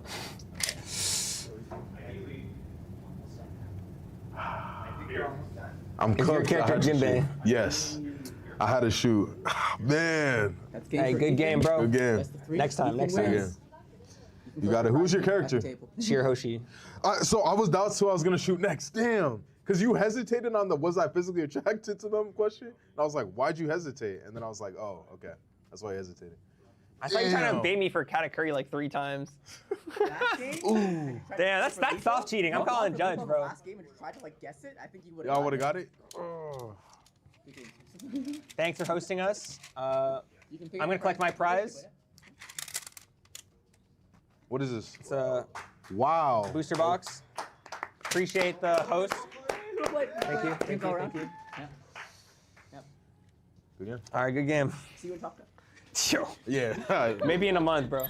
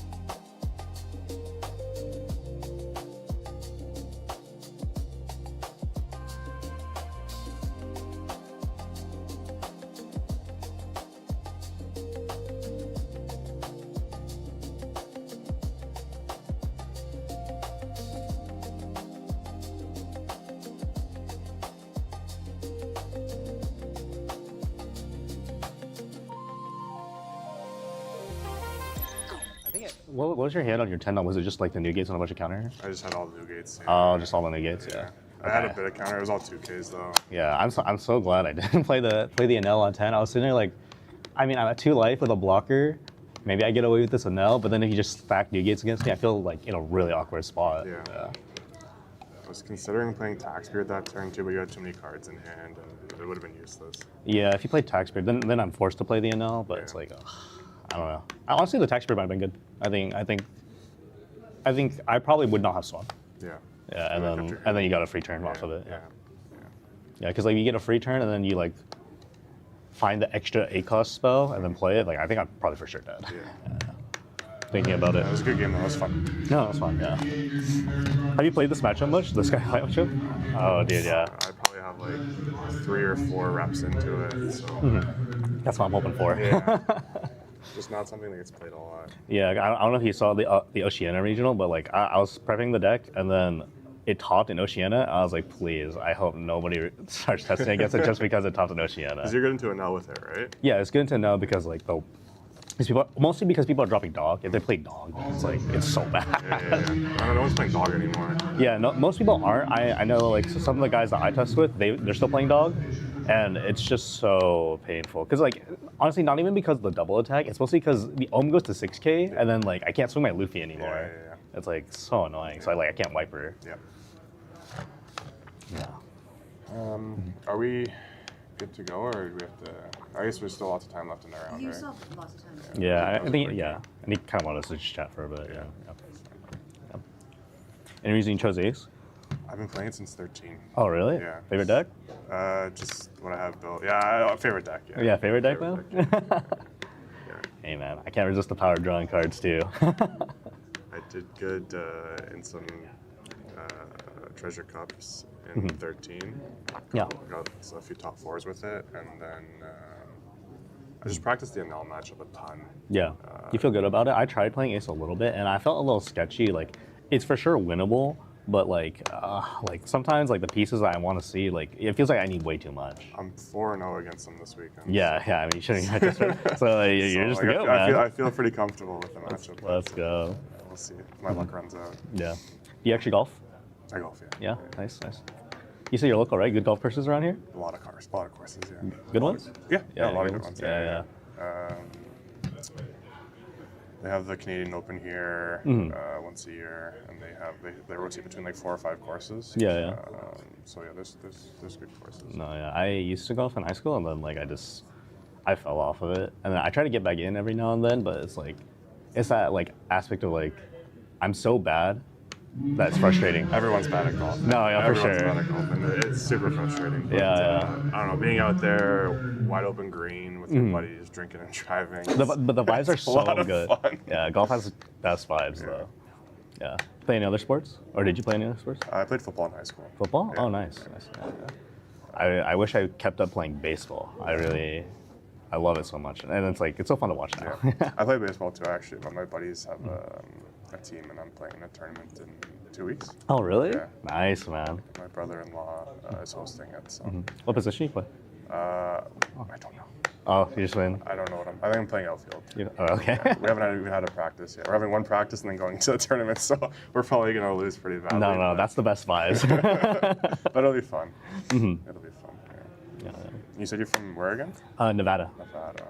Yeah, Reno, Nevada. So not Las Vegas, sadly. That's. It's the northern part of Nevada. North, and it's East America. West. West America. Okay, so yeah, so you know where California is? Yes. It's the state right next to California. Right next. Okay. Yeah. Cool. Yeah. I was in LA 2 months ago. Oh, really? Just for a connecting flight. Mm-hmm. But yeah, it was my first time in the West Side. Oh, really? Yeah. We used to have a place in Florida, so I'd go to the East a ton, but I've never been to the West. Yeah. So we just walked around LA for a day. It was nice. Oh, yeah. Do you like LA? Yeah, it would, around the airport's really grungy. But Yeah. once you get out of there, it's nice. Yeah. No, yeah, I feel the same. I mean, this is my first time in Toronto, and like out walking around the city because like I'm like obsessed with like walkable places ever since I went to Japan. Yeah. And like I really like the city actually. Yeah. I need to bring my fiance. Everything's very condensed and a lot of good food. There's so many high-rated like restaurants. I was like, dang, I wish I had more time. Yeah. If you're here, when are you leaving? I leave Monday morning, but yeah, I'm trying to find more recommendations for places to eat when I get back for the third regional. Okay, yeah. If you just do a Google search, there's so much stuff will come up. And it's all multicultural too. Like, food from all around the world. When I first got here, like I was just walking around and like I just accidentally ended up in like the Chinatown portion. Or I'm assuming it's Chinatown. I think Toronto has what, like 6 Chinatowns? Is it a lot of Chinatowns? There's like 6 of them, yeah. Wow, really? I didn't realize. Yeah, there's so many. Yeah, I just like walked a direction randomly and ended up in one, and I was like, oh, I was not ready for this. I just spawned. Yeah. There's very multicultural. Mm-hmm. Yeah. Are there any other, I guess, like other kinds of cultures? Because like I guess I only know Chinatowns. Like any other spots that we have a little Portugal, a little Italy. Oh, really? Is it like walking distance from here? Maybe I'll try walking. No, those are more like. Midtown, like more west of here. Downtown, I think, just has the Chinatown and I don't know if there's Queen Street West, which has like everything. But you walk like 5 minutes, you'll see like 8 different restaurants of 8 different ethnicities. I'm so jealous because I mean, like living in like the west part of the United States, but you're not living in like LA or whatever. Just like everything is, you just have to drive, and then like the rest, like you're either in like a shopping center, and then like. There's like maybe 2 restaurants, and maybe they're not like the best or whatever. Yeah. Or you just got to keep driving around till you get to some grungy downtown. Yeah. Yeah, like in my city, Reno, like the downtown sucks. But it's whatever. I mean, it's getting better because like it's like right next to the college, and then like the college has so much like influence over like the downtown portion. Yeah. Mm-hmm. Is there a tip against the Luffy's? This Luffy matchup? Yeah. Like the blocker, the blocker Luffy, like. To be honest, I think you kind of played around it fine. I got lucky with you having the 2. Yeah, this having the 2. I thought you were gonna take that a while ago. No, because it just happened to be like super like advantageous for me to not take that life because like my hand was just like 3 1s and like the 2 2s or whatever, and then the rifle. I was sitting there thinking like if I take it, play the NL, and then like you all in, I do not have nearly enough counter to. Oh, sorry. Yes.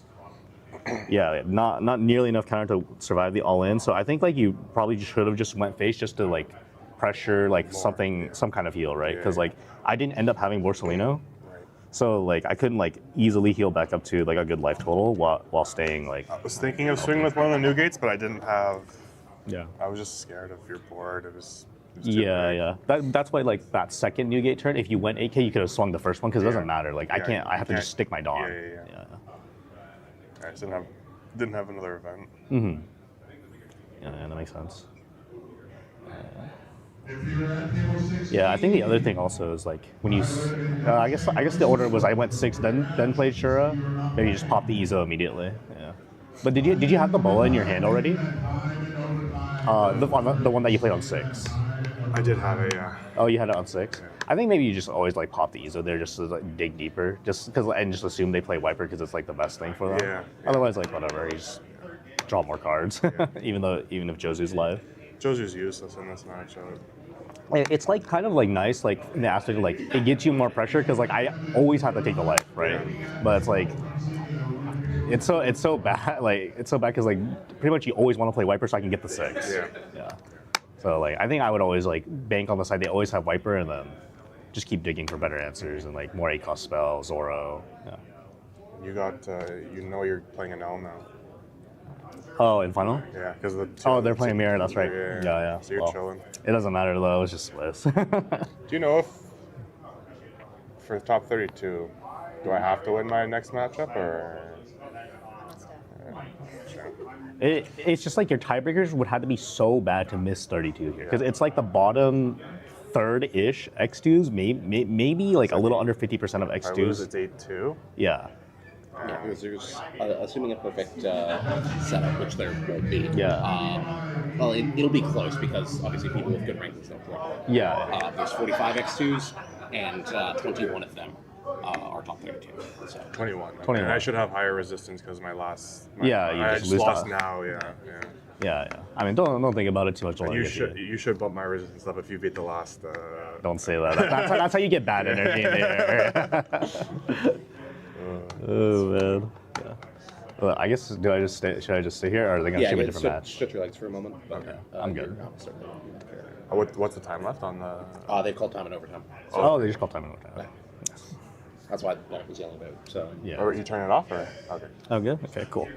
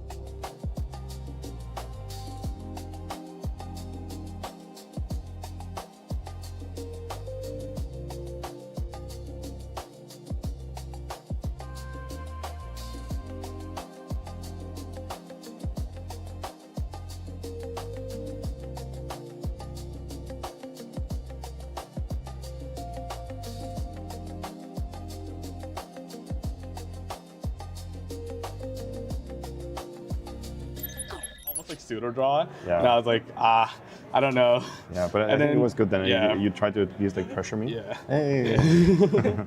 Yeah, and then on that last turn, right? I was like, oh, maybe I can rush Luffy. And I look at my life. I'm like, oh, you're playing the rush yeah, Luffy? Okay. Yeah. I was like, if I play it, can I go for lethal? I look at my life. I'm like, well, it doesn't really matter. I was not considering that. Yeah. So it's a 7K rush body. Yeah. But I think you had 7 cards in hand, right? Like you could easily got out. You just need to get out 1-9. Like you for sure had enough count for 1-9, right? Yeah. Well, if it's like if it's like where I'm at 0. Because you were at 7 turns, yeah. You're at 1. Like if I'm at 0, I can't get out of it because if I use the events to counter it. Just no, but I have no life. Oh yeah, no. Yeah, then so I it's like, yeah. So I had to Divine Departure as well in case you play next turn. I could Divine Departure, Newgate. Yeah, Divine Departure and rest it. Yeah, exactly, yeah. So I was like, that's why I didn't want to play Mori on 8. It's because I'm for sure taking, like, you're going to remove it and I'm just taking, like, the life I play out anyways. True. Like, maybe getting the trigger body out was better.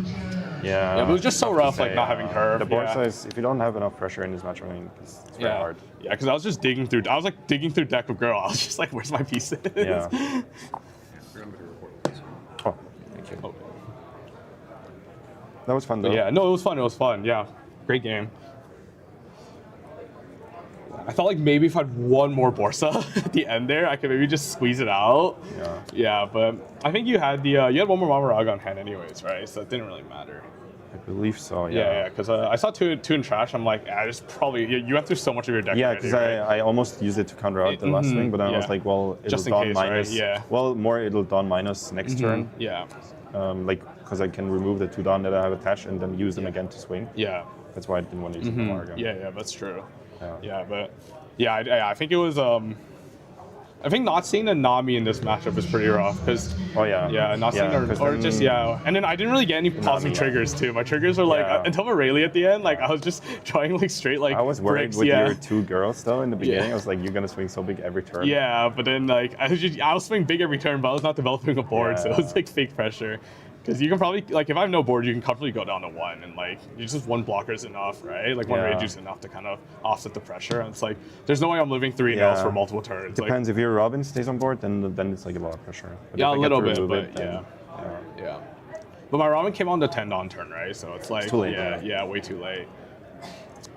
Because I was, when I saw Robin, I was panicking. I mean, 1 life, I can't remove it anymore. I was, like, panicking, but I was like, wait, I have so much pressure, I can just, like, not care about the Robin. Yeah, no, exactly, And it's like, I was like, do I counter early? But I was like, I think I just need to dig through life to like find my pieces. Because usually I like countering out hard early, but my hand was just all 2Ks. So. Yeah, if you do, it was just all ideally 2K. I think you do counter out early, but if you need the cards, it's like, because usually like if I can stay healthy till like late game, I can just stabilize around like healing. But then like, I was like, it was like a Kumasi, 2 Zeuses, 1 girl, and then I find another girl. Like a leader effect, find a girl. And then I was if like, you like see the Nami and you play girl into Nami. Yeah, and it's so much. 8, it's so much pressure. That's why I had to Mamari on 1. So like, exactly. I have to get rid of them. Yeah, but then I was like, I was just digging a whole deck. Like I think they're just all at the bottom or something. Yeah. But yeah, I was like maybe. Like the counter was nice, but like it was just a straight counter. I had no cards to play. Like even like a stronger 4 cost. I think I had a Kiku as well on the Borsa turn, but if I played Kiku that turn, instead of Borsalino, I think I'd just go way too low. Like that turn, maybe it might have been a better play because I forced you to kind of. Well, you dealt with it. You can just freeze it anyway. So. Right. Yeah. So it's like either like Borsalino at least gives me instant value. Like. I guess Kiku becomes sticky, but it seems like you found a lot of your lightning dragons, right?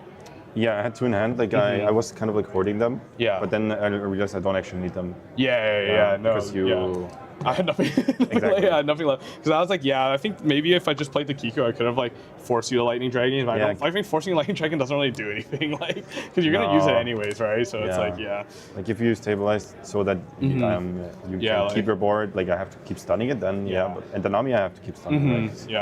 I was hoping like maybe if you didn't chain the 3rd in L, I might have been able to stabilize later in the game. But after the 3rd one drop, I'm like, I probably have to lethal one of these turns. But I had no life, right, with Secret Luffy, so I was like, dang, like it was just like it would have been like 9-9-9. I think that was my split, and like or like 8-9-9. So it's like, like you're not getting over anything with like 8-9-9. Like I was gonna see like, and then, I was trying to fish out. Maybe if I fish out like 2 cards with like the 8 swing. And then see what happens, but like it might have been possible. That's how I was like going through your like trash. I was like, how many 2Ks? And I looked at like this guy has like probably like 4 out of 5 2Ks inputs in hand, right? But there's 10K counter in hand, so I was like, I was like, there's no way I'm getting through this. So I was like, maybe like maybe you take the 7, I draw a card, see what I get, and then, like you take the 8, draw a card. I think sometimes I screw up in the matchup that I don't think about that you get the card draw, but like here I'm like, I have to counter out because of but I was so much like even then, like even if I got a 2K, I don't think it mattered. I think it would math because you're 50, like you could have 15-7, and that would like I would have 15 if I got a 2K there. So it's like I wouldn't even get out of the first. And I was thinking, I don't know if that's correct, but I was thinking if I swing the first 11, counter out, knowing that you're gonna stun 1. I could have played Senior Pink to get Bari. Swing like 10 with the non-Bari now. You can stun the NL and then go like 14 with the NL. I think you have so many lines. Exactly, Go for lethal. Post with standings are on his cheap list. Okay, perfect. Let's see if you made it.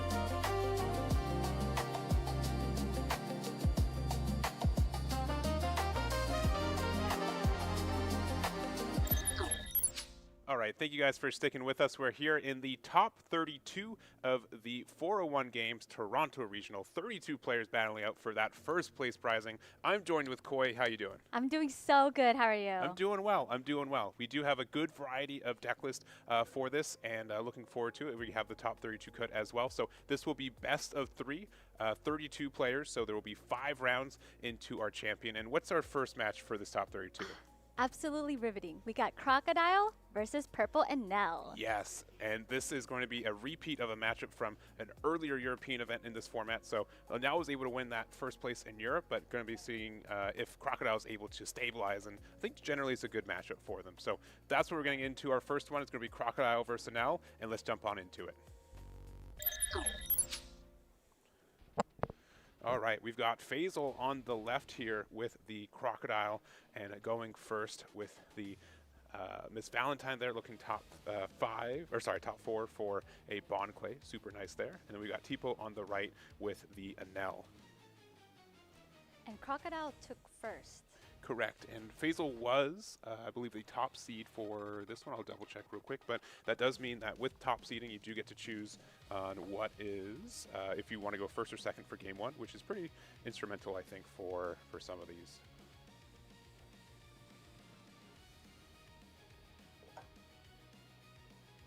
All right, so pretty standard plays, though. We got out the Shura, and we got the Miss Merry Christmas, going to use the effect.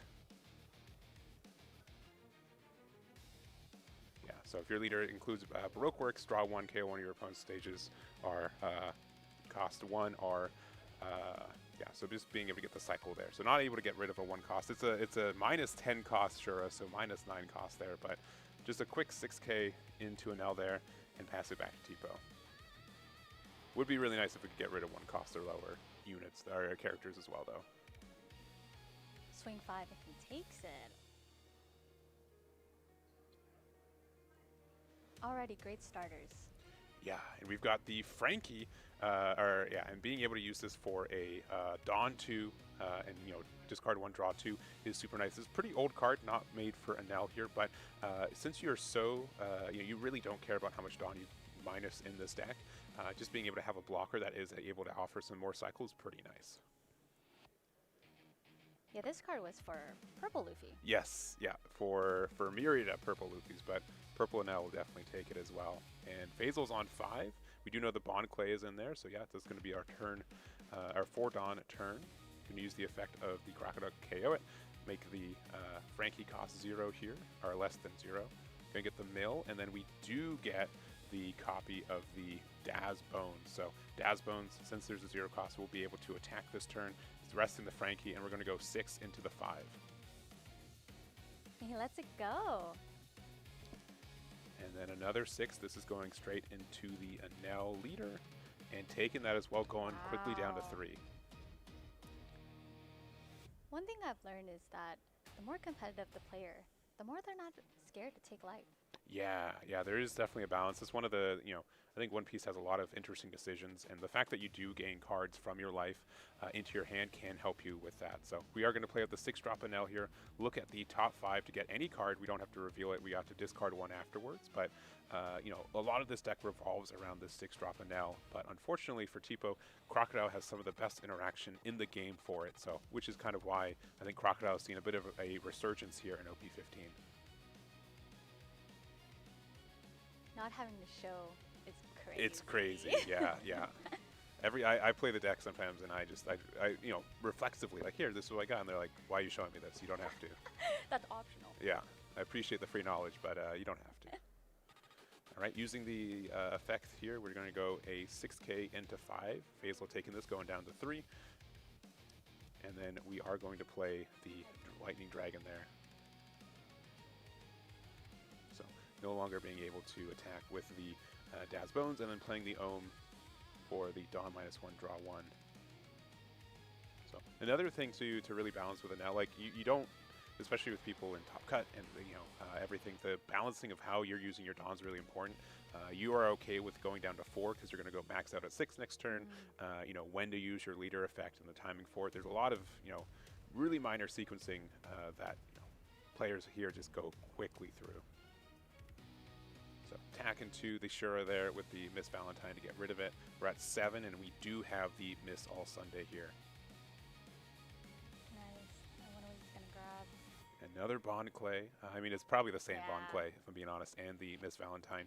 So, you know, this being like one of the best value cards, and another copy of the Daz Bones here. Really nice. So we want this in the trash anyways, so we could be able to attack into the Ohm. That removing on the board is really nice. I give it the -10 cost. Off the Bond Clay, KOing it with the Crocodile Leader effect, and then, yeah, likely playing out the Daz Bones. Yeah, there it is. So resting the Ohm, able to attack into it with the Daz Bones. Wow, what a strong combo. Yeah, we saw that a lot yesterday. We are going to use the Mamaragon to just get the free 1K, draw 1 to get out of it. And but yeah, already a pretty wide board for Faisal here.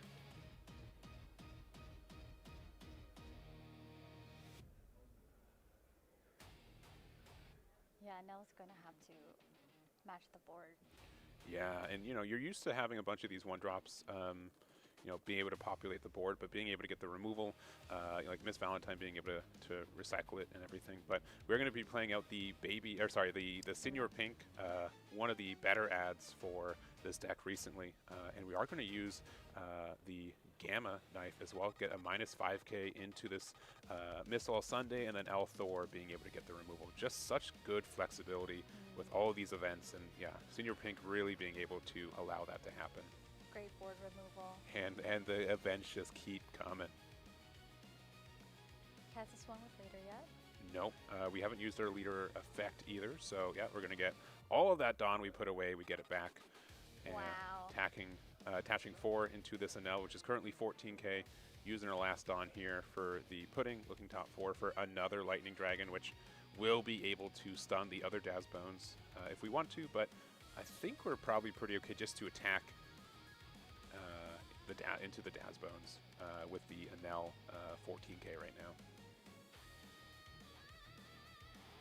All right, we're going 6K, and this is likely into, yeah, the leader, our Daz Bones, and then, yeah, the Secret Rare goes. So, man, it was such a strong start from Faisal here, but you can see very clearly why Enel has been so good. It's just so flexible in interacting with boards, getting value, without really even losing any card advantage either. And he only has 6 Dawns. Yeah, he's only has 6 Dawn. Yeah, imagine if we had any more than that. Like, it's wild. So we're at 9 Dawn for Faisal right here. So it could be another Missile Sunday. Could be Crocodile, which would be able to prevent their Enel and Senior Pink from attacking next turn. So the issue is that we're just not applying a lot of pressure immediately this turn if we do so. Secret Crocodile would be really good right now. Yeah. Also, love his Dawn. Yeah, we've honestly seen a lot of good, like with so much Dawn existing, there's so much art for it. So many people can just choose their favorite, get 10 copies of it, especially like so many Golden Dawn that exist now. It's very nice. Swing 5, see if we get interaction. All right, Varier to get the +2K to get out. We're going to use the effect to get the reduced cost for the Enel there, so currently costs 0.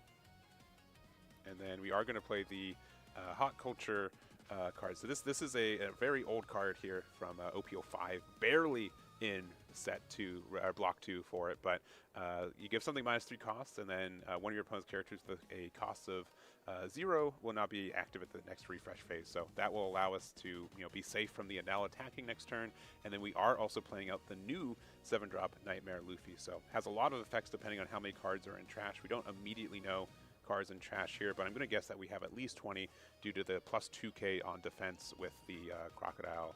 Yeah, okay, there's the +2K, yeah. And this also is technically plus, 10 cost and +2K, so it's also a 9K. Yeah. It's not going anywhere. Likely not. We're hoping it's staying, cemented on that board.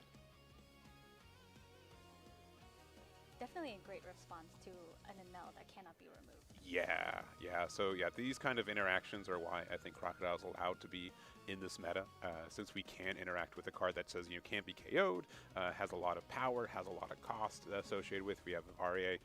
Crocodile can still interact with it pretty cleanly, just from your standard main board. Right.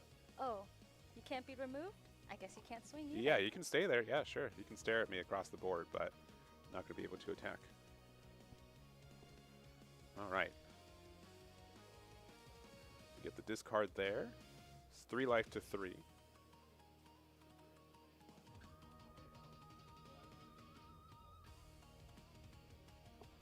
Yeah, and so you want to try to establish this Luffy as soon as possible, just because, since you're going to be continually a 7k defensive leader, it's going to be very important.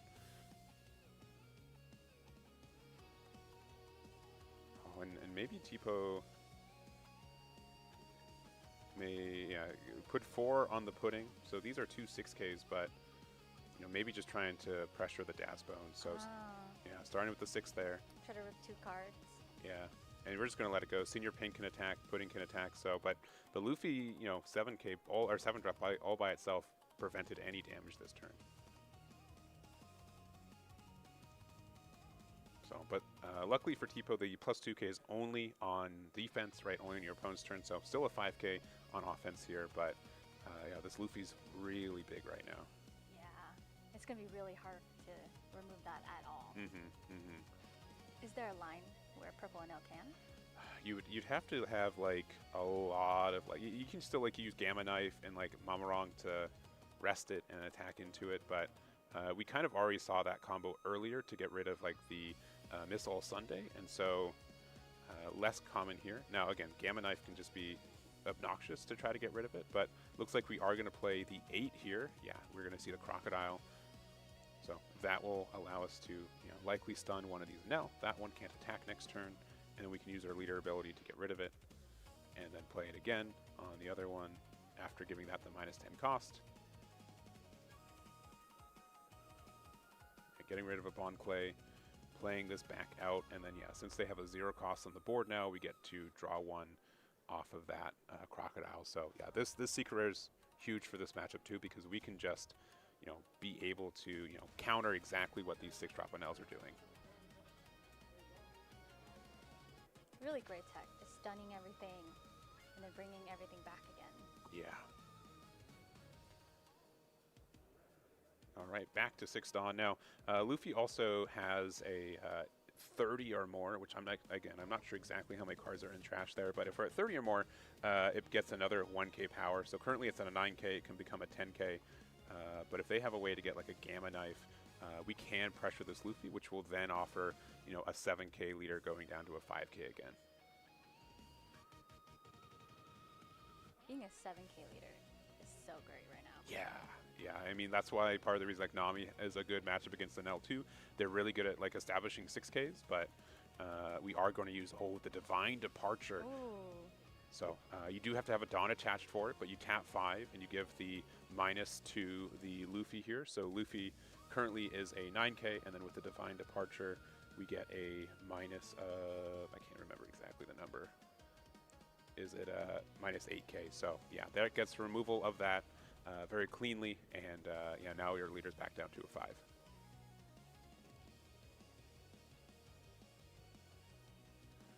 All right.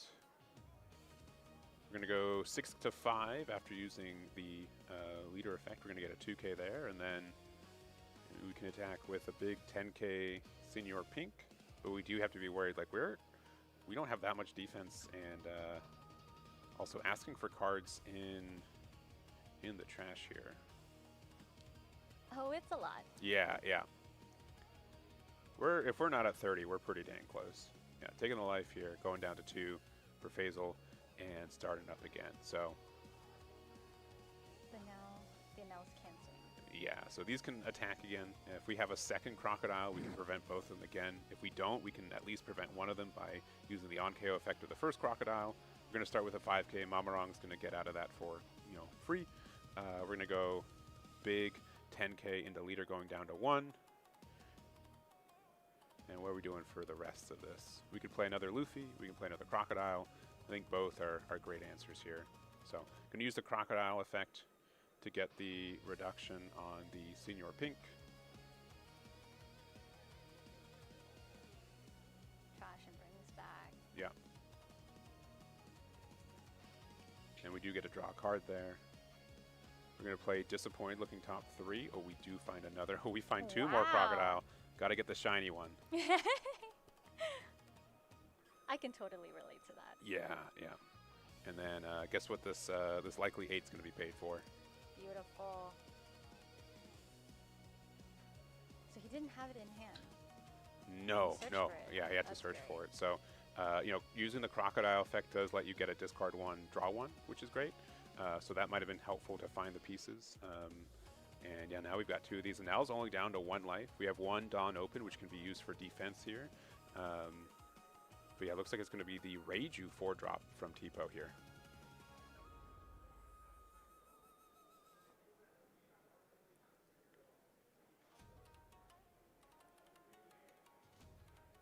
All right, using the L Thor to get rid of that pesky Miss Valentine. And now Anel is 6K, and the Raichu is a 7. All right, and we are going to be playing up the Shura, so this could be a great way to, you know, pressure a lot. So going to get our ramp effect. We can put everything on Shura since it has Rush, but instead looks like we're going to go 7K with Anel into leader. With a 10K swing coming up next. Yeah, so you kind of have to get out of this one because the next one's going to be really tough to get out of. Really big swings. Yeah. The other thing for Tipo is that, you know, we did see another of these Crocodiles hit the trash. So the fact that there's only 1 more in rotation is good. You kind of need the full 2 to be able to, you know, to be able to get the double stun next turn. Yeah. We're going to use the, you know, do the big swing. That's an 11. Yeah. We'll take that one. Takes it. All right, back to Faisal here. 1 life, 10 Dawn. These Anels have been staring across the board the entire game. We'll see if they... We do like to see that, though. we do like to see that. I'm sure Faisal does as well, but might not be enjoying the cards left. We've made it this far. This is hard. Yeah, and we've got, what, I think 6 cards in hand for Tipo, so not unusual to be able to go for game. There is a 7K blocker with the Reiju there that we have to contend with. Ground Death could be played, though, to be able to interact with it. Oh, there's another crocodile. Yeah. Wow. Easy pickup. That's the last one. Saw all 4. Yeah. Well, I think we just... Definitely play it. Yeah, I think that that does help us out. So we need to attack with the crocodiles first, I think. Oh, we're giving the -2 the Reiju instead. So we actually are going to use the Ground Death and try to go for game. So I'm not sure exactly why we played the Miss Valentine, but we're going to go 9K to lead. Yeah, so we are not able to... yeah, so since it's a 5 or less, yeah, it removes the blocker. And then double 11. Double 11. Yeah, and scooping. Yeah, oh. I think he just was recognized. Yeah, okay. Yeah, there's that one. Yeah. And so not getting there. Faisal wins game 1 with Crocodile and just 1 more away from getting to top 16. Wow, those crocodiles were so strong against Anel. Yeah, and just to freeze that secret, even though you can't be removed. Mm-hmm. Yeah, that's the big thing. I want to think, like, you know, obviously, like, Luffy counters Anel because he's made out of rubber, right? You know. Right. But, you know, ground is also doesn't conduct pretty well, right? So I think another element. Yeah, another way to kind of get around all that electricity. So I'm not sure if it was, you know, lore accurate on purpose like that, but I do think that's that helps Crocodile in that one. So Faisal decided to go first in that game, something that I think also helped him a lot. Anel really does appreciate going first, so that could be a change in this one when Tipo being able to get there. Though, if Faisal goes second, you do get to play Croc on curve, so it's not all bad news, but you know, it's very uphill for Tipo here. Yeah, seeing those Crocs back to back was great for him. Yeah.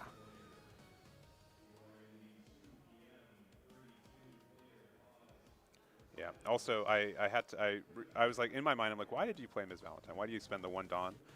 You have to use it to be able to get rid of the Reiju. That's the big thing, because you need to get one KO for it. So, apologies for the little blip on me for that one, but yeah, definitely the right play. Because otherwise, like why did you spend 1 Dawn if you weren't gonna do anything but attach it. Yeah, but being able to make sure you had you didn't want to like get the Croc block.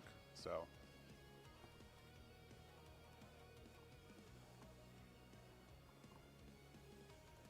All right, so Faisal is sending the top 5 back. Go for a mulligan. We're going to see if Tipo decides with their opening hand. Yeah, saying this is good enough. I love that.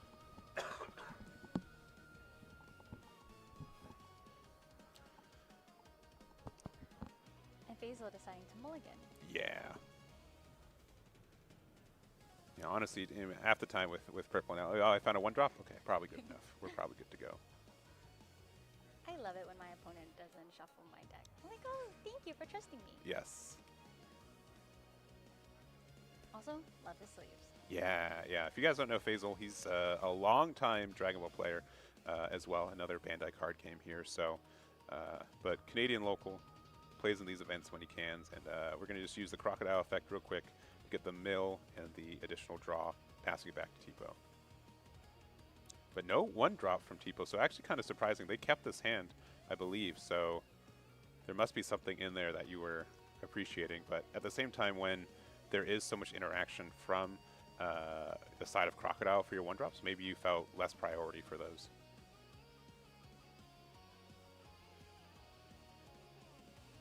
All right, Miss Valentine here. So on these curves, Anel loves first. Yeah. And Faisal also loves second. So both not disadvantageous. Yeah, but I think we definitely would have liked to see a Bond Clay on that play. If Bond Clay into Dazbones to rest the Reiju, probably best combo. You're not going to see that every time anyways, but yeah, just quick 6 drop for Tipo. Yeah. Wow, it's fast.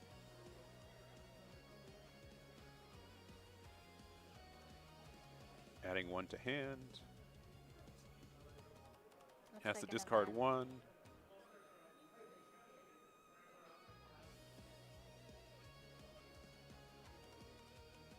And we're going 5 into Faisal here. 1 card, please. And there it is. A Bond Clay to set up. And we're actually thinking about attacking with Reiju, so we don't have any events in our trash currently, so it's only a 5k, but just going for it, and yeah, going down to 3, so yeah, Tipo being really aggressive here. So aggressive.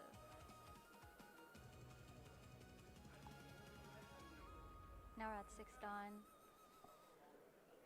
Which is the full amount that an L can get to. But we have more potential. We have, yeah, we can go beyond the 6 Dawn here, but Faisal looking through trash, seeing what cards can be there. Could be like a Bond Clay. I mean, maybe we got one from Life, or yeah, I'm not sure. I feel like maybe the Bond Clay could have been the play last turn. 6 Dawn's interesting. Yeah. There's not much to do. Yeah, because we've got some good 4 Dawn plays, 5 Dawn plays, 7 Dawn plays, but 6 is not our... Very awkward number. Yeah, a bit awkward, yeah. Because you can't miss all Sunday. Yeah, so I think we're going to play, Bond Clay once again. Nice. Going to use the effect. Get the minus on... Likely, okay, the Shura here. This could offer us, if we find a Dazbones, which I don't think we have one. I think we're hoping off the top 2 to see one. Yeah, just going to have to be a Mr. 4. So this does have a great effect. So on KO, you are able to get a Brokesworth, cost of 8 or less to your hand. So this could get a Crocodile for next turn. It does allow us to go 7k, but yeah, I think unfortunately for the Dazbones, and Anel can so easily interact with a 4 drop 5k blocker. And Mr. 4 is a blocker. Yeah.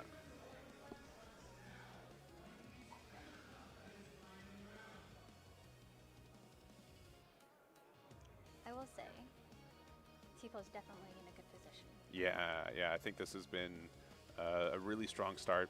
Back-to-back Anels, even though Crocodile can answer them. it still forces an answer. I'd say Faisal's had a little bit of a slower start. We did see the mulligan, so the hand was the one that he got, not the one he wanted necessarily. And yeah, we're just going to go Attach and Dawn 6-2 leader here. Kind of, yeah, just get the block while you still can. This can get you anything. So we're going to get another 2K. This can help us get out of the sure attack for free, essentially. But we're going to use the Althor.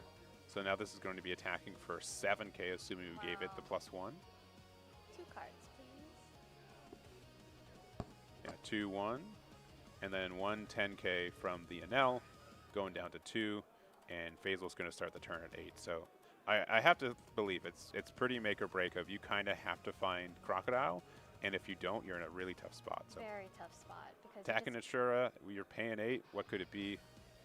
It's our guy. Crocodile. It does seem like who could pull out the more secrets. Yeah.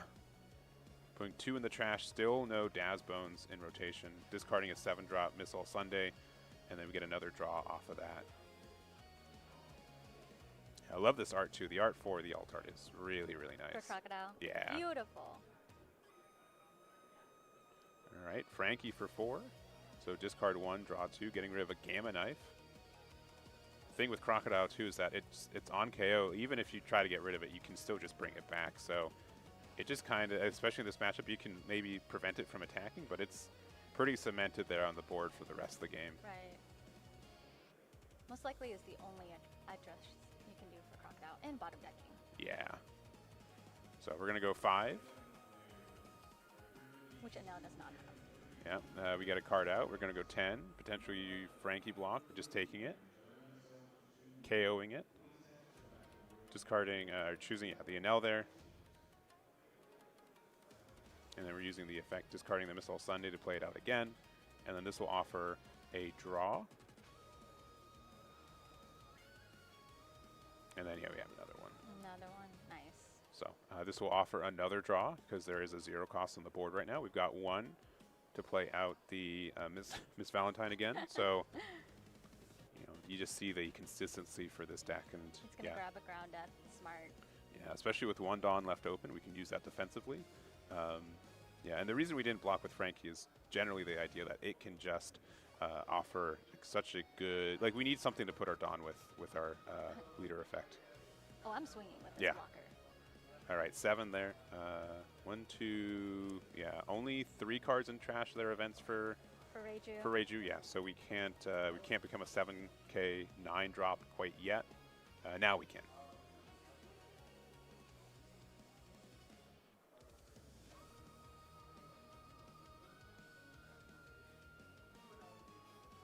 And then yeah, we're gonna go 9K with Frankie. We're gonna take that one here, go down to 1. And the pudding to end it. Yeah, one of the great things about the Enel deck is like almost every card draws another card, right? So you get so much cycle, you get so much abilities to find things. We're going to just use that for a Dawn -1 just to get another card in hand, cycle around. It really is a blue deck. It really It feels, yeah, it's a blue deck, it's a yellow deck, it's a green deck sometimes. It's really, takes a lot of effects from a lot of colors traditionally in this game.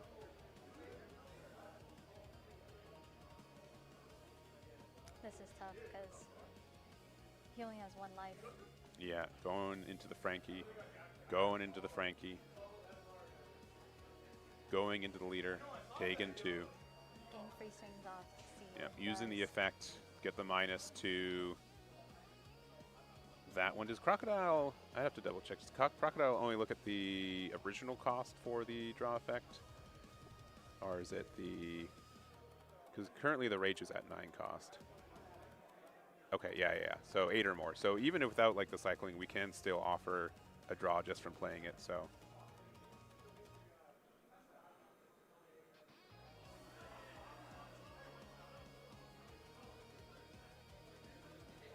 all right. So thinking here, I'm sure Tipo's saying, all right, play the 3rd one, right? Definitely. I mean, that's what you've set up. That's the play.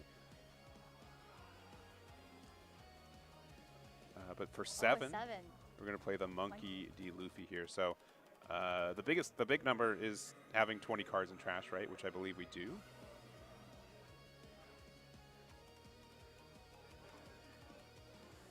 So we are 7K defensively. Issue is that on the board, there is a 7K and 10K already. One of the Enels can't attack. Yeah, okay. Yeah, I don't think we must not have 30 quite yet because it would be a 9K or 10K. Question, does Crocodile stay 7K? No, if you remove the Luffy, then yeah, then it goes down to 5. So we're gonna use Gamma Knife. Yep, so it's down to, you get the reduction there. We have the Mamarong, which now we can use to rest it. And yeah, this is the interaction where, like, yeah, Gamma Knife has been so strong for this deck, right? Being able to offer a minus 5K, so currently it's at 4K. And then if you remove it, then you are able to, you know, the leader goes back down to a 5K. Oh, for 2 Dawn. For 2 Dawn. And you got to recycle one. You got a Dawn -1, right? So, you know, there's a cost for most decks for this. However, Purple Enel is not like most decks.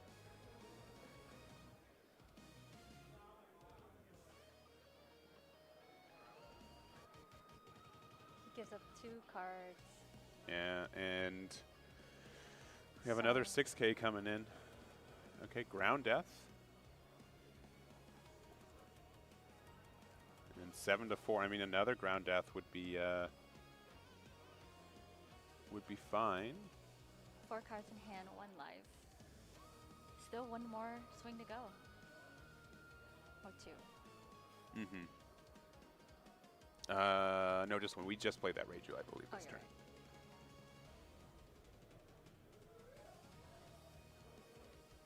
Yeah, so with it being 6 to 4, yeah, we'd have to 2K, 1K. We could use Ground Death again. Could be a situation where we feel like Ground Death is needed to try to go for game next turn. That's their best shot, since we do kind of have the setup. They only have 1 blocker, so because we know we're losing the Luffy no matter what. I think it's clear as long as they attack with their other now, which I think they will. Right. So do I give up cards now and then my Luffy? Mm-hmm. Or do I give up my Luffy and then save my 1 life? Yeah. And Tipo has, I believe, 5 cards left in hand, so yeah, I understand the decision being tough, but I think at this point, with 4 yeah, cards in hand. I think this is what I'd agree with. Yeah, we just have to let it go. Thank you for the 5 tokens. And 10 to 5 to end the turn. He has to take 5. Wow, insanely aggro. Mm-hmm. All right, Lightning Dragon there just for the cycle. It doesn't have a counter plus 2K. And Faisal's on maybe the last turn for, or their last turn for game number 2. We're on the lethal turn now. Yeah. How can he kill Tipo? Yeah, we can go for game. There is a blocker on the other side, but the opportunity would be to leader effect to get the minus on the Reiju, use Ground Death once again, and then we've got 3 pretty okay attacks, right? I think with 4. Well, okay. I don't think we're starting with Misbound. I think we're just going to use it for the leader effect. That is true. 1 blocker, and now has no Dawns up. 3 swings. All of these swings need to go through. Yeah. So we got 2 10Ks and a 5, and I think we'll have 7 Dawn left, so it's 27. So that's triple 9s if we're spreading it evenly, but then we could go like 8, 9, 10, but yeah, that's tough. So yeah, we're going to use the effect to get the reduction on the Reiju. Yeah, I think Faisal's like, yeah, don't love these numbers, but it's the ones I have. Actually, I think that we have more than what I was saying. Yeah, I think we have 32 because it's 25. Yeah. So the numbers are a little bit better. We can go 10, 11, 11.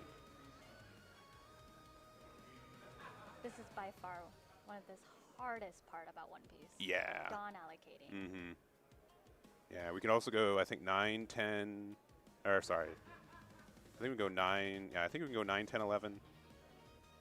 Actually, we can go a little bit more. We're just going to go 10, though, to start us off. No Dawn commit, just see what he does. He takes Taking it. All right, 11. And then I think the last number is 11 again, yeah. All right, 11. do we have it? Does he have it? All right, we're at 6. Oh, we've got so many. Are we there? Are we there? Okay, okay, yeah. Okay. He did it so confident. Yeah, he's like, oh, we're making sure the numbers, right? So, yeah, only one 2K though. So I believe we're going to game 3. Yeah, just making sure for the numbers, right? Because we did 6K, 8K, and then we needed 4 1Ks, which I believe they had. So close though, close to yeah, not getting out of that one.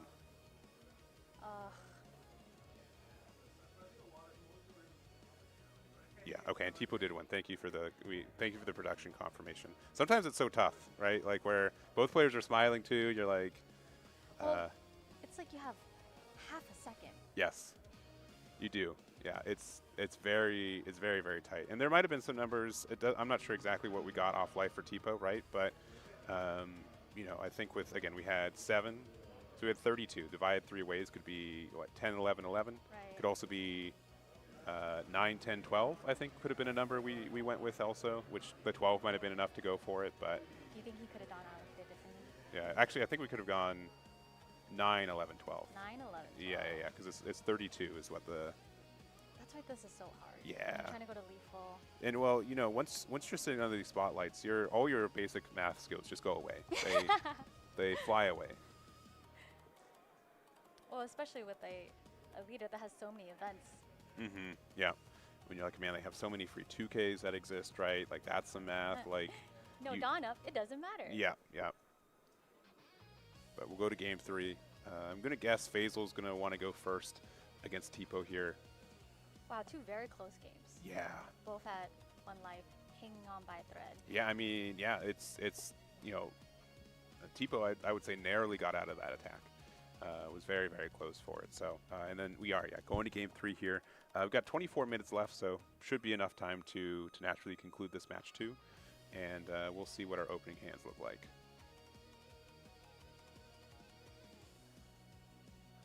All right, looking at 5.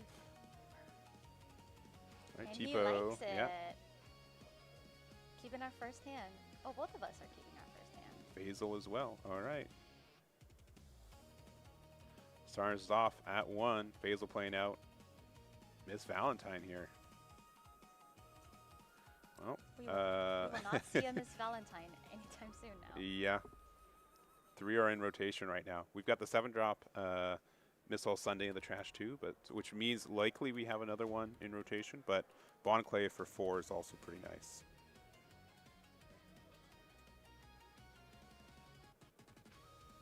All right. We're at 5. We're just going 5 in the lead, taking it from Tipo real quick.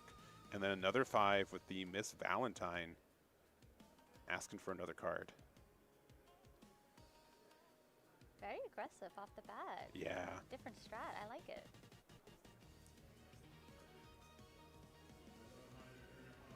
All right. We're going 5 in the leader here.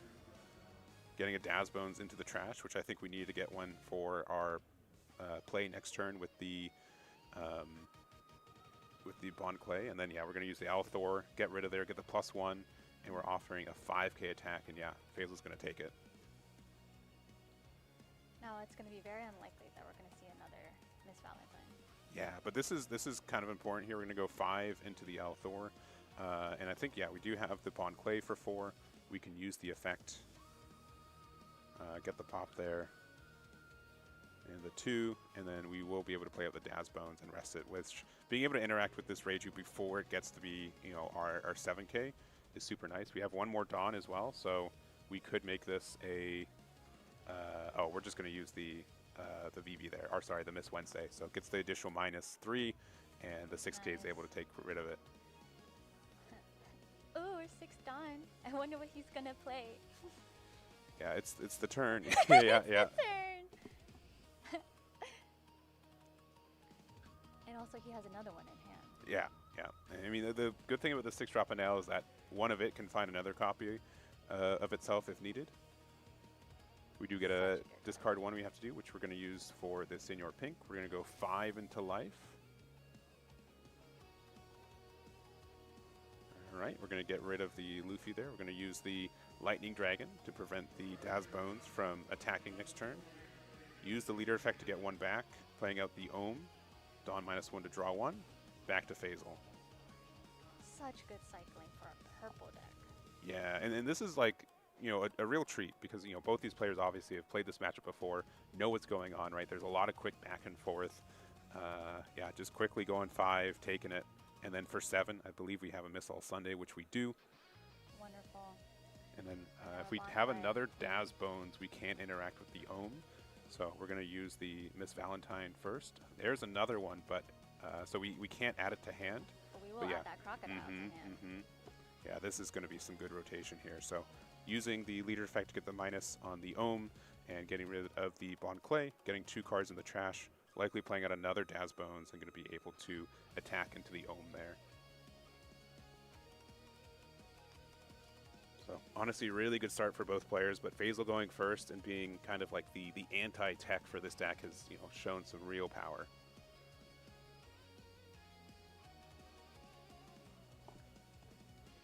All right, using the Dawn -1 effect from the on play from the Enel there, adding a card, getting rid of the 3rd copy, saying, two's enough. Two's my limit on Secret Rare Enels. So I'm gonna use the Lightning Dragon Dawn -1 on one of these Daz Bones. We're gonna choose the new one. Get some revenge for that Ohm kill.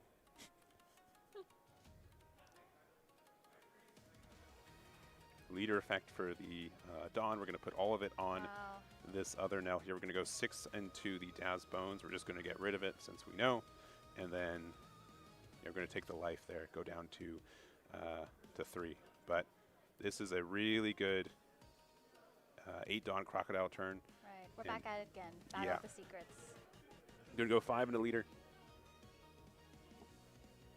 Mamarong to get the free draw 1, get out of it, and then we're going to go 8. We're going to take it, go down to 2, and yeah, here comes the Crocodile. So playing it for 8 there, get the Dawn, or get the can attack on the Enel, get the on KO effect, giving the other Enel the -10. And yeah, discarding the Missile Sunday to again play it out, and then yeah, you get the draw. Neither can attack next turn. Yeah, for Crocodile, it seems like stun as much as you can. Yeah. Rush as much as you can. And again, just being able to have this 1 8-drop, being able to prevent 2 secret rares from attacking is huge. The fact that we don't have any battle cards, or sorry, character cards out right now to attach Dawn to meaningfully is good for Faisal. So honestly, a really strong start. Do you think Tifa wishes she has another Luffy? I don't know. I think we need our blockers, and yeah, that's where the Frankie is. Discard 1, draw 2.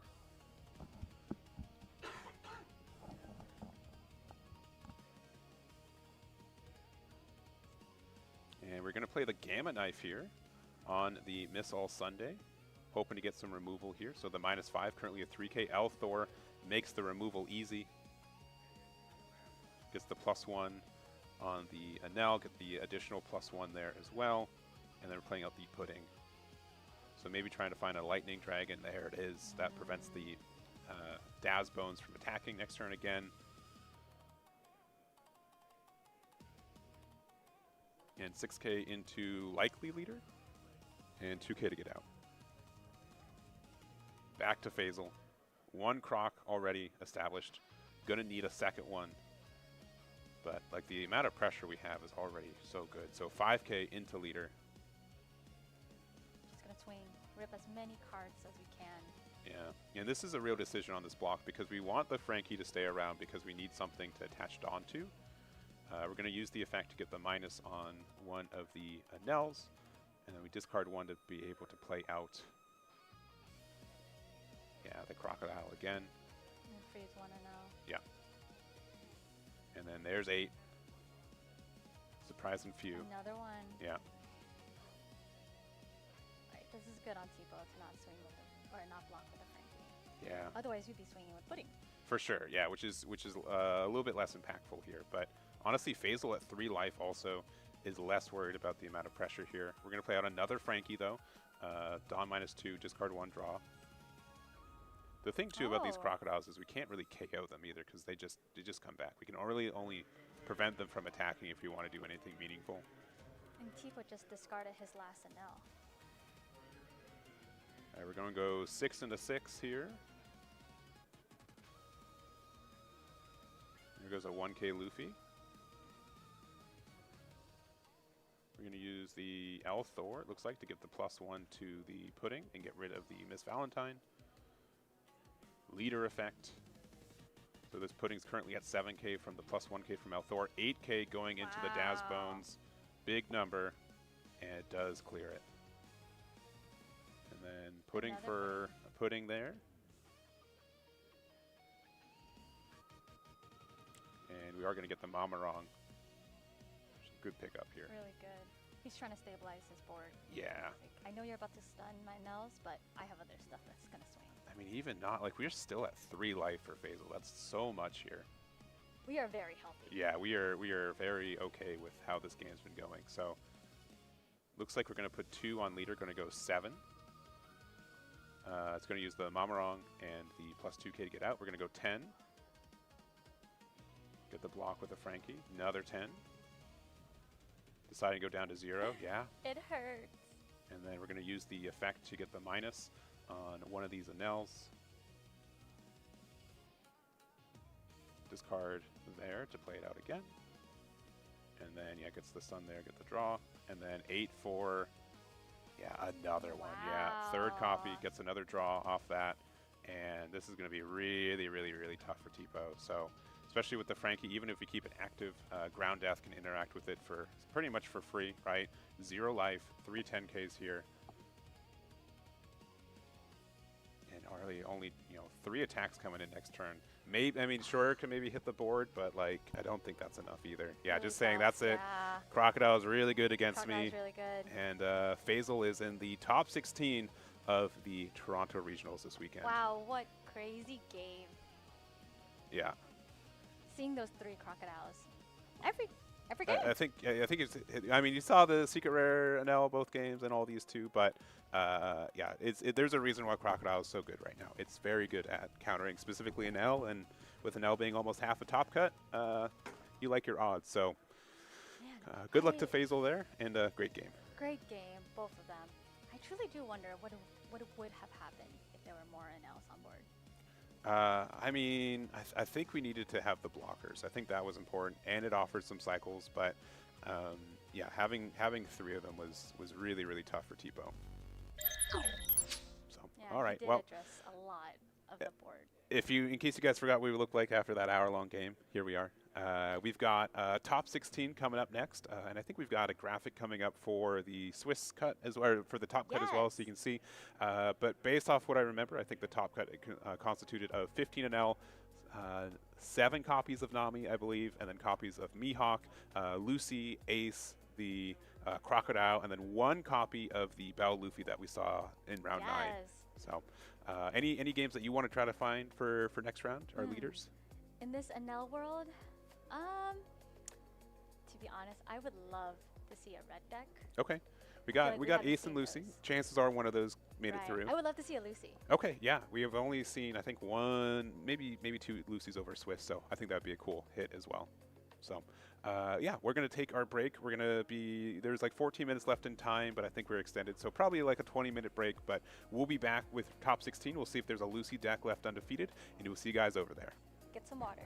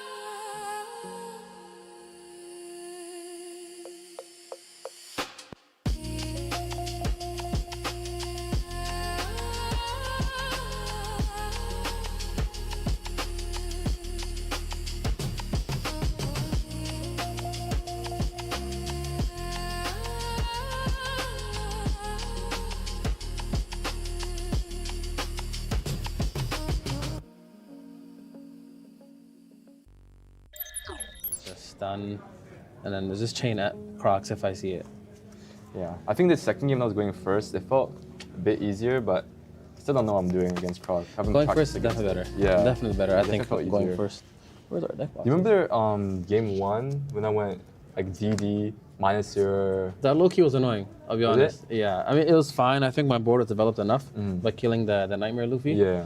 Because if I don't typically drop him down, I just didn't have anything else to play. Okay. But, I mean, making my leader 7, I guess it stops all the 1-drops. Yeah. But if I'm able to just clear board, like I seen the Dazbones on 4 and on 6, yeah. I think to be able to clear board early, I think is huge for this matchup. God, the Dazbones early. Yeah, I think Dazbones Kicking my ass. MVP. Like, it's so good. It's such a good card. GG's.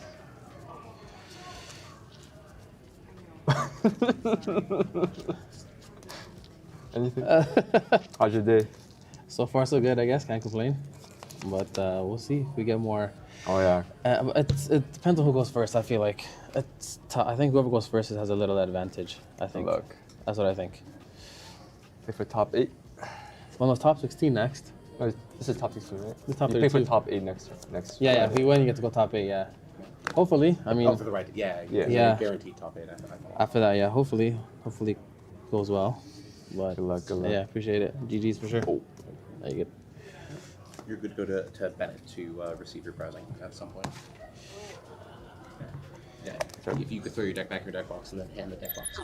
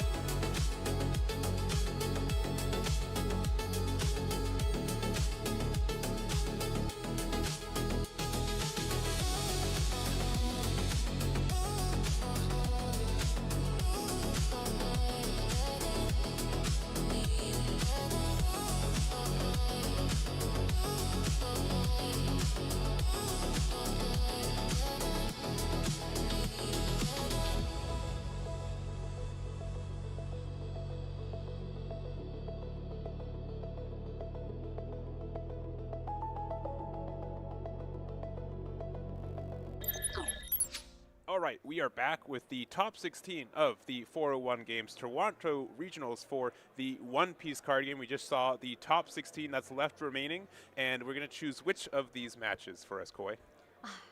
It's a crime. A rogue on rogue crime. We have a...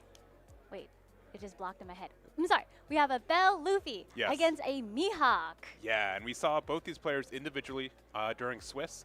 We also have Endpoint, who was able to go 9-1, was 9-0 at the end of round 2 for us today, so round 9. And yeah, both these are in contention for top 8, get that serial prizing, really high pressure match. So that's what we've got. We'll go into the top 8. Is going to be, again, the Bell Luffy versus Mihawk, and let's get on into it. All right, we've got Endpoint on the left. He was the higher seed, so decided to go first going on into this one. And we've got Kaguya on the right with the Mihawk. Now, Endpoint also was the winner of the Los Angeles Regionals at the end of March in the OP14 format, ironically playing Mihawk. So has some experience on what Mihawk does, what it wants to do, but doesn't mean, you know, Luffy's going to be necessarily able to do so. Right. And Kaguya was from the recent game. Yeah. So we saw Kaguya earlier yesterday with Mihawk as well. I don't remember the matchup off the top of my head, but they were able to take it there. And we are going to play Shura off the rip here. Now, one good thing for this deck for Bell Luffy is that we do have Wiper. There are generally a good amount of 1-drops that Mihawk likes to play. So being able to get that removal, prevent them from using their leader effect is strong. And off the top 5, deciding to get the 10-drop Anel, which has been I'd say, moderately recent add for the deck, and the Nami for another top 3 for Sky Island, and getting the golden rifle there. Nice. And based on your opinion, who do you think is more favored? I think it goes a little bit more on Yellow Luffy's side. Neither of these are as played as much, so. But I believe that the amount of pressure that Luffy gets is really nice. Now, there is the side adaptation that, Green's been running a lot of stun cards that I think affects specifically what Luffy's able to do. The other thing is, if they get to set up, Luffy can be, just not be able to remove their cards. But we are just going to play out the Calgara, the 5-drop here, go 5 into 5. And if something leaves the life area, we would be able to get another draw. So kind of asking for them to, counter out of this attack. All right, taking the 2K there and going back to Kaguya. Yes, and Calgara is a great early establishment, so you get that draw. Yeah, it can be really good for the rest of the game. Might have been helpful to find a copy of Wiper there, potentially to add some pressure. But I think also Kaguya was really smart, leaving 2 Dawn open for the Laboon to offer some protection for the 1-drops if needed.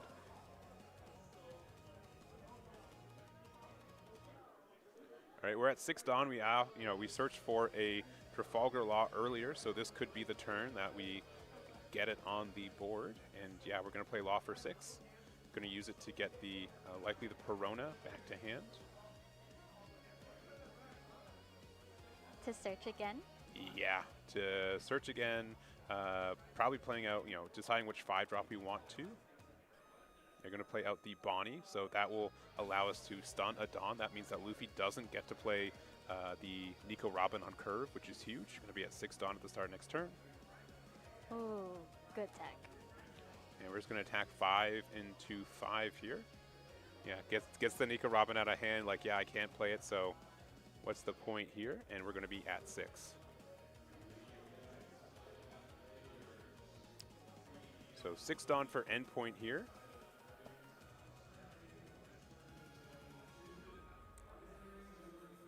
Thinking on numbers here. I think we want to be able to pressure the Bonnie, but it would be nice if we were able to get some damage on Mihawk so we get the draw from the Calgara effect.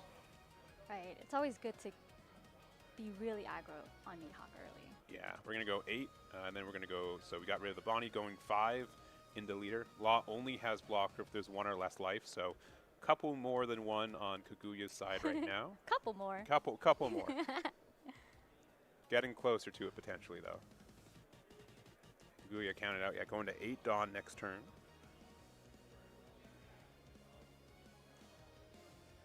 We definitely see a very good-looking Electric Luna. Yeah.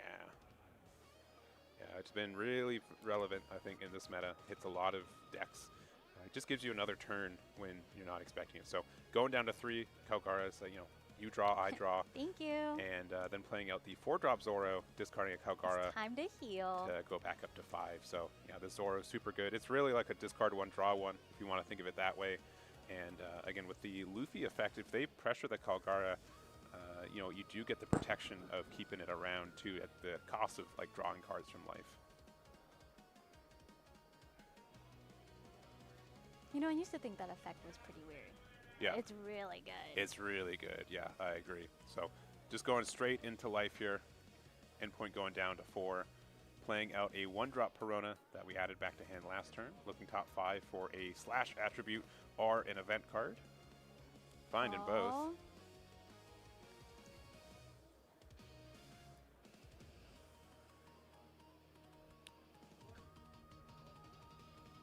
All right, getting a Kid and Killer 2-drop here, which we can use to search for some Supernova cards later in the turn. That is the one caveat of Mihawk. Certain cards cannot be searched. Yeah, there's a lot of overlapping archetypes, but some of them are hard archetypes here. We see the Law, but maybe a little late, but the Law Beppo is a good pickup for sure. And I think he also bottom decked one of them. I think you're right, yeah. And we're going to play out the Perona for 5, so neither the Kalgara or Zoro will be able to attack next turn using that effect. Going to use the Mihawk effect to rest the 1-drop Perona to get 3 Dawn back active. Can't play characters for the rest of the turn. And then we are going to go big 7 into life again. And yeah, endpoint going down to 3. No trigger. No trigger.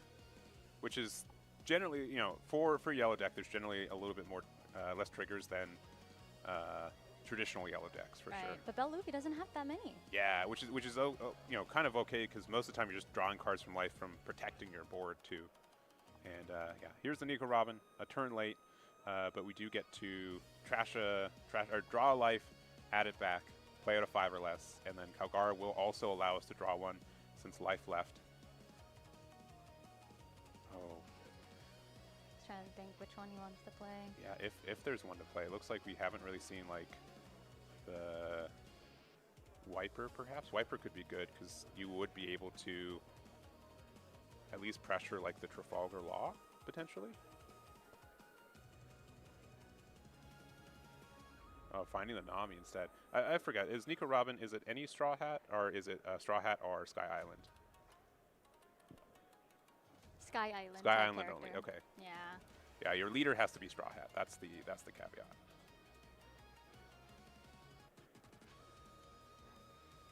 Little 7. Yeah, so unfortunately not seeing either the secret rare or the copy of, you know, we could have played out another Kalgara. Good amount of choices for us, but we're not too upset about the cycle with Nami, but could have been a little bit more impactful.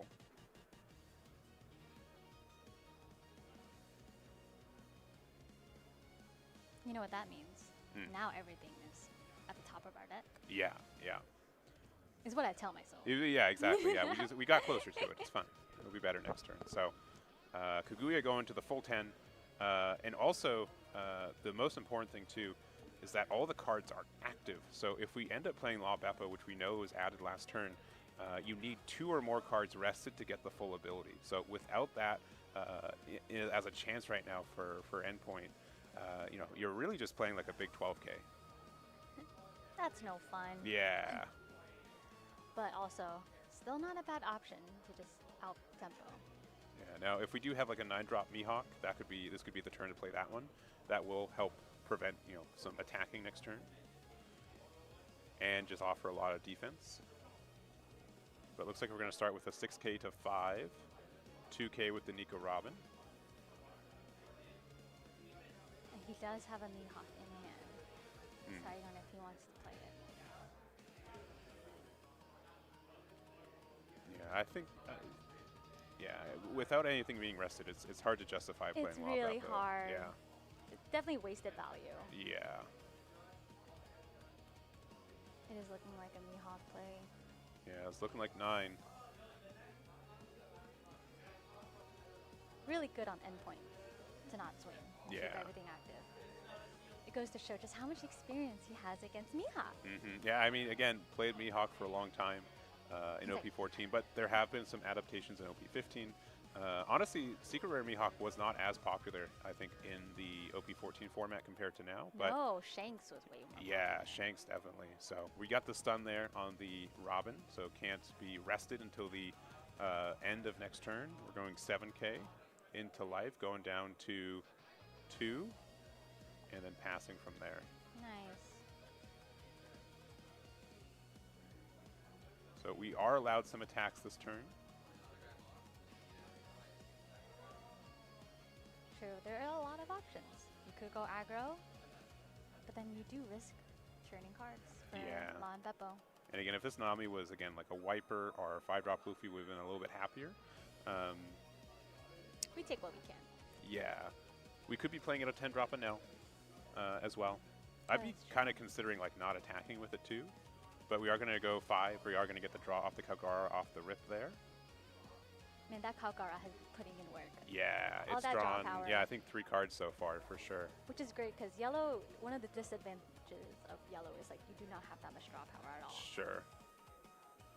We also are 2 life for endpoint, so this could be like a Borsellino play to heal, get a blocker, which would be nice.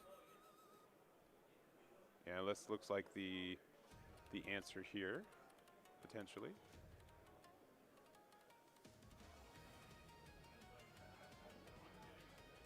We're gonna go 6 into life, 2k out.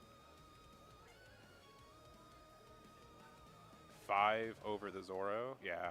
And I think this you can see exactly what endpoint's doing. Wiper. We're gonna play Wiper here. Oh, there's the other Wiper. Yeah. So saying, all right, do you want to? Yeah. So you can turn 1 card from the type of life, give all your opponent's characters minus 2k, and then give 1 rested Dawn to your Sky Island. So yeah, we're gonna rest the. You can rest 2 things. So I think yeah, resting the Laboon and there, but there is a minus 2k across the board. Yeah, just making sure on the reading for it. It's a bit of an interesting, but yeah, it prevents the entire KO ability.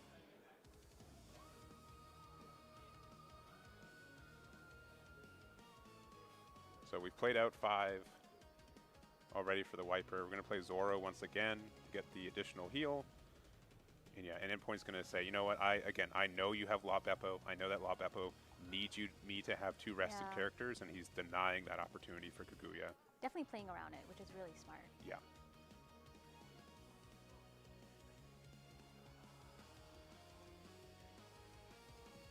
Kaguya is thinking, do I play this? Yep, and we've got 3 life going there. Again, we feel pretty happy if we go down to 1 as well, because that'll allow us to start attacking with our Enel. 2k out of the 6.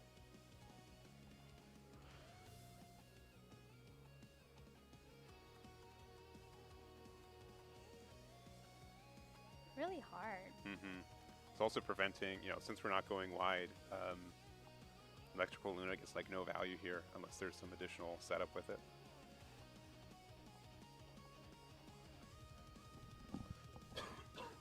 Yeah, there's not much you can do if you can't rest anything. Yeah, yeah. I'm playing the Mihawk.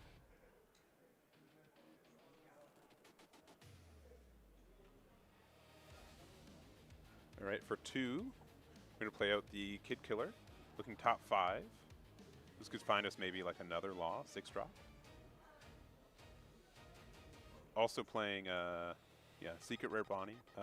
Super Rare Bonnie also wouldn't be too bad. Would prevent them from going to 10 Dawn to play an Enel next turn, potentially.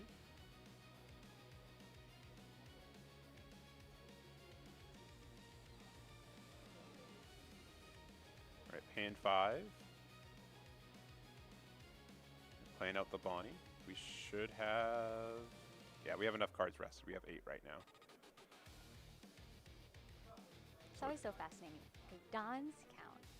Yeah. Get the Dawn back afterwards.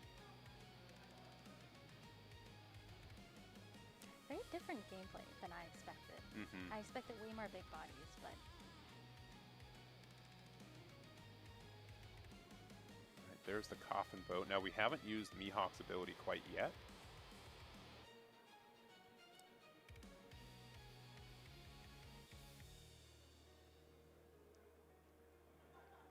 he could go aggro. Well, he only can go to life right now. Yeah, yeah. We're gonna go 6 to 5. Kind of tempted to take it. We know that there can be another 10K and a 6K coming from Law as well. True. All right, golden rifle to get out of it.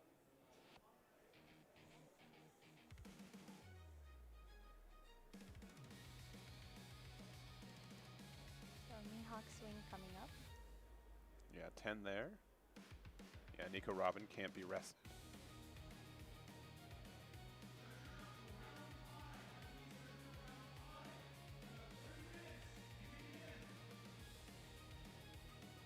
And then, yeah, I think a decision on if we want to attack with Law. The fact that Law here can... Yeah, so we use our leader ability, get 3 Dawn back by tapping the coffin boat. And then swing big with Law. Yeah, looks like maybe 9 or... Yeah, dang. Oh, okay. The Law. Kid Killer, sorry. Instead of the Law. So which is not a bad idea. We protect our board.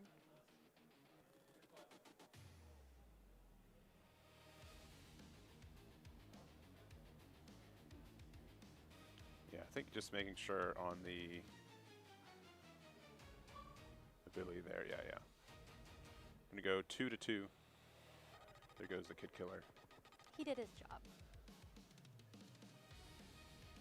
Yeah, I definitely think we could have maybe taken that one though. It depends on if we wanted to play 10 drop an L this turn, because it just feels worse when it doesn't get the heal when attacking. But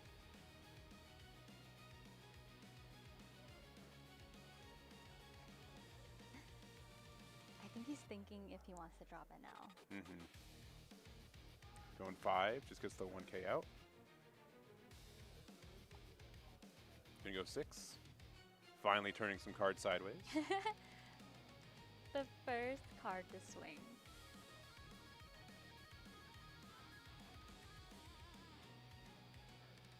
Oh, going down to 1, getting the draw off the Calgara there. And then, what are we feeling from here? 1 blocker up, 1 life, a couple Dawn open. Mihawk's known for running some defensive events as well. Dead Man's Game, I know you're strong. He's definitely not going to die. I definitely think. Yeah, but we could be playing out the Nico Robin again, using it for the Calgara, get the heal back, and then we could play out another card over the Shura to keep us active. Wow, this is some That's really good. That's really Luffy. good sequencing. Now, we can decide if we want to attack with it. Looks like we are. Yeah, looks like we're going to go 8, and then if they decide to block with it, with either of the blockers, we get to reveal the top card. So, top card ends up being Borsalino, so +5 there. But a good card for that, Luffy. You know, average cost. So, you know, +5 whenever you attack and a blocker happens is pretty good. At this point, we can kind of rip off the Band-Aid a little bit of saying, well, I have enough things rested. We probably attack a little bit more. Right, and he's deciding if he wants to swing with Wiper. Yeah. Looks like we're going to do a 6 to 5 here. 1 card, please. Oh, that's really tough. Because he doesn't want to get rid of cards. Yeah, we haven't used the Mihawk ability quite yet either, so we can turn a card into a 2K. We're going to go another 6 to 5.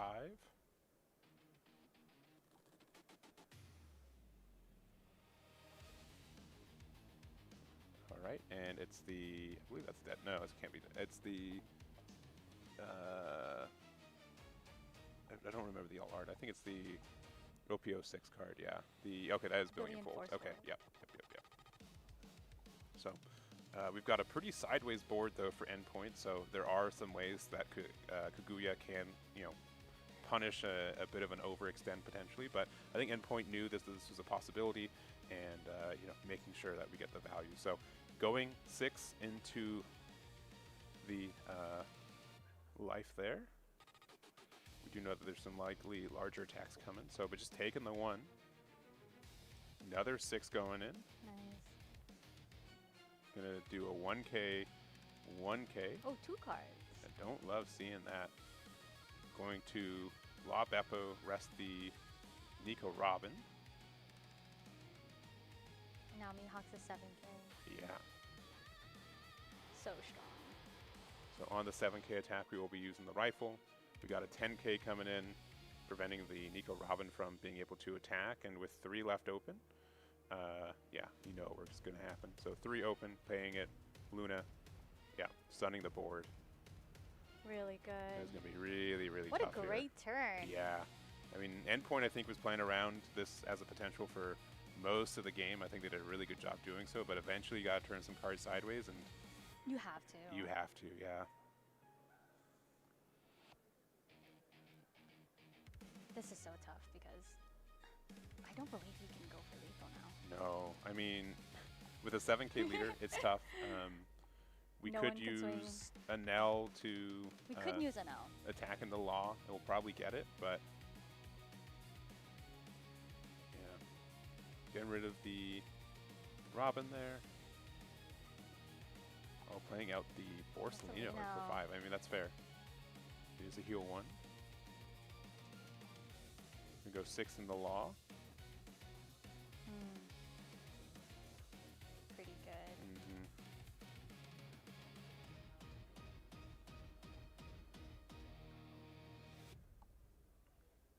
So much hesitation for a law. Yeah, I mean, it's Keep it alive.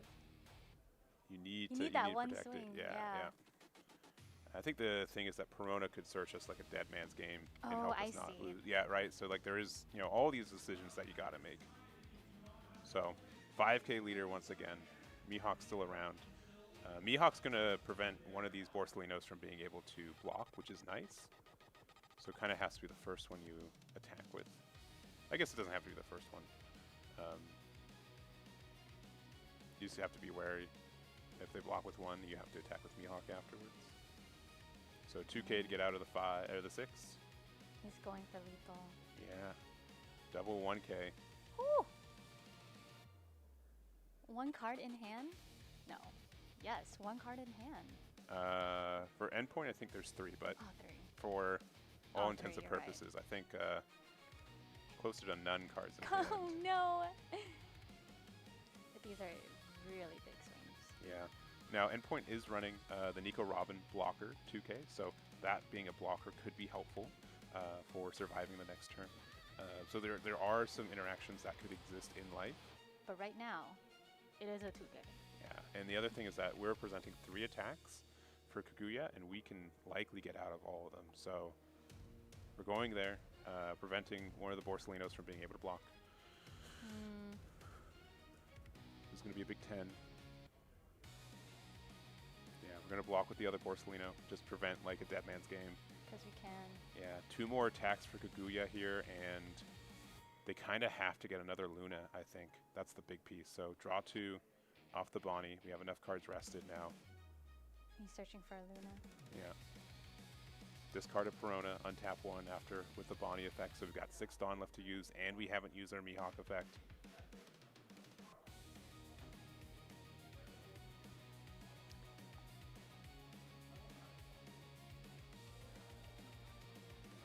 Yeah, just know, yeah, that was the discard. Yeah, since the last card we discarded was also Perona, just saying, yeah, I've discarded 2 Peronas in a row.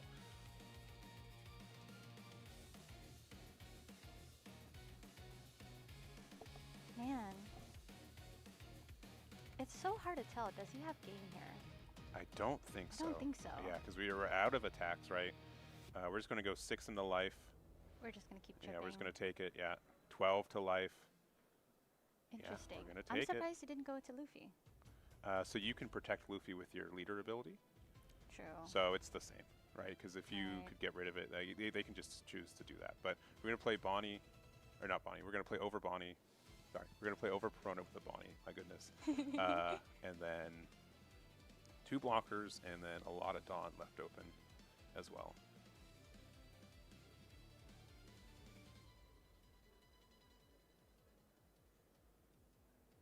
Yeah, So Just making sure on the numbers. Yeah. Seeing if he has 8 Yeah, cards so played Bonnie rested. for 5, but it's for 4. Played other Bonnie for 5. So much sequencing. And then 1 for Coffin Boat. Yeah, so 5 Dawn left open.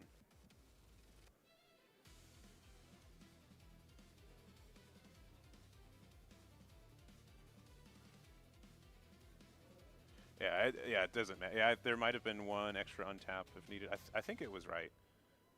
Oh, are we checking to see if Yeah, it's so enough? it was, we'd have 2 Dawn left open. Yeah, so we played it for 9, yeah. And then used leader ability for 3. I am and then the 1 confused. open. Yeah. This is the issue with shortcuts, right? I don't, 4 Dawn or 5 Dawn open, I think it's all the same at this spot, so we're not super worried. Yeah, there we go. Okay. So he was right. Okay, and then using that. Okay, I see. So now we're using I know you're stronger, and then we get the double stun, and then we're just scooping it up anyways. Okay, all right. All right, yeah. And I understand wanting to play fast. That was game 1, right? We're a little bit past the 20-minute mark, so like 35 minutes left. But yeah, I think Mihawk being able to get all the stunning was good. Endpoint definitely kind of missed out on a really good Nico Robin turn, a combination of the stun from the 5-drop Bonnie into not really having a good 5-drop to play off of it. Did a really good job playing around La Beppo, but that might have just given Kaguya a little bit more time to establish their board and be hit a lot of pressure. Yeah, Kakuya definitely slowed Endpoint's gas down. Yeah, and I kind of feel like there might have been some opportunities to like go down to 1 life kind of aggressively, and then you'd have full value from your 10-drop Anel. The additional fact that Mihawk Secret Rare can't stun it, and also La Beppo would prefer to stun it, but he has to usually rest something else. Right. That ends up being, I think, kind of important. Yeah, he was just waiting. Turn your cards. Yeah. Thank you. So, all right. We've got Kaguya with the early keep. All right, that card is needs to stay at the bottom, says Kaguya. Do not like it on top of the deck there. There we go. There's the cut. And we're going to go to game 2. So yeah, Endpoint ended up doing a mulligan, and hopefully a slightly better hand on this one. All right, starting off turn 1. No Nami, so passing. Guya on 2. Kid Killer for the search, top 5 for a Supernova. And I think a lot of people were asking, why is Kaguya's life on the other side? So someone's left-handed sometimes, Exactly. right? Yeah, so it's helpful as long as the deck's on one side and the trash is on the other. I'm okay with that. Yeah, not all of us are right-handed. No. All right, for 2, likely going to play out a Shura. Yeah, looking top 5 for a Sky Island card. A lot of good hits potentially. Looks like there is potential for a Nami, Nico Robin. And not exactly sure what's in hand, right? Nico Robin's definitely better to get guarantee on 5, but looking at the top 5, yeah, we're just gonna, top 3 with that. Wiper, great card here. Great card. Pass him back. Yeah, he definitely needed that earlier. Yeah, it does help. All right, for 2, we're gonna play probably another Kid Killer, right? Yeah, there it is. Nice. More searching. All right, top 5 for specifically a Supernovas once again. So 2 Electric Lunas. yeah, which we can't get, unfortunately. Those will have to go to the bottom. Well, he's never seen those. Yeah, and yeah, I think the other card was a Bonnie and a 2K. So deciding on there, that Bonnie did delay the 7-drop Nico Robin, which is great. And then for 1, we're attacking into leader, and then passing there. But yeah, this is going to be a good Wiper 5, yeah, clear top card Bell Luffy. Oh, we didn't see that at all last game, so good to see that that's probably going to be in rotation for this one. And yeah, a simple 6 into 5 to bully Kaguya a little bit.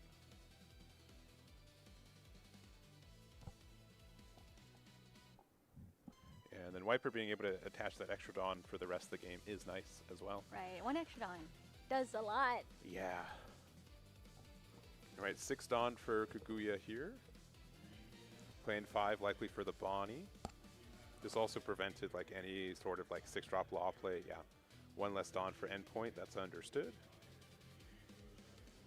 Tapping a Dawn to reset the other 3 Dawn there, and then yeah, big 7's good.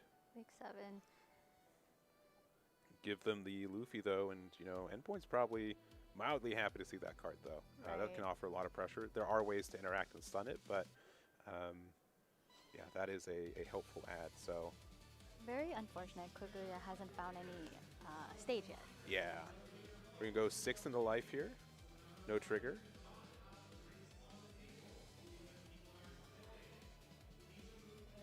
We're going to use the wiper effect for that Dawn that started the turn rested, so go 7.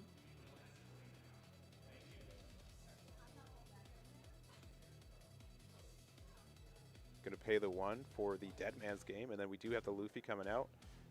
Big 7 going down to 2 already. Very good. Way different pace for this game too. Now endpoint knows there's no Law and Beppo coming just yet, so I can punish this by swinging.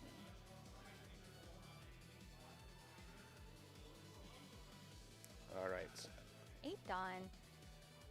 Yeah, I mean, 8's kind of weird for this deck because we can't play Law Beppo, we can't play Mihawk. Like this is where I'd say Shanks traditionally would be one, and we have it's open decklist. They don't have any Shanks, I think, in this one, right?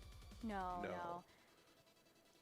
However, he could play a Tashigi, which we haven't seen in a while, and I know that was popular. Yeah, so I think Tashigi only lets you get like the rest, but again, that's still really good because you can play it off the Law, and it's a slash attribute character, so it's an interesting add. Going down to 2 cards in life for endpoint here.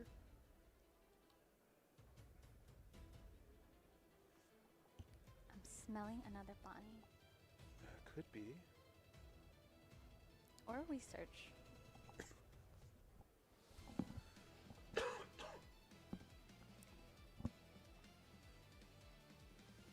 Yeah, it looks like for 6 we're playing out the Law. Okay, so we're just going to reset the Bonnie potentially, or play something else, but we could have that instead. Okay, I like this.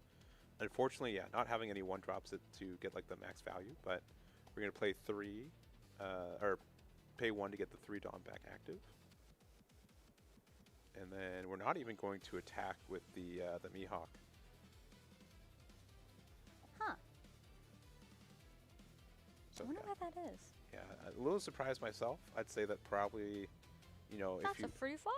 Yeah, I mean, I'm not sure exactly what they'd be afraid of in the life, I suppose, but this can be like a very explosive turn here. So we're at 9 Dawn. 9 Dawn. We can play so out. Many cards. Yeah, we can play out the Nico Robin, but instead of playing out the Luffy again, so 5 at them.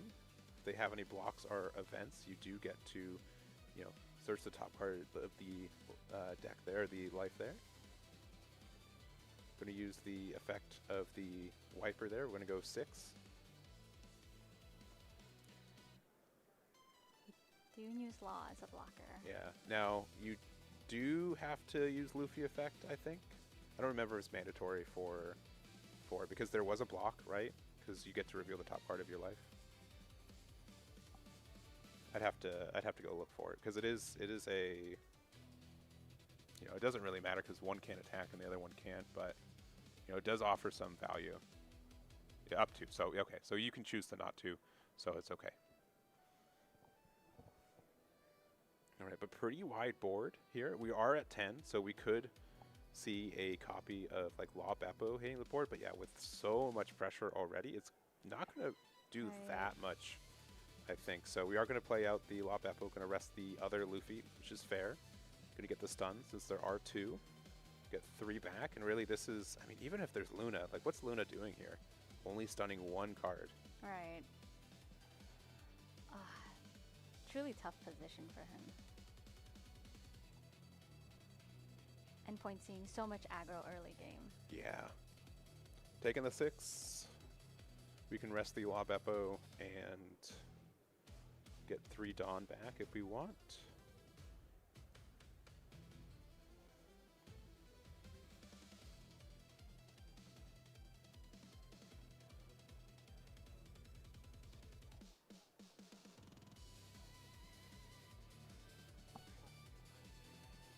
Just In my thinking opinion, here. it definitely doesn't look too good for Kaguya. Yeah, yeah.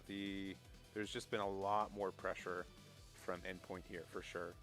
Especially, honestly, just finding the rush Luffys. These cards just offer so much pressure immediately, and that can be enough of a change. So I think we're thinking, like, what's more important? Do we rest the Law Beppo, or do we rest potentially even the leader to get the 3 Dawn back active? Oh, we're just going to go 5. Yeah, if we've got a Nell, yeah, we definitely take this, I think. And then rest it, we get the 3 Dawn back active. And then we're paying the 3. Oh, really? Just to get the stun of the 1 Luffy. Wow, okay. Just to make sure. Yeah, but we don't have any Dawn left open, only 1 blocker. Very scary. Yeah. Now this is, for endpoint, definitely a lethal move. He has 1, 2, 3, I mean 4 technically if you really think about it. 4 swings into 1 life.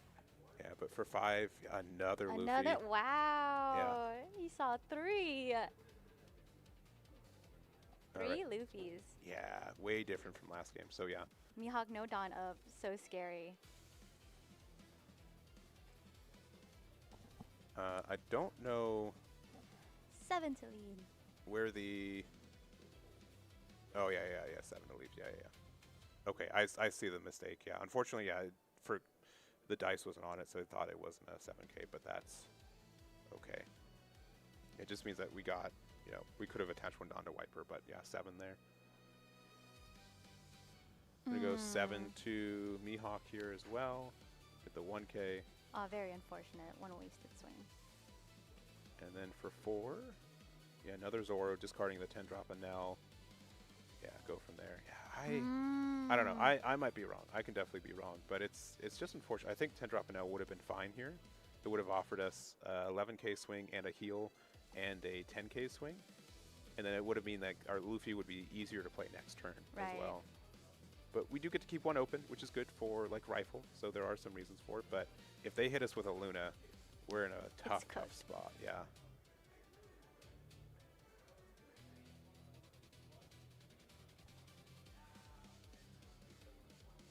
All right, 2K. Get out. Now he does have another Law Beppo, I believe. Sure, but Law Beppo can really only answer 1 of these Luffys, right? Like. And it's a lot of Dawn committing. Yeah.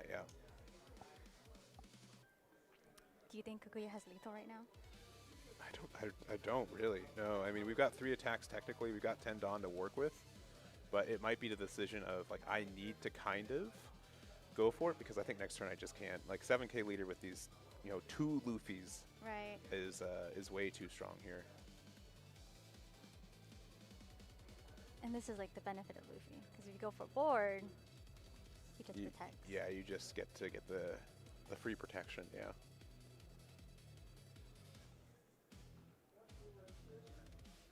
Yeah, I'm thinking here.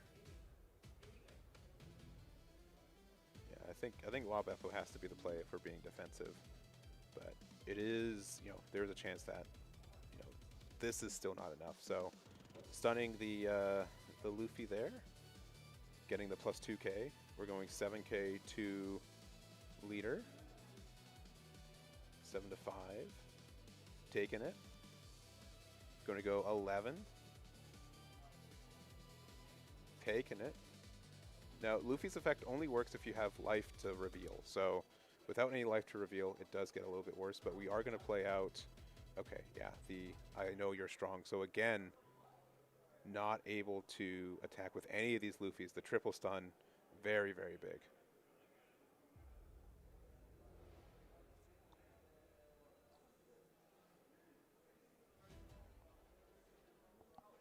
Oh man, really tough. 1 blocker, 1 life.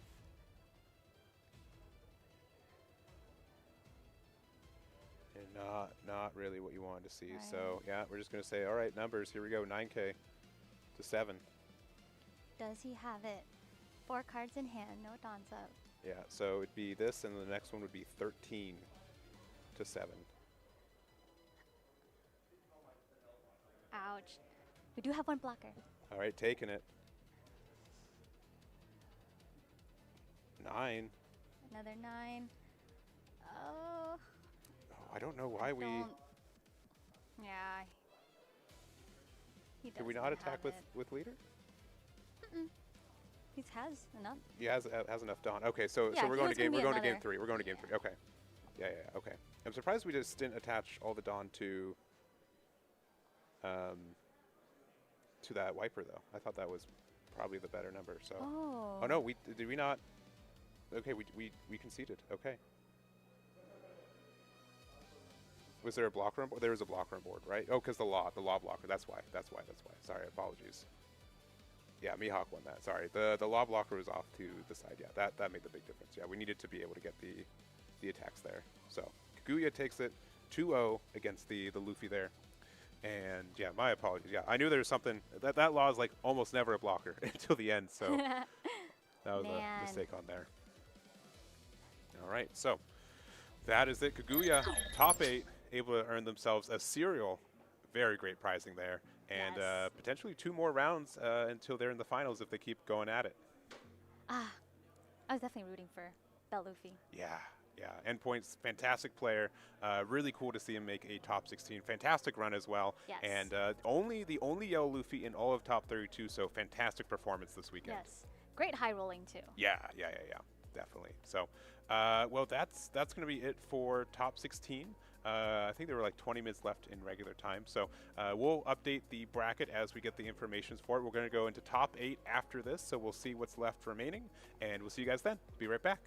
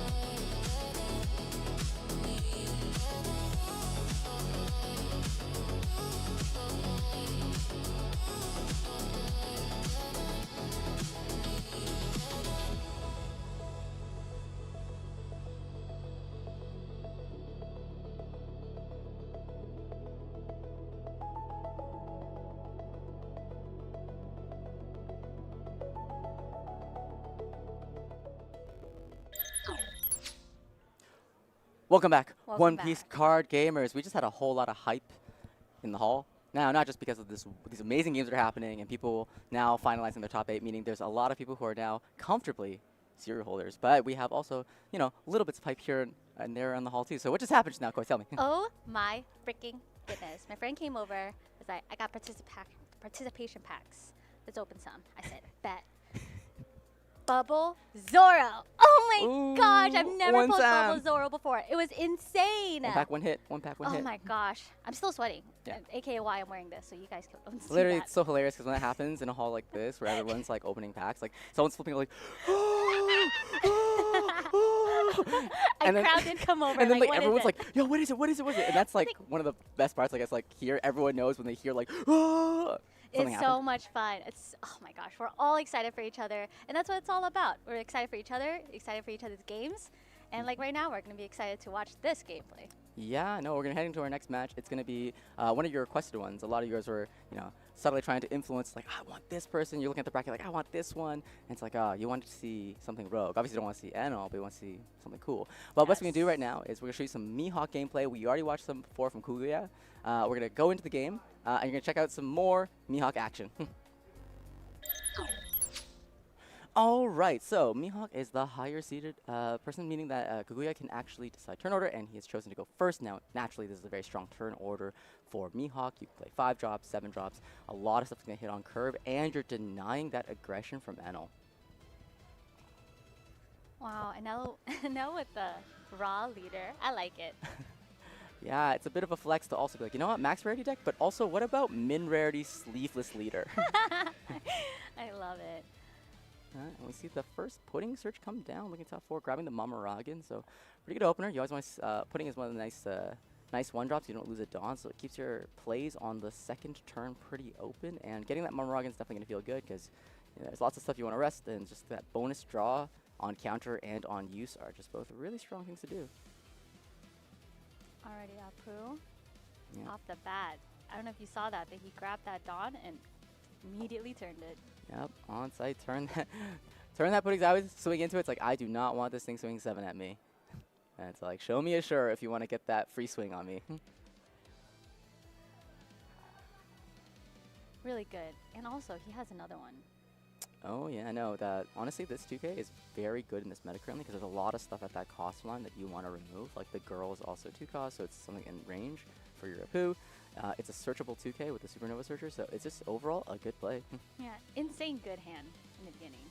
Yeah, see a bit of a stretch from Kaguya, you know, it's been a long day, staying limber, but Enel swing comes across for 5, and Kaguya takes it, knowing that not much more pressure can come down unless he sees a sure up. So we're going to see if that's going to be a play that Zitzo makes to get that free swing in. Actually, no, he's going to leader ability up front, so he's opting for a 4 Dawn play, so either something like the Frankie or the Reiju, and looking like he's hovering the Reiju. Nice. Yeah.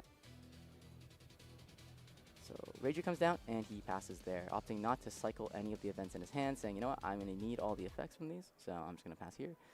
The Reiju is not active, it has no cost increase, and no power-up currently. Yeah, so right now, can only go for life. Yeah, that's one of the, it's like, obviously if you're the Mihawk player, you want to control the game, right? Right. You want to just like slow down the game down, keep the board empty, but sometimes your life force like, oh, it has to go into life, I'm just going to give a free card to my opponent. That or I just build board and pass. Yeah. Here, Kaguya is on curve, so he's got that 5 drop turn. He's got 5 drops in hand. We see some Bonnies, we see some other stuff in here, so he's on track. So let's see what he does. Well, starting with the 5 swing, it's a free action, and then he's going to drop the 5 cost Bonnie. So now one of these Dawn is going to be stunned, meaning it cannot be restood in the following turn, kind of preventing the NL play. Pretty good. Yeah, so long as that Dawn is stunned, he doesn't have enough to play the NL, but he can do something cheeky and minus the Dawn, bring it back with leader ability, and then drop that 6 drop. So Kaguya is just dropping it down. Usually, yes, there's ways to avoid it, but mostly you're doing this because you just want the 5-6 to play and want your leader ability to be active. So I'm making you work for this. Yeah.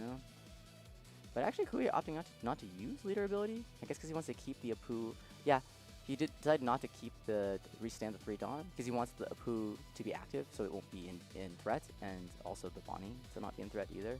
Likely because the 6-drop Law needs like a thing to bounce back to hand. So Right. if the Apu is lost, he won't be able to play something back down with the bounce Law. Really smart, thinking about his next turn. Yep, yep.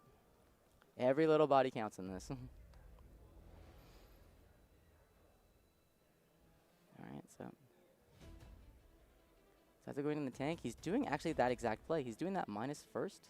So he gets that that stunned Dawn back in the Dawn deck, so he can activate Leader ability now and drop a 6-drop if he wants to. But he's first going to do this play. Swing Takes a 5. Yep, and here we see Nice. it. We see that play. We see the Dawn get minused again. And we see the usual 6-drop NL play that you've seen many times this weekend probably now, which is looking at the top 5, grabbing a card, and then pitching one from hand. So Zaz's going to start looking for some pieces that are going to help him out in this matchup. Couldn't quite see what he grabbed, but hey, that's always going to be the case when you play against Right. NL. Even as casters, we can't see. Even we don't know. That powerful of an effect. But we'll have to go for a pitch here.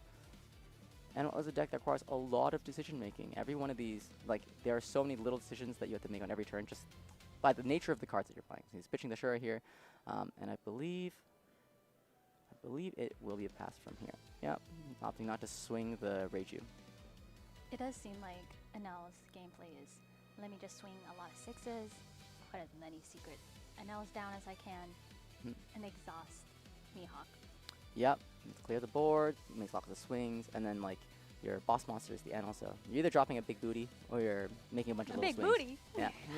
Big body, sorry, my bad. No. Anel has a big booty. Yeah, y'all get what I'm saying. Anyway, so we're looking at the 7 Dawn turn on Mihawk's side. So Kaguya here, kind of comfortable. Going first means there's a lot of options here. He has a 6-drop in hand, so he has the option of bouncing the hand to drop another 5-drop. So he can't get a board of 3 characters. Now, it doesn't contest this 6-10 Enel, but it does get his board a lot wider and brings his 2k back to hand, which is pretty good. A lot of Mihawks opting to remove the 7-drop Shanks from their deck because it's not amazing in this current meta. So we're going to see what he plays, but I'm pretty sure he's going to start with the Apu first. And he's going 5 into Satori to clear it off the board. Still having that 6 Dawn left to play this Law, should he choose to. Not bad. Yeah, we're looking at his hand. I see some 5-drop options to go alongside this combo Law. It can be a Perona, or it could be another Bonnie. So 6. Picks up the Apu, and then plays a 5 or less rested. See what he's Probably got. another Bonnie. Yeah, but this is the other Bonnie. Yes. This is the very pretty secret Bonnie, which allows for cycling of hand. Should you And have? it's a blocker. Yep, there it is. Look at that pretty thing. Nice. But yeah, if you have 8 or more rested Dawn cards, draw 2 cards and trash 1 card from your hand. Then set up to one of your Dawn cards as active. You can also rest a Dawn card to activate your leader ability. So Kaguya can opt to end the turn with a lot of Dawn, or make an aggressive play. We'll see what he does. Now, is it a bold move of him to leave that Law right there? Oh, to just like. Like, by the way, I'm just gonna let you know I have this. oh, just like pitching it from hand. It's like, oh, seen 8 come across with the Bonnie from the previous turn, swinging him down to 3 life, and I'll happily taking the card. All right, Zaizo turns passing. He's looking at a board of 3 6Ks right now. So on Zaizo's side, we see another Enel in hand, so he can keep contesting the height of the board and keep dropping these, but to be honest, I think NL players have different philosophy on this. I don't know this matchup well enough to quite know, but for Mihawk, it's not too hard to occupy these NLs. It's often very wide, like it's often the Reiju that's hard to deal with because of the cost increase. These ones are actually not that bad to stun. No. See a Search come down, another Lightning. We see, I think the Lightning Dragon get picked up, and we still need to see something dropped from hand.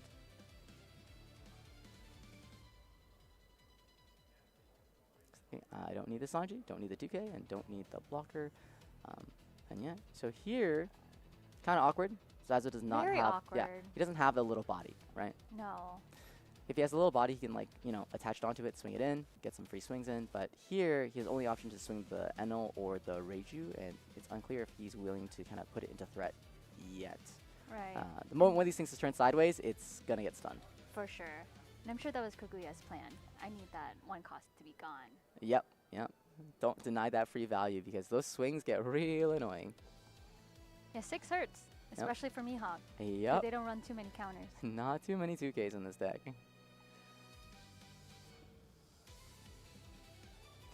Yep, we're seeing Zaizo right off his previous match playing Crocodile, an unfavored matchup, and still getting there. Really intense back and forth. And we're seeing a minus, so 2 key 10s used on the Bonnie. And we are going to turn the NL that was played the previous turn into the Bonnie. So that's 10 into 6. 1 Dawn open on Kaguya's side. Interesting. And is that law a blocker? The law is currently not a blocker. It becomes active as a blocker at 1 or less life, I believe. So currently it cannot protect anything. But it is a good attacker. Unfortunate. He has to let the Bonnie go. Yeah. And we are seeing leader ability get used. So 4 Daunt assigned to the Reiju, 1 to leader of the active one. And 6 into 4. Yep. Kaguya's gonna let it go. You know, it's not worth countering out 2 cards to say something that's probably gonna die to the Reiju swing. Right. You know, if it chose to swing. He'd rather just take this 11k swing to face, if anything, if Zaizo decides to do it. Yeah. That is a mentality that I've seen in top players is if I cannot defend this for more than 1 turn, I let it go the first turn. Yeah. Just knowing that, like, oh, am I giving up cards here is just like waiting for it to get like Right. Lightning Dragon or swung into it by something bigger and clear. So like, you know, knowing when to hold on to these cards is kind of difficult, especially if there are situations where like, you know, you might want to. Like there are situations where you want to make it awkward, like saving it actually makes it, oh, you're now forced to swing into this because I can punish you on the way back. But Zaizo it's such a healthy life total, Kaguya can't really punish keeping this thing alive. And we're seeing that 11 come across, and yeah, you are not going to spend a 7k counter here to get out of that. But, ooh, if you're a Mihawk player watching at home right now, you're looking at these 2 rested bodies, you're like, rested? My toes? Rested targets? Rested? My favorite word, rested? Their toes are curling as we speak. Yeah. Yep, give these 2 units a nap. Oh my goodness. A common thing that has been happening is a lot of green Zoro players have migrated to Mihawk, and we're seeing them still play Mihawk out of just the love of the game. Yeah, I guess a lot of them have started realizing who the real strongest swordsman is. Oh! Oh, that's gonna... Whoa! Yo, that's gonna... Currently. Yeah. We're still waiting. Some Zoro fans are gonna be not so happy with me right now in chat, so I'm not gonna check. We need one more showdown between Mihawk versus Zoro, and then we'll see.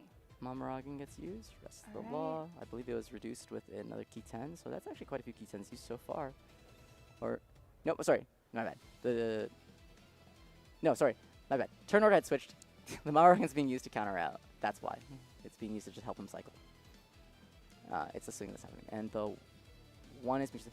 Here it's because Kaguya is trying to set up 2 rested targets. Yeah, so having enough rested I see. so that the Bonnie will be active to draw 2, discard 1, and then set 1 more as active.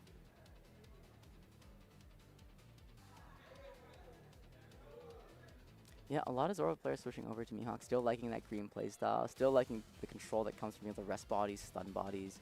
Right. Yeah, I would say Mihawk is, you know, of the meta green leaders currently, it's like Mihawk and RG Luffy, so if you're really into playing green decks, yeah, Mihawk and RG Luffy are your thing. I miss that Archie Luffy. Yeah. You could still play it. You could still play it. I could. Yeah. We see the Bonnie come down and stun something, so it looks like the Reiju's being stunned, so it won't become active in the following turn. Really good. Yeah. Avoids the Reiju cost dawn increase, up, right? yes. Yeah. The fact that like Reiju, you know, gets this cost increase means that it can't be targeted by most things, but this Bonnie just doesn't care. Anything rested, you're stuck. You're stuck forever. Yeah. And also the Bonnie gets rested for that 3 Dawn. And we're seeing I Know You're Strong, so I'll go all out. That stuns the other Enel and keeps it sideways. So neither of these 2 units are going to become active this turn, so they will be targets for the following turn. If you're on Kaguya's side, you're feeling kind of good. I mean, you got 3 pretty big bodies, all 6Ks to deal with. If you're Zaizo, you got like the 1 Enel that can still swing. But I mean, come next turn, let's say that like a certain man and his furry best friend come down Oh, on board, no. you're gonna see that Enel also take a nap too. That's true. Because they're frozen. Yep, yep. Not You gonna can't even restand. restand them if you tried. And nope. So if Kukuya has his plays mapped out, he should be able to keep these occupied for quite some time. I don't immediately see the lob Beppo in hand yet, so I don't think he's searched it. We saw one get pitched, so we'll see whether I can get one off the top of the deck or off his life. Zaizo here's trying to think about the pace of the game. He's like, do I try to go fast here or slow? Obviously, he spends a lot of time clearing the board, and Kukuya kind of is able to address his board back. It's not great. He'd rather be putting more pressure down just to close out the game. He's trying to think, is this a long game or short game? Let's figure it out. He's thinking of if he wants to play Senior Pink right now. Yeah, Senior Pink, a really great card for developing board and clearing something at the same time. Kind of like that middle line play between a big body like Enel and the little units to draw cards. Yeah, so opting to grab that Mama Rockin' from Trash. Yep. Yes. And then having that second Dawn active. So here, he could use Gamma Knife should he want to. We haven't seen any be used yet. We have the 2 Dawn open for it, so we'll have to see how Zaizo wants to play this turn and how much he cares about clearing this board. Very tough situation for XIXO. Interesting. So he's opting to just use Leader Relayer right now. So he can do a slightly bigger swing with Leader, swing 8. Dressing board. He Yeah. has to give 2 cards. Yeah, I mean, Enel definitely is a hard leader to kind of take down because so much counter and so many ways to occupy your board and swings, but he is thinking he has to address this board a little bit given that he's at 2 life, and these are 3 swings. He knows he won't die. Yeah. Which is smart. So he's going to take this opportunity to get rid of that law. Yeah. While he can. Will Kukuya defend it? He Oh, does. he is. He's saying, hey, I actually think you are forced to clear this, actually. I think if you let me get this number of swings, I'm going to send a lot of them into life, and you might actually have to give me some cards. Oh, man. So this enormous swing, I think, is going to overkill one of these units. Into Bonnie. Interesting. So if you're Kukuya, you're kind of happy with this. You're like, oh, you're sending 13,000 into my 6K body? Like, yeah, I'll definitely let it go. I mean, he looks like he's thinking if he wants to let it go. Yeah. I believe that doesn't look like. I believe the point was to the body. I think the point was not to his life, right? No, that is quite overkill. Yeah. No matter where it's going, it's going to be a whole lot of overkill. It's either this is a big number. Yes. It's not going to get countered. Checking Dawns to see if we can do anything. No, they're still tapped. Yeah. Yep. Let's it go. Yeah, yeah. I wonder if for Zaizo this play is because he has a sense that Kukuya doesn't have another one of these stun Bonnies and doesn't want it to get picked up by another bounce law coming in and repeat the stun effect, actually. See a very cost increase. Where's it going? Yeah, it's going to the Enel. The Enel is going to have +2 cost. It's going to be a little harder to stun with things like Luna. Not a bad switch. Because if he had gone to life, that's just free cards for Kukuya. Oh, and I think Kukuya is just reminding, yep, you've used Lightning Dragon. A lot of Enel players will just use Lightning Dragon to cycle and for, oh yeah, like you didn't target anything. And I think Kukuya was giving a friendly reminder to Zaizo, oh yeah, this is stunned, right? Or this is frozen. He's like, oh yeah. So, good sportsmanship.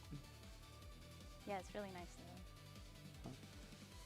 It's funny, both these decks are just giving each other's characters a nap. It's like, nope, no, he's tired. Let's he's all tired. hang out. He's tired, man. There are swings happening. Even if it's just a leader. Yep. Now here, he's thinking if he wants to play La Beppo, which, I mean, sounds like that's the thing to do, but I don't play Mihawk, so what do I know?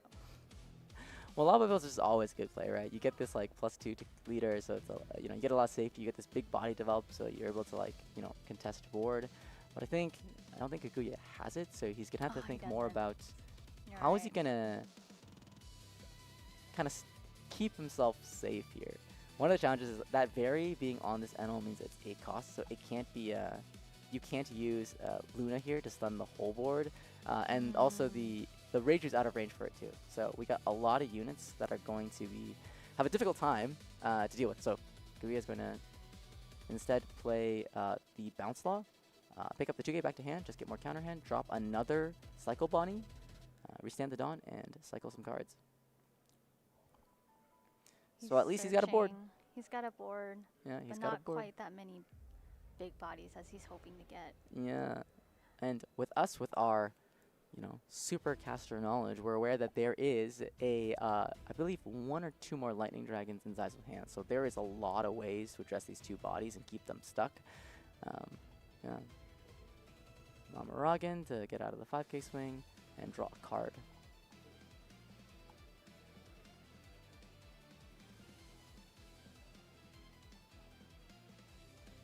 Yeah, I think Kaguya's thinking about how to spend this last 5 Dawn. He does have a way to stun one of these Enels by using the Bonnie. He's gonna send 6 to life actually here. Force the 2K out. Nice. And playing another Bonnie.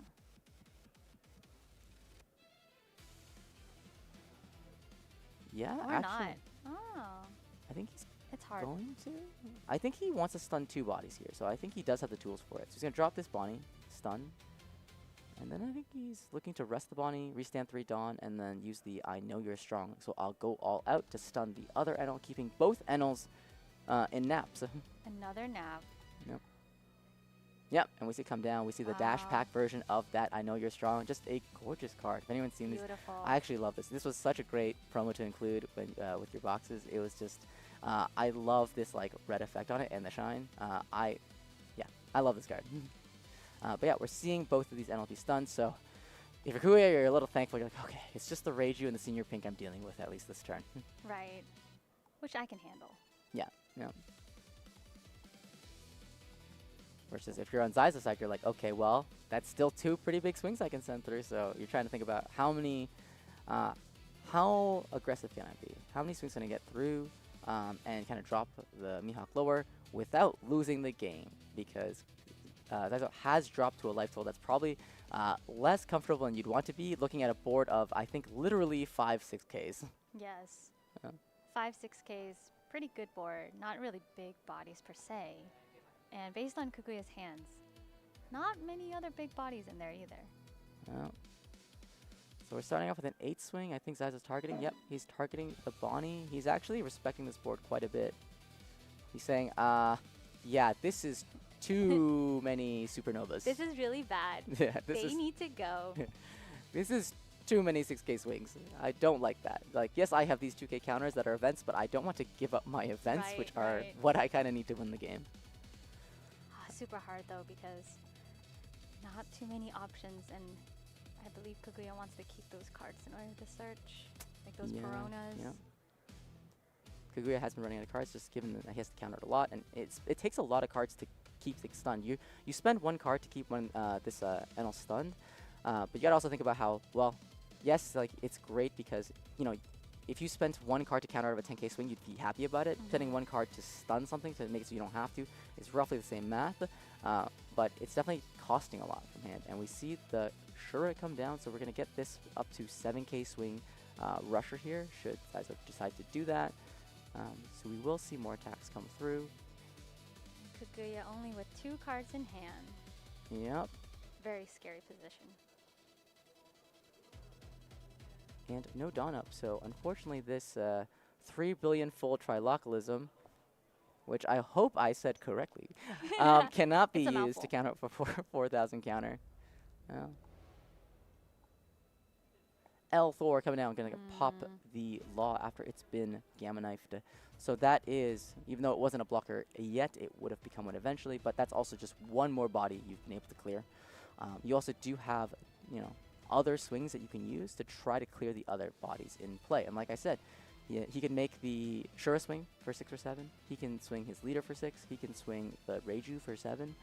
So he can technically clear multiple bodies if Kaguya, because Kaguya's only got 2 cards in hand. He can't possibly do really all this. great advantage to clear a board right now. Yeah. Because he knows these are going through. Yeah. He knows, like, there's too many cards for you to give up right now. Like, well, you can Give me There's your nothing entire left to hand? give. There's Are you gonna nothing go left down to to give. 0?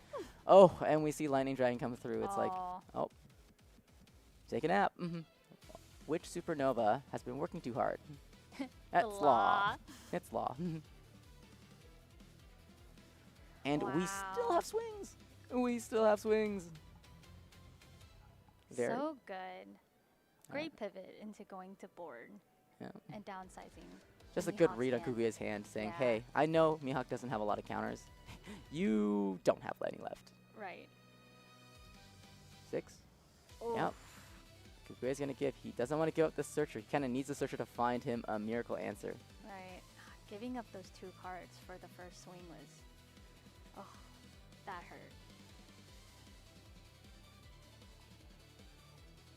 All right, -1 Dawn. Yeah, very buffs the other Enel. Wow, so neither of these Enels can be Luna next turn, which makes Kaguya's next turn very difficult because there's no 1-card answer that can address both of these targets. Oh, and Kaguya sets a scoop here. He's aware that this is a very, very difficult board to come from. He knows that if he takes too much time, he may not get the game 3 he needs to win it back. Opting instead to end this scoop early, just so he can play round 2, win round 2, and potentially play out round 3 so he can come back.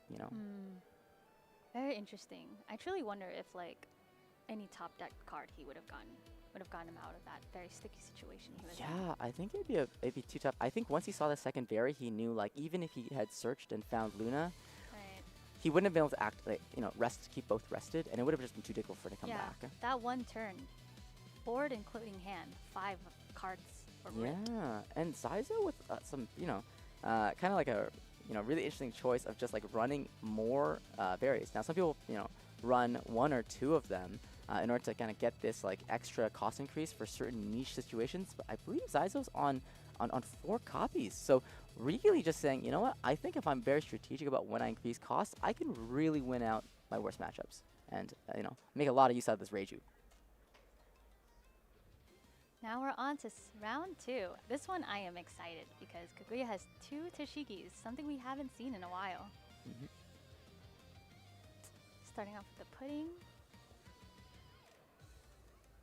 Interesting. So here, Kaguya lost, so still got to decide the turn order. So chose first again, saying, I still think it's the right call. And I still think it's a favorite turn order. I just got to see the right things. Maybe see some more bigger bodies to help me occupy the board. And maybe if Zaizo just sees fewer Enels, then it should be fine.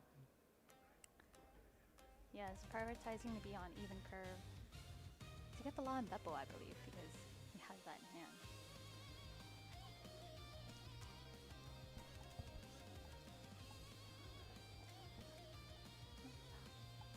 All right. We see a poo coming down. Yep. Resting. Swinging 5. Cleared. Yep, that's a pass there. Yep. You guys know the big turn on Mihawk's side is really just getting that 5 Dawn play down. Obviously, you see more searches on this turn. You're kind of happy about it, but here. See Ohm come down. Not an immediate rush. That's good. I'm speaking from the Mihawk side. He's the underdog we're rooting for. Wow. And another Ohm come Good down. start. Oh, this is a little scary. These Ohms being kind of like pocket key 10s because they have this power reduction when they attack eventually is kind of just playing a key 10 ahead of time. And once you do swing, you can activate it whenever you want. Kind of like just planting this little trap here. It's like it's here eventually for when I need it. Right. Yeah. And we're seeing Mama Ragen get used to rest the Apu. Leader ability for Dawn. So I'm thinking that Zaizo kind of wants to clear this Apu maybe just to stop it from being bounced by Bounce Law. Which makes sense. Yep, yeah, sense it out. And with that, I think the only place left for Zaizo hand is to see what he's going to cycle. Yep, and he passes there. Yep, having that early body cleared by the Apu does mean that, yeah, just like last time, Kaguya gets to deny leader ability. Having that extra value of the 4 attached on. That's true. He also has the green Zoro He does? in hand. Oh, the blockers are, yeah. Here, but we're going to see the Perona. The Perona's coming down. It's going to stun both of these, so neither can attack next turn or be rested in any way. Pretty good. So gets to stop, once again, stop the leader ability from being active, and he's going to swing 7 with Good leader. 7. Yeah. Kaguya wanting to go fast, saying, hey, if you're going to keep me healthy at 5 life, I'm going to just do this. Keep swinging, occupy the board. Yeah. Size are just checking the on KO effect on Corona just in case. Annals always want to clear anything that you play, so when you give this target sideways, he's going to double check to see, okay, remind me again what this character does. Just to know what's the worst thing that can happen when I clear this. Right. Always a good habit. Yep, yep. Read your cards, people. Read your cards. It's always like the smallest thing, like on KO effects. And It does what? It does what? Because the minute you KO it, you're like, you can't take it back. What? What? You said it. You can't take it. Are you a take backsies person? I have to like you. You hear that, folks? The court doesn't let you take it back. You had to have given me second on ace. All right, so we're seeing the Lightning Giant come down saying, you know what, I think that on KO effect's just annoying enough for me to not want to deal with it, so I'm just going to stun it. Dropping the Reiju, seeing a key 10 come down. Yeah, targeting the Perona. I'm not sure if the Perona will get cleared this turn, given that it has the on KO and it is frozen. I think Zaizo mostly just trying to get the draw, but it is an option. Yep, and we're seeing also the Shura come down. So our leader ability is live in the sense that we can attach 4 Rested Dawn to this Shura to get a cheeky little bonus swing. Little 6. Yep. Another little baby, just getting this board full and just a lot of card draw. And we see leader ability come through, and 4 Dawn attached to, yep, this Shura, and this 6 is coming through to life, and it's a take from Kaguya, wanting that extra card, saying, yep, I'm healthy, I can do this. And another 6 being like, hey, I know a lot of Mihawks sometimes run 4 2Ks only, so if you got one, show it. And that's the Zoro. Pretty good. Pretty good hand check. Yeah, yeah. Yeah, and when you're playing a deck like Enel, right, you just have so many options. Like, you have so much flexibility with what numbers you can swing. So if you know your opponent's deck list, which, by the way, for those at home, TOPCUT is played in a best of 3 where both players are aware of each other's deck lists, meaning that Zaizo knows exactly the number of 2K counters in Kaguya's deck. Very different. Yeah, yeah. So if you've got the heads-up play, you've got the read, you can really just make things very annoying, especially with a deck as flexible as this Enel. That's why looking at trash is so important now when you're at the top cuts. So he's trying to get a read on here. He knows Reiju's also not active either, so that's something nice, is that at least the Reiju's not like a 9 cost 7K right now. Yeah, Kaguya dropping this Searcher. We're searching. We're Yeah. praying. Yeah. I guess, you know, Ooh. we see another La Beppo. We see some Bonnies. We see some good options. I don't think we're seeing... Do we see I Know You're Strong? I know that's one of the things that you want to kind of grab in this search. Yep, we see one actually. Yep. So if he wants to grab a defensive option, it's there. If he wants to grab a late game option, it's there. And mid game option, it's also there too. But yeah, I want to say, good play on Zaizo's side. Denying that Apu means that he can't play Bounce Law, right? That's a hard hand. Ooh. Yep. Nice. Having Cycle Going Body. for a cycle body. 5 down remaining. And I think it's... A Tashigi. Ooh. So did you see this? Did Kaguya play this in the previous match that you were casting? He has never played it yet. This is his first time playing a Tashigi on board. Really? Interesting. Yeah. I see some people try, play the Tashigi in this deck just because, it's a 5/7, so it's really good stats on curve. And also because it answers Reiju specifically. Because the Tashigi can rest based on base cost, so rest up to one of your opponent's characters with a base cost of 6 or less, then give 3 Rested Dawn cards to your Zoro leader. Now, you're not Zoro leader, but you can still do the first part, which is still very good. Tashigi's still a 5 cost, so you can still use Mihawk's leader ability off of that, and then threaten the Reiju. So swinging 8 into it, demanding some cards from hand. I think just, yeah, just the card.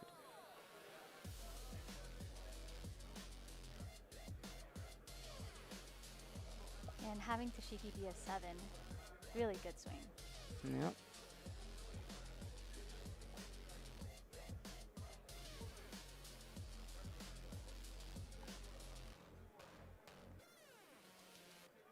Saizo definitely has a lot of options here. I Yeah. wonder if he can. Definitely thinking of going for board again because that was a really good call from the last game, and he does. He goes for. He goes for the kid and killer. He goes for the kid and killer. All right, we're seeing a Kiten. No, we're not. This is the Ohm. This is the Ohm giving the -1000. Yeah. So Zaizo wants to address these bodies as best he can. The Prona maybe not so much, given that it will bring something back out. But dropping that Tashiki just a bit, just so there's the option of maybe KOing that one. There's no punish for KOing Tashiki, that's for sure. So we actually are seeing a Kiten. Yep, we see the draw and then the minus on this Tashiki. So this Tashiki is now a 5k. So it's in range for a Mamaragan or other forms of removal. 2 Reijus on board now. Yeah, those are 2 7k blockers that can't, well, have a very difficult time being stunned. Definitely. Oh, and we see one more Key-10 get used on it. So that is now a 4,000 power Tashiki. And then we're also seeing a stun happen on this Perona. Wow, Kaguya is really not getting much use of these bodies. A lot of them are getting occupied by all these very powerful Enel events. Too powerful. Too powerful. I think there are people in chat and people at home playing that may agree with you.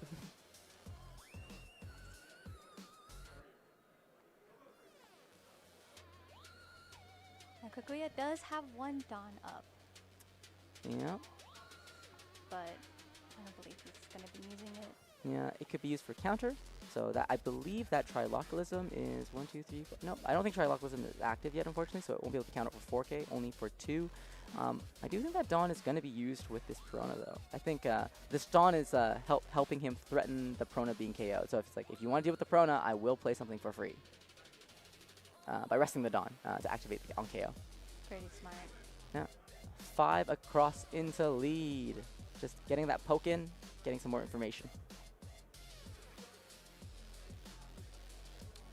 Kaguya's hand already looking a bit scant with, at this 5 card hand right now. He's already having to make a tough call on how he's going to guard this out. He knows there are some pretty big swings coming. He knows there are like 7s or 9s coming across and that he has to guard this out or he's going to lose probably 3 life in 1 turn. So he's going to have to pick something.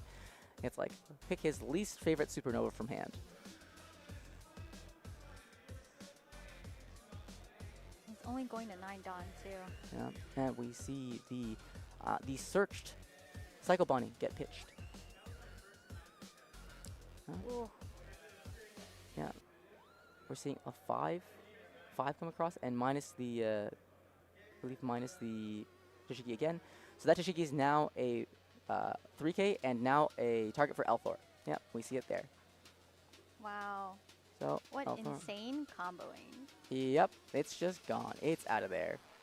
And so now this Satori was played the previous turn, I believe. So I believe he should be able to swing with it. I'm not fully sure, but yeah, we're seeing fun 6k coming across. So once again, the magic unhappy number coming across.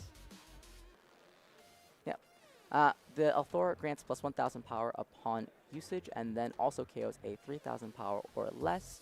So it is a unique card in the sense that it is a 2-sided effect, similar to those of you who might have played Houndblaze or the much less popular but equally as cool Brick Fist from Revolutionary Army, featuring the Revolutionary Army character Hack, which plus 2,000 and KO something 2,000 or less, but very similar card. But yeah, that's why the story swings for a higher number, and we're seeing another even higher number come across now with the 7,000 swing.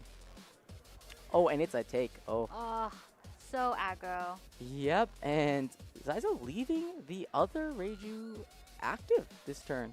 Probably saying, you know what, in case there is a way to stun, I'd rather just keep this active just so that I can have 2 swings, and as long as I have 2 swings, I'll be able to make life awkward when you have 1 life card. Right. Zaizo definitely healthy. 4 life still. Beautiful board. I say beautiful because I don't see a single Enel.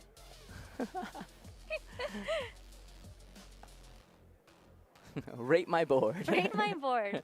it's like a fit check. It's like, yeah, how's my board look? It's like I see no looking- NLs. That's like very, that's very fashionable as of late. 10 out of 10. Now Kukuya definitely pressured. Yep, a lot of cards in hand, not a lot of board. And both these Reijus are really, really awkward to deal with. Right, and he's only 9 Dawn, so no La Beppo. Yeah. Can't stun anything. This is one of the difficulties of cutting 7-cost Shanks from the deck.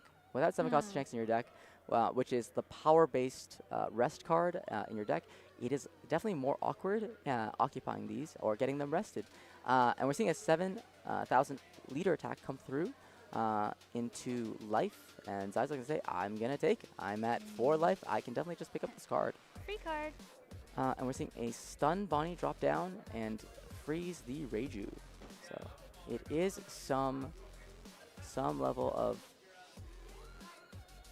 board kind of come back in. Not quite the same presence that we got to have last turn, but still get to develop something there and stop the Reiju from swinging. I would say this game is slower on both sides. Zaizo does not have NLs developed here. Had he developed one, I think this game would have gone out of control pretty quickly. But despite that, Kaguya still hasn't been able to kind of develop a board of his own, so he hasn't been able to capitalize on the NL not being present. And he's been holding on to those La and Beppos, hoping he can get a 10, but he hasn't been able to get there quite They as feel quickly as he thought he could. really far away. Yeah, Mhm. yeah. It may be 1 turn away, but that's a long way. Yep, yep. That feels like a distance between me and my alarm clock this morning. I can't get there. Yep, for those of you at home, yep, we've been up getting you, preparing all this beautiful broadcast, but we are still here. All right, and we see the turn pass here. So, not an amazing 9 Dawn turn here on Not Kaguya's side. Not a Mihawk, not a bigger unit than that, but hey, at least the Reiju cannot swing, and we have progressed the game just a little bit by just getting that life 1 lower. Now Kaguya definitely has a lot of cards in hand. 1 Dawn up, in a dream, no blockers, 1 life. Both these Ohms got stunned with "I know you're strong, so I'll go all out." So they're not going to be able to be doing any power reduction this turn. So Kaguya can live this 1 turn. The Yep. tides could turn. yeah, if Kaguya can live, he can start dropping these La Beppos, and he could very suddenly switch the game back around because those 11,000 power attacks are nothing to laugh at. Absolutely. 1 misstep right here from Enel. Yep. I Is believe. all it takes. I also believe Zaizo still has not drawn an Enel. I think that's why he's probably searching here with, not searching, but scrying here with the story. And he's actually bottom decking the Enel and the Reiju. Yeah, actually, I think maybe he doesn't want it. Maybe he just wants more pressure here immediately, just so he can force an awkward situation and drop Kaguya to 0. Yeah, and we're seeing this Perona has been napping since it's been played, basically. Yep. Really good. Yeah. Like, I know you can't. I know you don't want to die. Yeah. But you're not going anywhere. Yeah, That's yeah. okay. I don't want to KO you, but I also don't want you to do anything else. Yeah. And the Bonnie being KO'd. Yeah.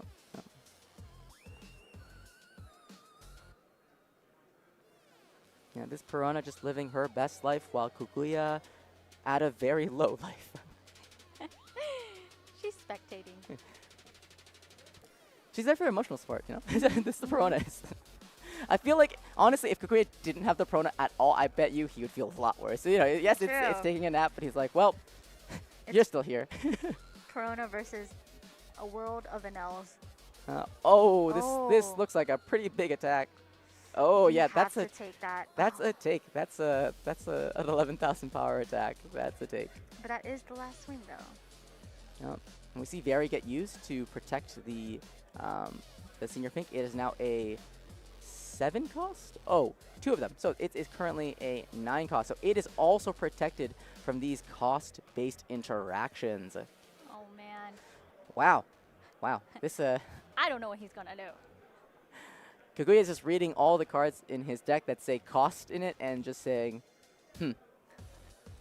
Wow, they look so pretty. Yeah. So Perona is still frozen, and we have one leader swing. Yeah. You can see Kaguya trying to get a check on just the current situation. He knows, should he want to, get into those top 4 matches, he'll have to win this round, or this game rather, right now, and then play a third one and win that one as well. So he's got a tough climb ahead of him, and he's really just evaluating what's happening right now. Cards in hand, looking at trash, going for the search, seeing what's off the top, opting not to play this 10 cost Law Beppo, knowing that the 10 cost Law Beppo likely won't win him the game or keep him alive, which is a pretty bold thing. I think when you're saying even Law Beppo can't save me here, and I'm gonna dig, you have to wonder what you're gonna look for. An answer. Yeah, I believe it was I know you're strong, so that's a little more counter in hand, a little bit more stun in hand, but neither of these Reijus are in range for this stun effect. And we're seeing, ooh, Law Blocker come down. Yeah, Law Blocker come down, pick up, and play to stun. So one of those Reijus will be frozen, and then another search off the top of the deck. Yep, grabbing another counter event, saying, yeah, I'm going to need all the counter in the world to survive this turn, and then maybe I can go for some pocket lethal the following turn, because this is still a pretty decent board. We still haven't seen leader ability be used to restand 3 Dawn, so Kaguya does have that extra reach. Pocket lethal. Man. Resting Perona, restanding 3 Dawn.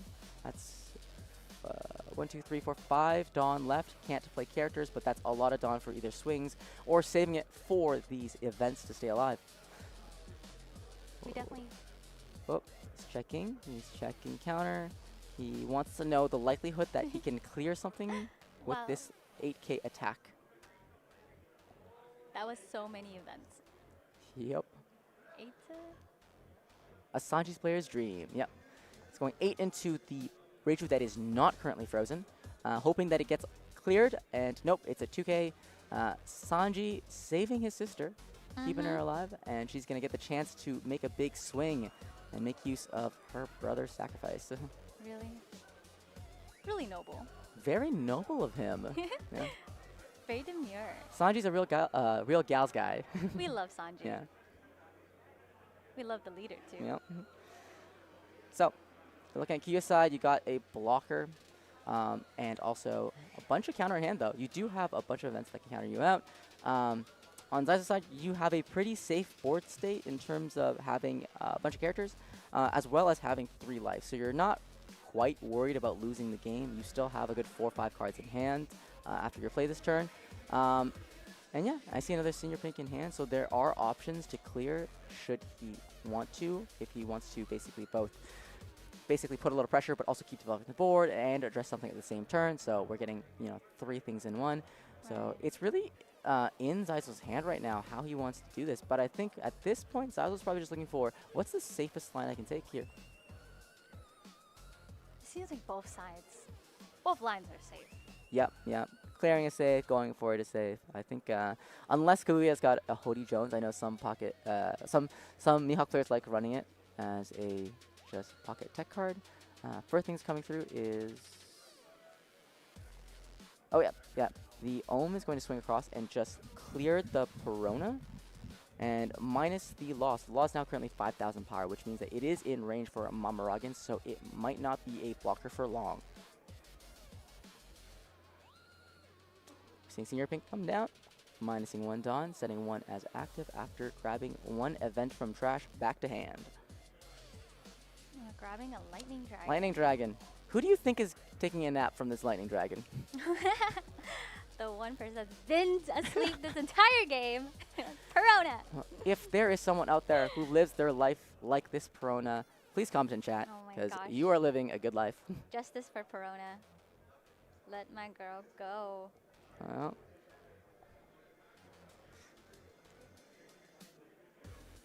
Very interesting. I definitely thought he was going lethal, Oh. but... Oh, and also, Bonnie, you've been working too hard. You've gone through a pretty difficult life. Let's give you a nap, too. Oh, how kind. So generous. Saizo. Man. Yep. Kaguya in a really, really pinned position. Now we're just waiting to see the Mamaragan if it's there. We still have 2, 3, 4 attackers potentially coming through across the board. Still a pretty big hand on Kaguya's side, but we're gonna see. Yep, we're gonna see. An 8 swing. Dombi attached. A 7 swing. Yep, 7 swing to lead. Yep, so leader ability, so it's going to be a 7 and a 10. This Reiju could swing for 7 as well if he wants to. Swinging 7 first here is usually a sign of, hey, I'll give you a chance to take the free block, so then I don't have to use Mamaragan.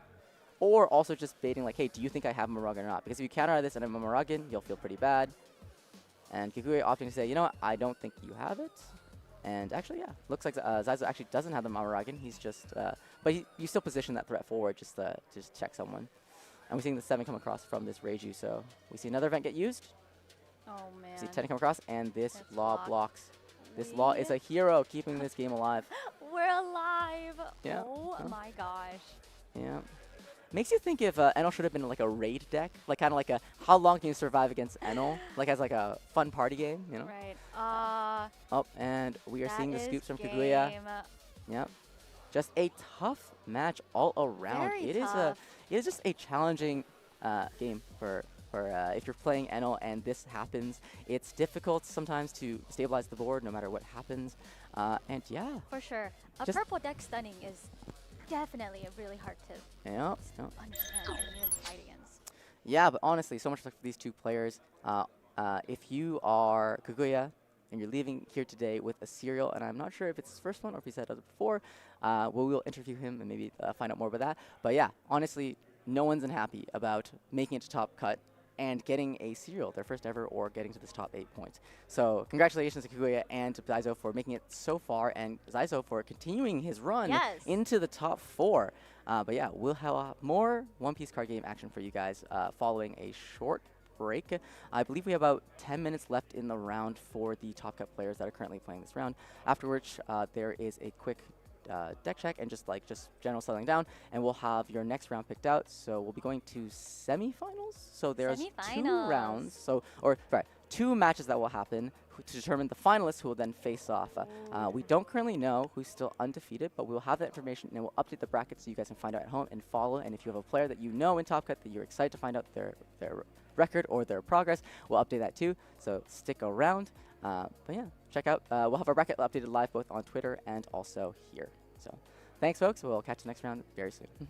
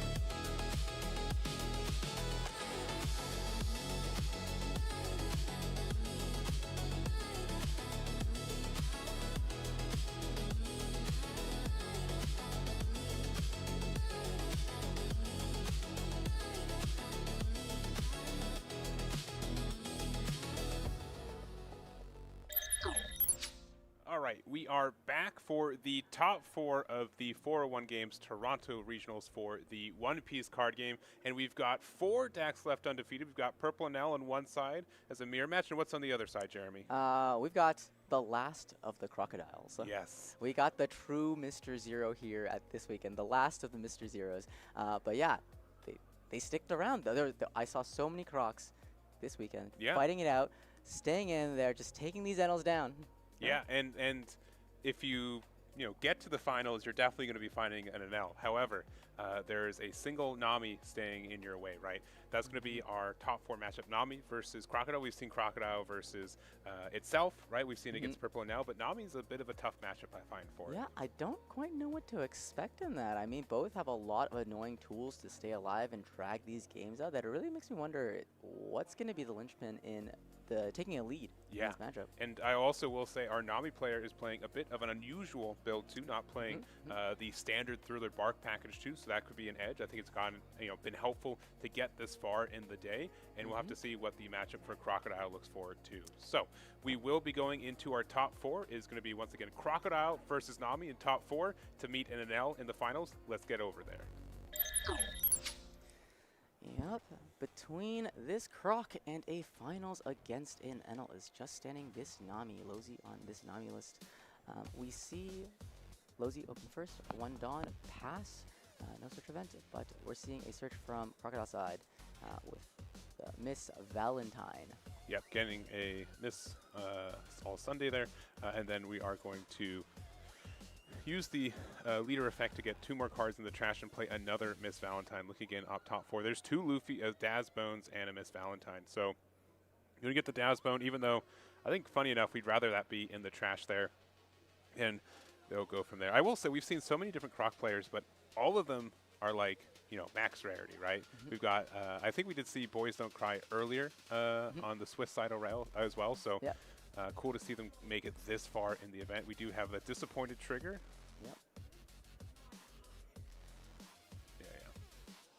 Yep, one of the great parts of playing a rogue deck is it's a little easier to get a max rarity copy of your deck, and I remember seeing both Derek and Boys Don't Cry and Giuseppe with their matching decks of max rarity.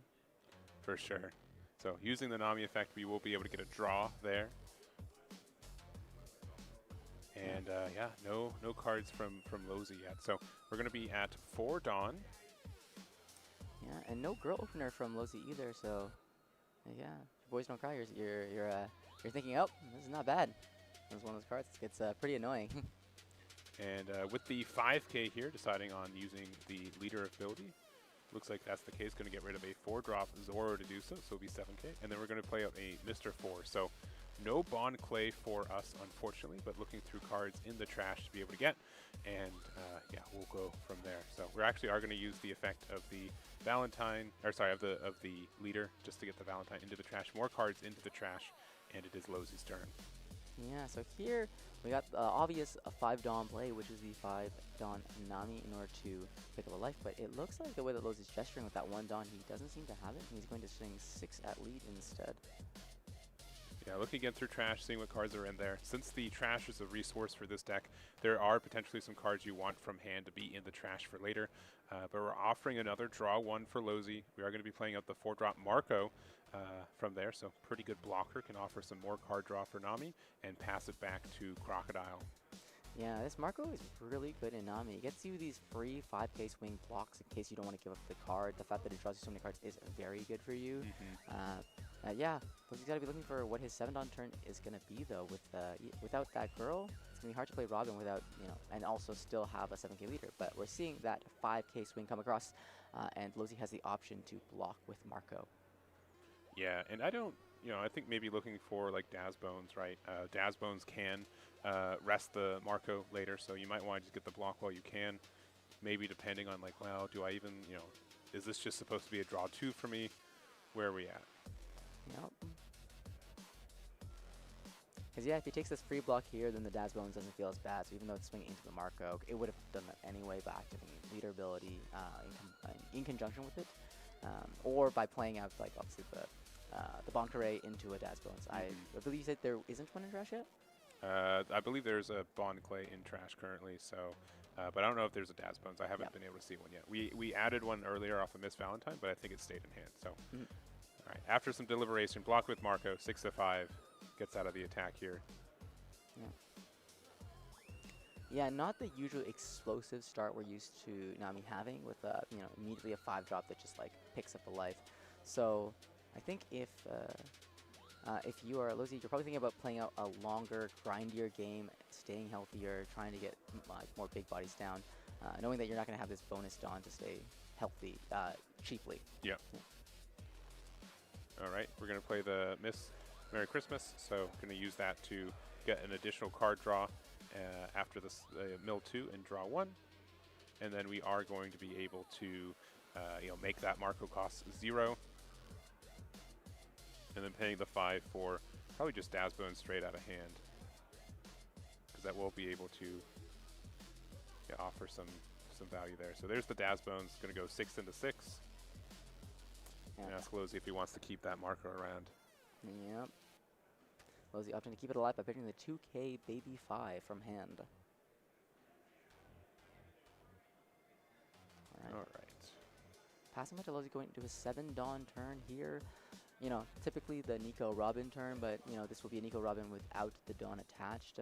But there are some spicy picks in Lozy's deck that he can also opt for now. I'm not sure, you know, how they play into Croc, but he does have the option. So not assigning the 1 Dawn, so Robin is not going to be played this turn. And 6 into, yeah, 6 was countered out, and then the 6 into lead, 7 into lead. Drawing the 1 off of taking the life, and then we are going to play out the secret rare Luffy, so this is going to be a big 7K here. And yeah, again, this is a bit of a different Nami build. We kind of mentioned earlier, but we're not kind of the more like, you know, Thriller Bark, just heal every turn and chill. This is a you know, a little bit more aggressive edged, and we can definitely see that with a couple more cards in the next couple turns too. Yeah, definitely a surprise aggression just coming out. You're at 4 life and you have this Bell Luffy developed, meaning you have a lot of pressure.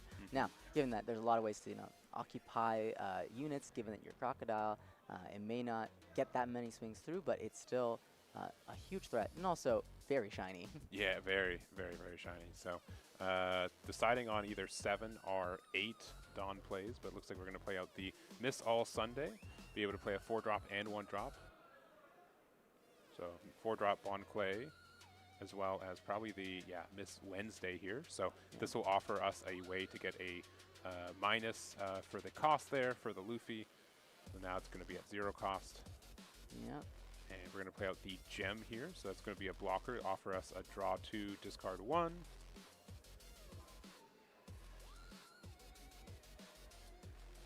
And then we can use the Miss Wednesday to get the minus. So use the effect, give something with 0 cost a -3 here. So it's currently at a 4K. And now we've got a pretty wide board to start bullying this Luffy. Yeah, normally this Luffy is pretty good at staying alive because events used to reduce its power. Will also give it a buff, but in this case, all of these minus powers are based on characters, so this Luffy will not react to them. All right, so currently we got 1 Dawn left. We're just going to go 5 into Nami. Asking for a discard for Nami leader effect. No, just taking instead. And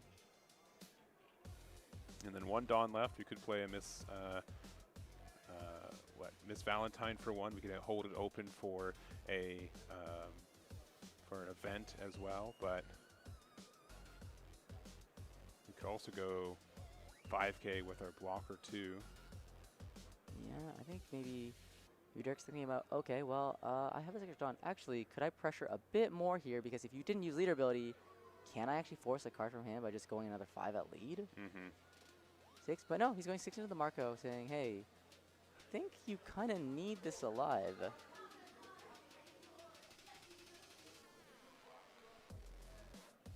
right, yeah, we just got a choice of either discard 1 or draw 2, right? If Marco gets KO'd, we do get that very nice draw 2.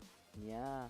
Losey definitely a tough decision right now because if he gives up the marker for the draw 2, he's like he has no board then. And then this Croc board got very much so a full business week. Yeah. all at once. Yeah, I mean, Missile Sunday, I think we've been seeing, has been great for establishing boards, right? Especially in, the combination of like the Blonde Clay, the one drop to be able to get like the -3. There's some great combos I've been seeing off this all Sunday this weekend. Yep. And also, just what a great card. I love to see it play because just at the moment someone plays it, it's just like 3 shiny, 3 shinies just popping out. Let's see. So we're at 9 Dawn for Nami here. Looks like we're going 7K to leader. Yep, wanting to put that pressure down and get that card draw. But I know we see block and 2K come out using the gem in conjunction with the 2K counter. So no free draws yet, but here comes the Robin. So we are trash your life and then add 2 to the top of your life cards, meaning that your leader ability is active because a card has left someone's life. Yeah, so really good value. It's essentially like a draw 2, right? Being able to have 1 additional life at the top and the extra card in hand. And it's a 7-drop 8K that's really difficult to get rid of, but luckily Crocodile's not really in the business of getting rid of cards, just kind of keeping them stuck on board. Yeah, and we're seeing a 6 come across, and oh wow, they're just gonna take. This is I mean, does he have a plan? He's been taking a lot of these hits very liberally, not really minding. So part of the reason I think that this was taken too is because they already used their Nami leader effect, right? If you felt like you're going to take the damage next turn instead, if you didn't take that one, it would have just given them an extra card draw. So definitely an idea on that.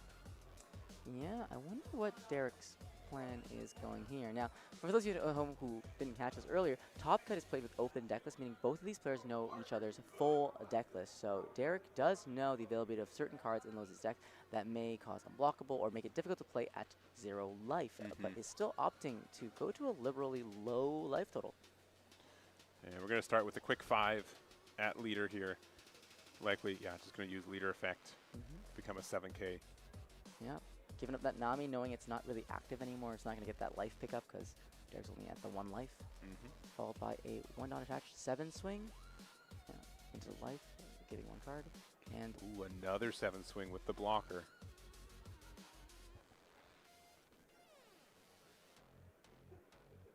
Right, taking it, no trigger.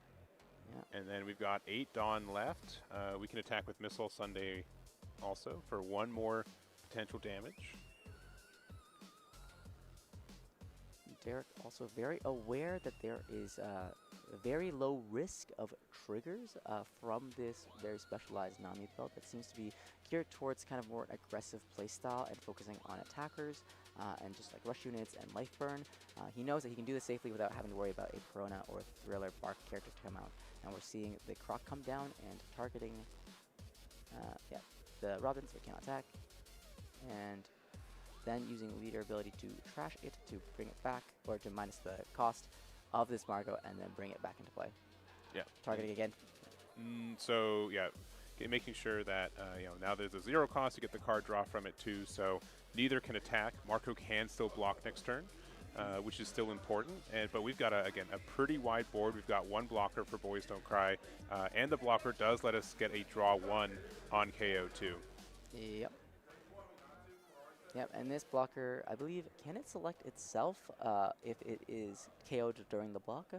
I don't. I'd have to double check if we could get itself from the KO. Yeah, because it might say other, but I believe it does. It can. Okay, yeah, it can. So yeah, because there are like choices of like where it activates and stuff. So yeah, it can't get a copy of itself. I thought you were asking specifically it's like the copy of itself. Yeah. You know what I mean? But yeah, it sure can. Normally the play is to get Missile Sunday because then you can play it again and then you can block. So there's like a even mild better infinite. value. Yeah. But yeah, I mean, on Derek's side, you're kind of good with this because you know that for those of you who played against Nami, you know there's an unblockable Sanji from Prestosa that makes it easier for you to kind of drop your opponent to a low life total because it can make one of your characters unblockable. It's a blocker itself, and it's very pretty alt art, and we've seen it in Losey's hand. But Derek feeling pretty safe knowing that neither of these characters can attack anyway, so it won't matter if the Sanji is dropped. And we see the Nougat come down instead, assigning 2 down to leader and 2 to something, but nothing can swing, so Losey opting to just not assign it. Yeah. And yeah, the new gate has been an issue for Crocodile in the ace matchup. I still think it's a bit difficult to answer also in this matchup too. You can prevent it from attacking, sure, but the fact that it can still block is still a big hindrance for Crocodile decks. Yeah. And Lozi running a pretty unique list where, some people, not everyone is on 4 copies of it, but Lozi has a lot of, 4 of these, 4 of the Sanjis, so really board-centric and even some, like, kids, ACOS kids. So very board and body-centric on this Nami list. All right, well, we're back to Boys Don't Cry here. 1 life to 3, still at 10 Dawn. We're going to just start with Big 5, see how it goes. Yeah. So they go get pitched there.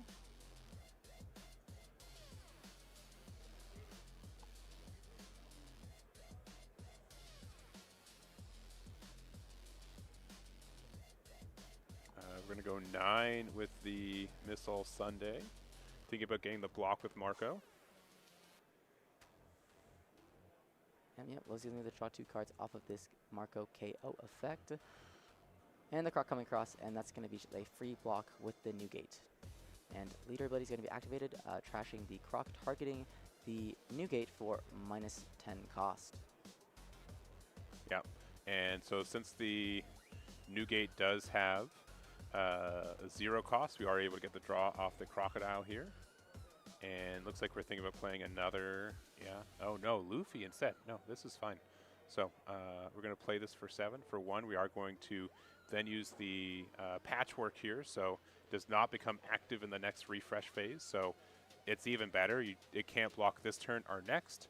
And then we are just going to do 1 more 7K with the Daz Bones and keep the gem active. So Luffy also will let us be a 7K leader defensively, asking for cards and trash. I don't believe we're at 30 quite yet, but I do believe we're at least at 20. Yeah, with Croc player, you can definitely get there pretty soon if you want to. So this is going to be a really strong both offensive and defensively, given that this Luffy is a very powerful unit on board with its stats. And also, yeah, like you said, get plus 2,000 to leader. Base power is very good defensively. It's like this. All right, so we get out of that. Back to Lozi. Robin can't attack. Newgate stuck, rested. And, that is a really good answer for specifically this situation. Mm-hmm. Yeah, let's see how these 2 players leverage some of this decklist knowledge too. Like, I'm not sure how familiar Lozi is with Crocodile, but obviously he'll have full knowledge. But for Derek's side, he definitely has a lot of knowledge of knowing that he doesn't have to play around triggers the same way is very helpful. Yeah, well, another Newgate hits the board here. I think this is our 3rd copy. I think 1 got hit off of a Nico Robin trash earlier. Get rid of a Zoro, putting 2 Dawn underneath the leader. Other 2 don't really matter because neither other card can attack. And we're just going 7 into 7 here. And we will just get the 1K to get out. Yeah. Wow. Enormous boards from both sides, like either purely by stats or just like the number of units, but wow. I was not expecting this in the Nami Croc matchup, that it'd be so character-centric. Yeah, for sure. So, and yeah, in this matchup too, with Nami not having as much like straight removal, especially with the removal of Red Rock in the format, these cards get to stick around. And so, obviously, if you could have Red Rock the 8-drop Croc, you've been super happy.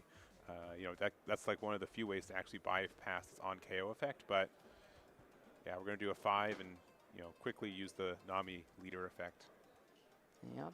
Croc being only a 5,000 leader despite the Luffy, because the Luffy is only defensively empowering your leader.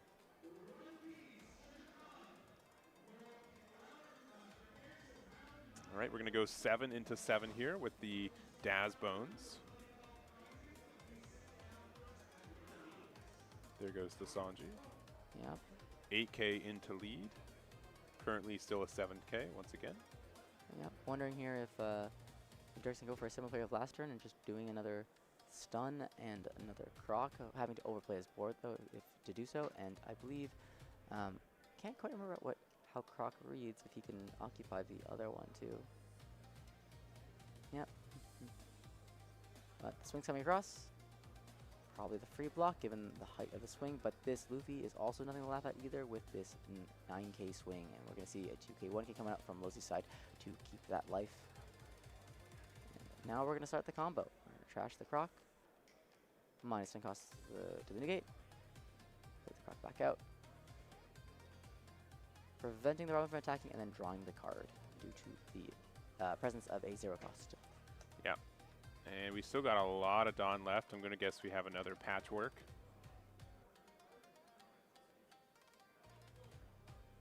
Yeah, so we're going to reduce the cost of the other new gate and then get the freeze effect on the 0. We could just be, playing another Crocodile for the full 8, and nothing can attack next turn. Newgate will still be able to untap at least, but nothing pretty crazy. Yep.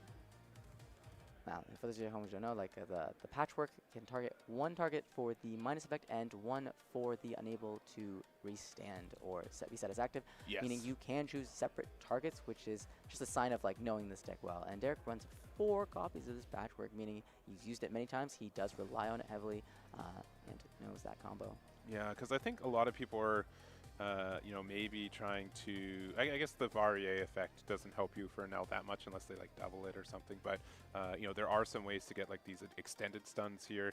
The trigger off of life, if I remember right, is a draw 2, discard 1, so that's also just good for you. So no big deal. And we've kind of got like, all right, there's a third Newgate, right?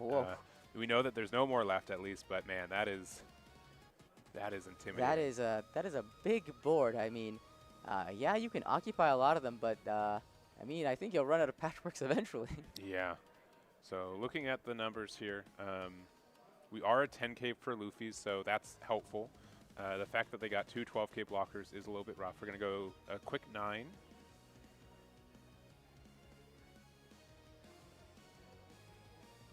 I think I see a Bell Luffy in hand. I see a 1K. I see some Zeuses, so it is very demanding. Though the first attack against Nami always feels the most pressureful because you're giving, when you have to give up 3 cards all at once to activate Leader Ability and also get over the 9, it does feel like a huge commit all at once. It's not something you want to do while you have 3 cards or 6 cards in hand. Leaving yourself at 3 after the only the first attack of the turn definitely feels rough. But we're going to see the Bell Luffy get pitched to give Leader plus 2,000, and then counter phase, we're going to get plus 2 and plus 1 to get out of this 9K swing. Yeah, that's still pretty good value here. For sure. You kind of want to try to put a couple Dawn. Yeah, so these 12s would be nice because if they block, they have to give a little bit extra. The issue, though, is that, what's your follow-up plays here? They don't have to block with all these new gates. It's tough. It's just a tough spot. Yep. And if you assign too much Dawn to your plays, you may not be able to play a new Crocodile onto the board if you need to keep occupying things, and also you'll be overplaying your board, which doesn't feel the greatest. But assigning too much Dawn here kind of telegraphs your play and what you have available. But we're seeing just the 10 blank swing come across. It is a free block. Losing gonna think it through now, and he will take the free block. Another 10 coming across, so Lozi still has 1 more free block here.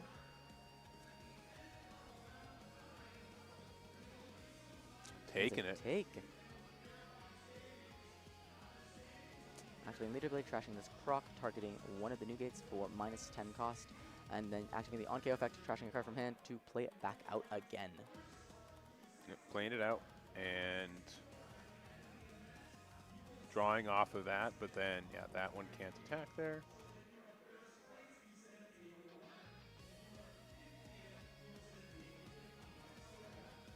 Here, I think with the 9 Dawn, he could still occupy 1 new gate.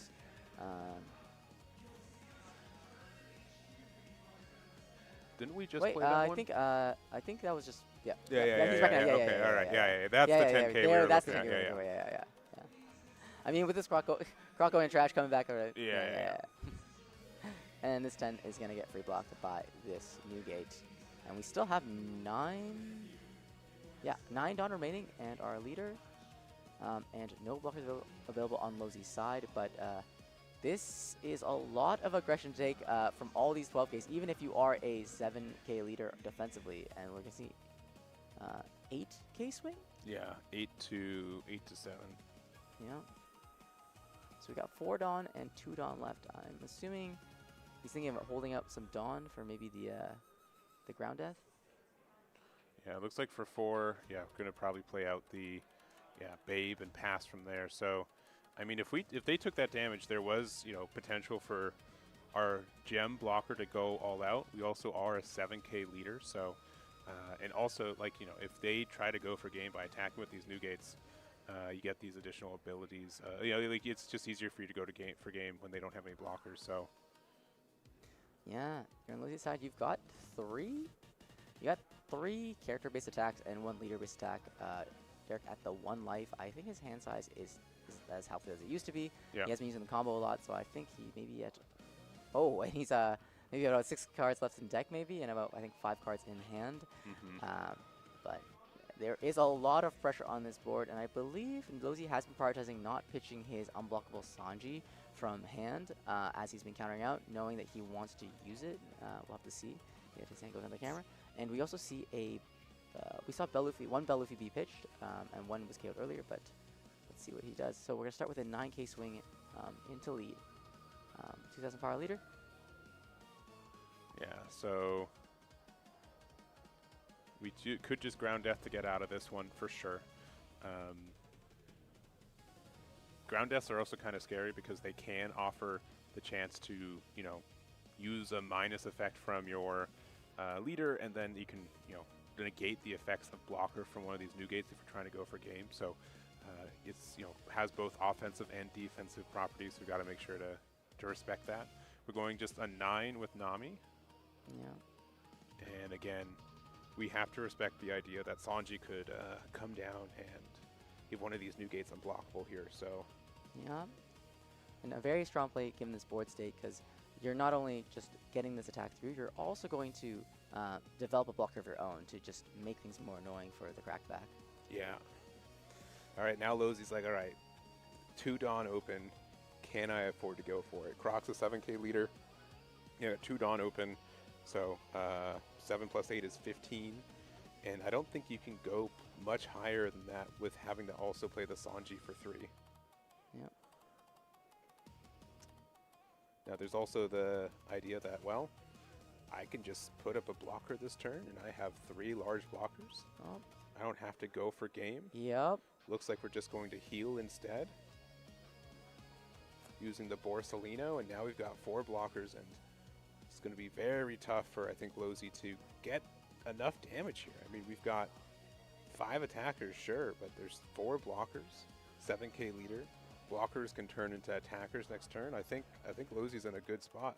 Yep. Losey's just sitting comfortable, saying you're gonna regret leaving the wasting these new gates time for so long, because they're about to be pretty angry about all this stunning and freezing that's been happening. Yeah.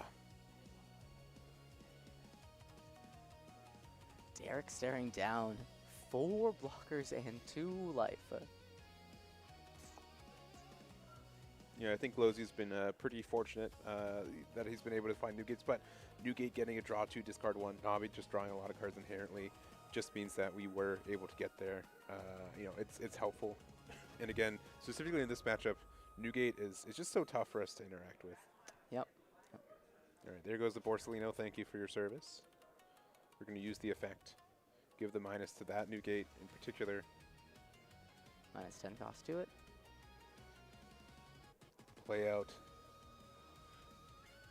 And we get a draw there. Can't attack, but can still block.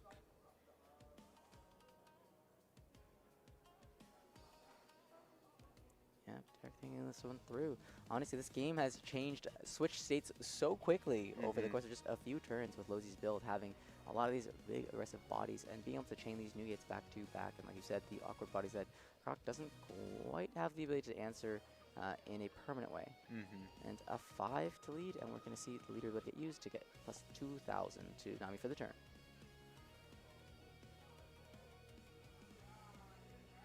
All right, we are going to be using our counting skills to find out. We've got 5 cards left in deck, so it's a bit now or never. We've got a big, what is this, 12K? Sure, we'll take it. No trigger there. We'll spend 1. Again, yeah, 5 cards left in deck. If we use a disappointed, we have to put them into trash. So yeah, there's the disappointed. 1, 2, 3. Converts to a 2K. So now with only 2 cards left in deck, Lozi knows that, you know, all other win conditions aside, should just 2 more turns pass, he will win the game due to a deck out. Because the moment your deck hits 0, a player whose deck has gone to 0 loses the game. Yeah, unlike other card games where you may be used to like drawing a card at 0 results in the loss, the moment your deck is at 0, you will lose the game. Yeah, we're going a big 14K, which I would have liked to see a 12 and 12 maybe instead.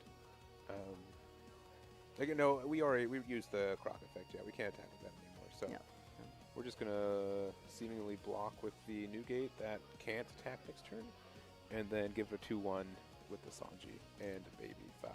Yeah, and we see the Sanji get used. I think Lozi pretty confident he won't need access to this unblockable ability to get the win, because this is a lot of swings and only 1 blocker anyway. Yeah, not really something you need. Yeah, these Newgates are so powerful. Being able to block, draw, cycle. Obviously, if you can play it a turn earlier than most other decks, it's also very good. But we're going to play with the 5-drop Luffy additionally, so this pretty much says even if you do block, I get most of my value here, so this is a big 9K. Yeah, ground death or blocks, either way, this Luffy is going to become enormous. I do not think we have enough board counters to figure out to keep track of its power it's going to have. Even if it's a 1-drop in there, right? Like, it's going to activate like 3 times. So, ground death to get out, activate. Let's see the flip. Okay, it's the girl. It's all right, the girl, but still +2. Yeah.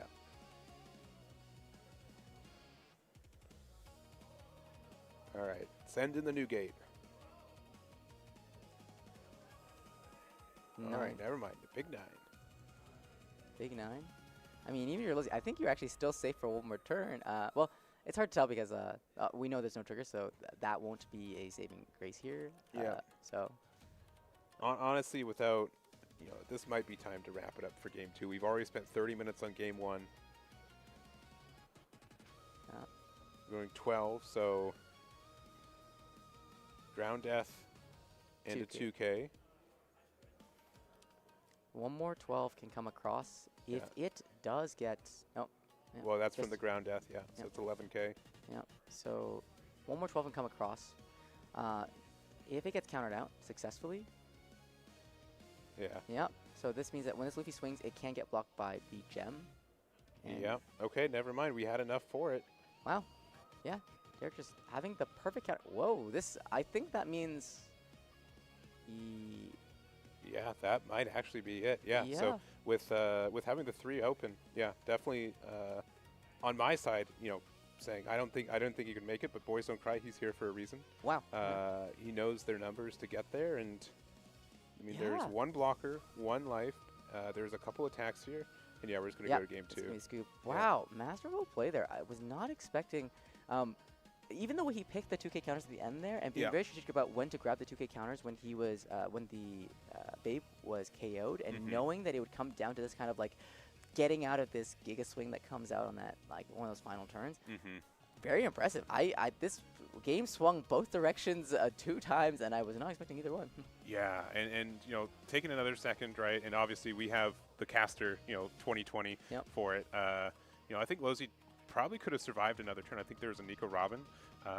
Your Newgate blockers just do so much against Croc. They really can't do much about it. So there was just maybe a consideration that instead of just going block or out, we just play another Nico Robin. We just know that, hey, if we don't lose next turn, they're going to lose to deck out also. So maybe kicking themselves in the pants there for that one. But I think Lozi can still adapt for it. But yeah, super close game.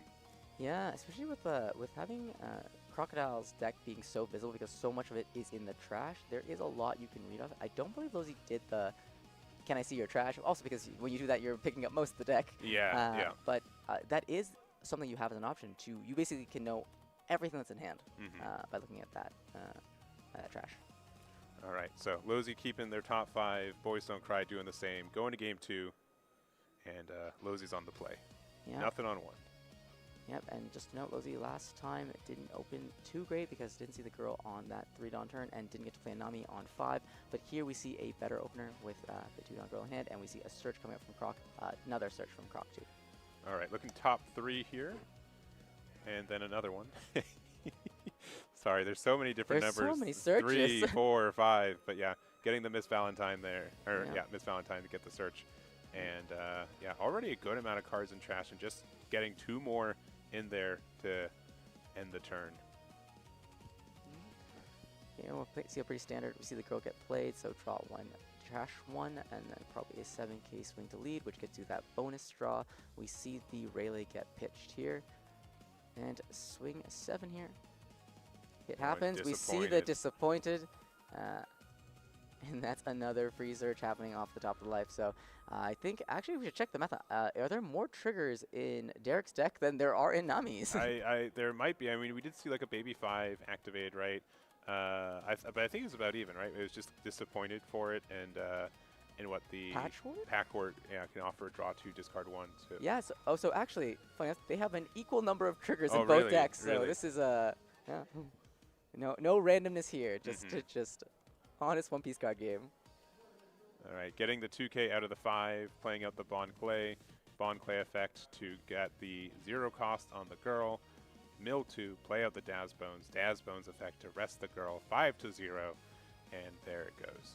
Yep, and that girl is gone. So even should you establish a 5-drop Nami here, which is a very good play, it does not necessarily set up your 7-drop Robin. You want that girl in play so you can play 7-drop Robin and stop the Dawn Attach, but we will still see a very powerful aggressive play here with a picking up of life from EB Nami and a 6K swing to lead. Yep. First time we've seen this on curve, I find. I think for really most of our games, there are games where you just can't find it. So I do think a lot of people aren't playing the 1-cost event searcher as much in their Nami builds, right? So that offers, you know, a little bit of loss of consistency there. But yeah, Nami on curve is still pretty good. All right. Going to, I believe, 6 Dawn for Boys Don't Cry here. Yeah. 2 life. Have the Daz Bones in play, but this is despite being similar to the previous game, we see like even these two, the difference of this girl and this Nami have changed, I guess, the life total and the speed of the game drastically. Definitely, yeah. And I think, 6 Dawn is kind of just like a weird spot for Crocodile, right? We've got good 5 Dawn, 7 Dawn, 8 Dawn plays, but 6 is just in a tough spot. We are going to see a baby 5 off the top, so triggers for everyone here. Yep, draw 2. Trash. We're going to -5 cost on this Nami and use the Bon Carré effect. So grabbing a gem from trash and playing it with the cycle effect. Offering a draw 2, discard 1, and then we can go and attack Daz, but I guess we don't have the Dawn to bring it up to 7. Yeah, I'm not sure why we didn't attack with Daz Bones here, because it could have been a 6 to 5, right? Oh, to first prompt the 2K. Well, they plus? yeah. They no, Dawn. No, there was a Dawn. There's Dawn attached to it. Yeah, I don't think they were at a 7K yet, so maybe I'm wrong. Regardless, we're gonna go 7 to lead here.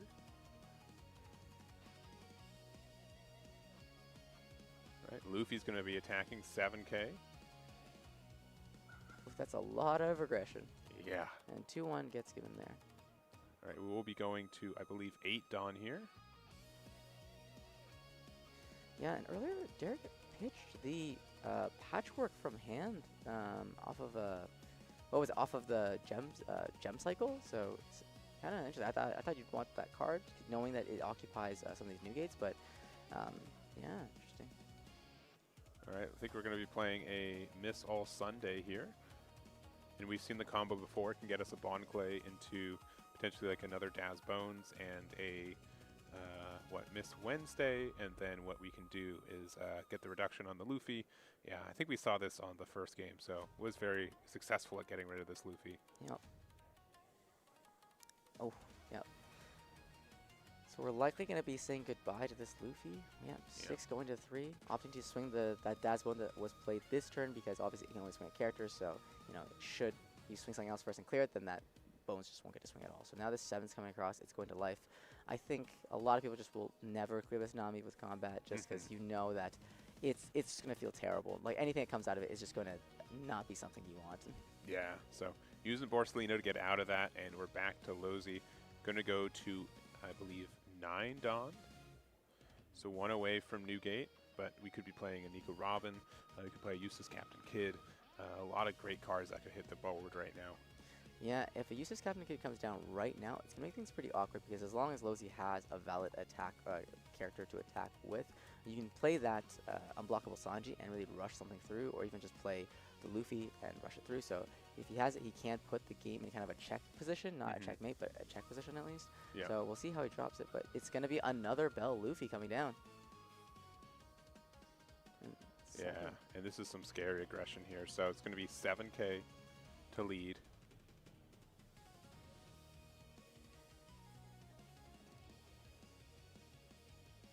Kind of asking for a 2-1.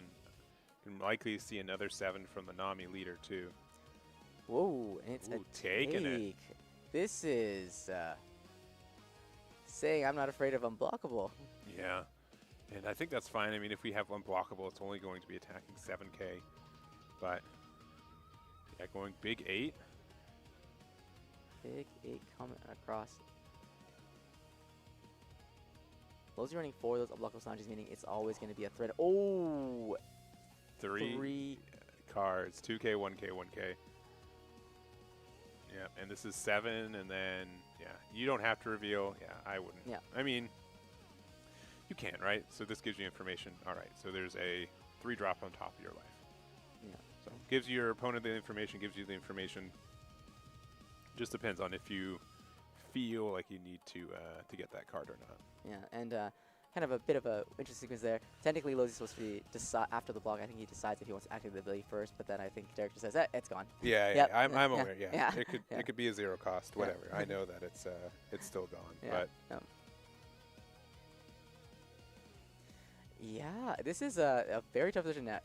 We're starting with 5 lead, probably just poking and get the card out of hand and help reduce the hand size so the clears are a little easier, because I think now you're kind of forced to address the board because you can't have any of these characters as valid attackers next turn, otherwise this Sanji is going to make life very difficult. Yep. Now, unlike like the yellow Luffy, right, as in the leader, we can pressure the secret rare in the fact that we are able to just pelt it with these big attacks, and they don't have any protection mechanic like the leader. So that is possible for us. Yeah. We could get like the double stun off of like an 8-drop Croc secret rare, but the fact that we just don't have any blockers up, 0 life, like attach 10 to lead could win us so many games for Lozi next turn. Yeah, especially when Lozi gave up 3 cards to get an AK swing the previous turn. We're not looking at a healthy hand size. No.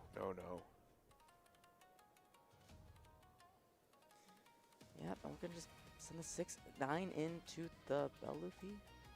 Ask for 2K, 1K. What's he thinking? 2K, baby 5, and a 1K girl.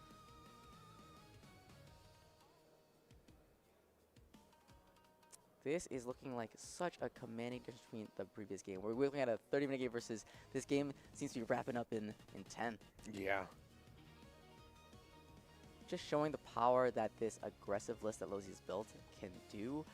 Not playing this Bell Luffy as like kind of not playing it as an out so much as playing it as a no, I'm playing this on curve tempo, and yeah. I'm using it to tempo out.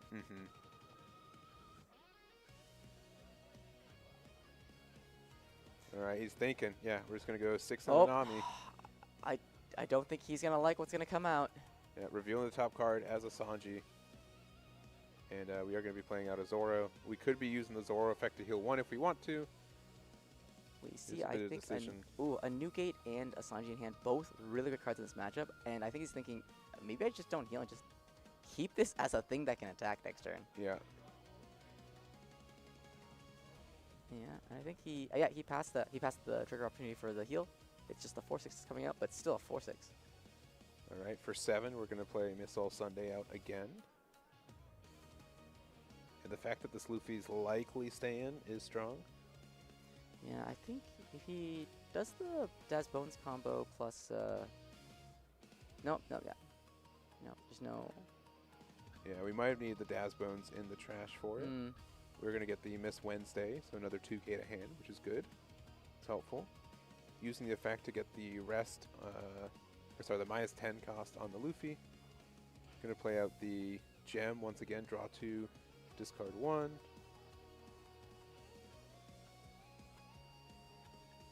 Oh, patchwork. And then patchwork on the Luffy. So. Yeah, okay, sorry. We discarded one off the minus, and then we still had one, Yeah. To be able to do it. So opting to instead keep this Luffy from restanding, so it will stay sideways. It won't be a target for this unblockable Sanji, making it less of a threat for ending the game. But this 4-6 Zoro is still quite a threat. It is. It is. So it can be enough to go for game. I think we also just top deck the Zeus, which would be even better. It's like, hey, how does this card work again? Oh, it unblocks. Unblockable? So, okay. Cool. Yeah. Well, please don't play it. Cool. please don't. But I think, yeah, if we have the Zeus here, that's probably, the better play. Yep. So you could add top or bottom, right? Yeah, just top card, Yeah. 5 or less, so that gets rid of the gem here. Nami gets a draw. And then, probably 7k with Nami. And then the rest on Zoro. And that should likely get us into a game 3. Yeah, but we've seen Derek counter out of crazier, so maybe. Yeah, that's going to be a bunch of bricks. No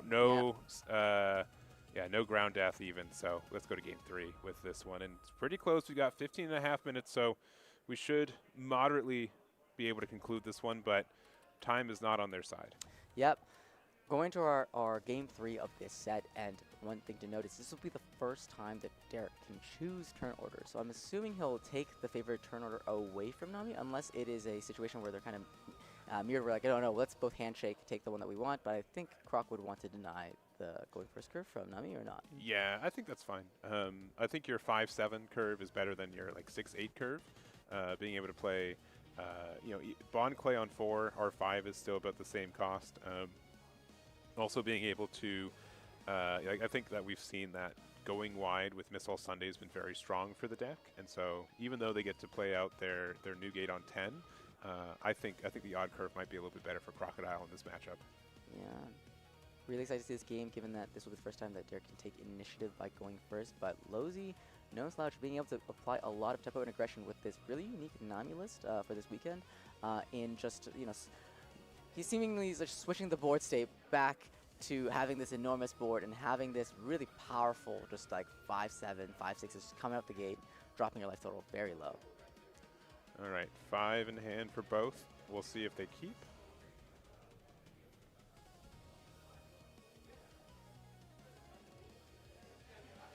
And looks like Boys Don't Cry is going to keep here. And Lozy's going back into the deck. Yeah, Lozy knowing that, going second, you don't always have the cleanest curve. You want to make sure you see that girl on 2, because it's one of the few/best things you can develop going second, and it makes your 4-Dawn turn feel a little better, because when you develop a 4-drop, you still get to have that Dawn attached. Dropping a 4-drop without that Dawn attached doesn't always feel great, which is why the Marco's in there. Just so that in the case that it happens, you still get a free 5k block. All right, so 1, 2, 3, 4, 5. 1, 2, 3, 4.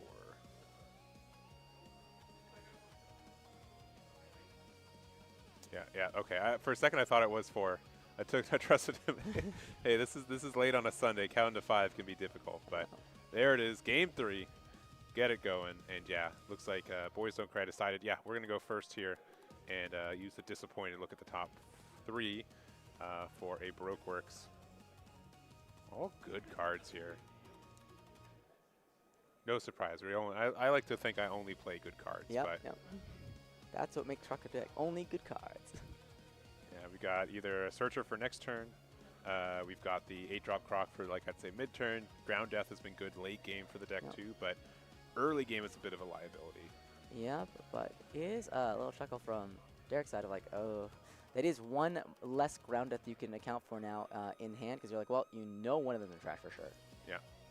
We do establish Girl. We are going to put a Dawn underneath our leader here. We can't attack because it's turn 1, but defensively being able to be a 7k is nice. Based on what we've seen, we can go an easy 7k 1-drop to be able to pressure, even if they do use leader effect, but deciding to not to. And then, 1 for the Miss All Sunday. Look at the top 3, 4, and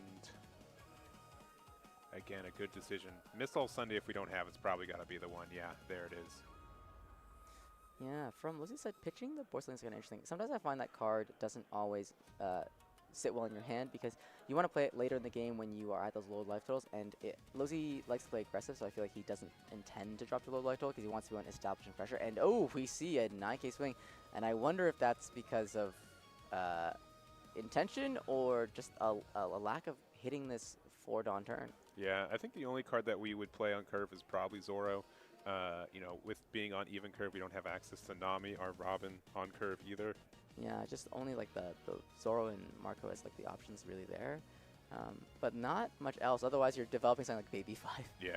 And Marco would have been a good one. I think Marco helped a lot of early game for the first game too, so a little unfortunate not seeing that one. Yeah, unfortunately only 2 copies in the deck, so sure. kind of a Lozy not really getting a consistency on that, but these are the kind of decisions you make on Nami when you deck build. All right, we're going to use our leader effect KO the Miss Wednesday Mill 2, and then we are going to play out the Daz Bones for 5, get the rest attack into it. There it goes, and yeah. I've been talking to a lot of people that are here this weekend. They're just like, you know, Girl is like an okay card, but there's so many ways to get rid of it. Like a Nell gets rid of it for free. You have interaction from Crocodile. It might be something that, you know, I could see people rotate out of moving forward. Yeah. And I'm not just saying that because I only own 2 copies of the card. Well, I have 2 too, so between 2 of us, we have a playset. Yeah, we have a playset, yeah. We can be 1 Nami player across 2 people. Yeah. So we do see Nami on our 6th Dawn turn, which is great. We take both hits, so 1 from the Nami effect and 1 from the attack, so down to 2 for Boys Don't Cry. But I think that's a good calculation, just so you know, yeah, they don't get their draw leader effect as easy again. Next turn, we're going to play the Miss All Sunday. Going to use it to play out likely, yeah, Bon Clay and another Miss Valentine. Looking at the top 4, we have access to a 2K. Yeah. This Gold Week, we are going to get the reduction on the Nami.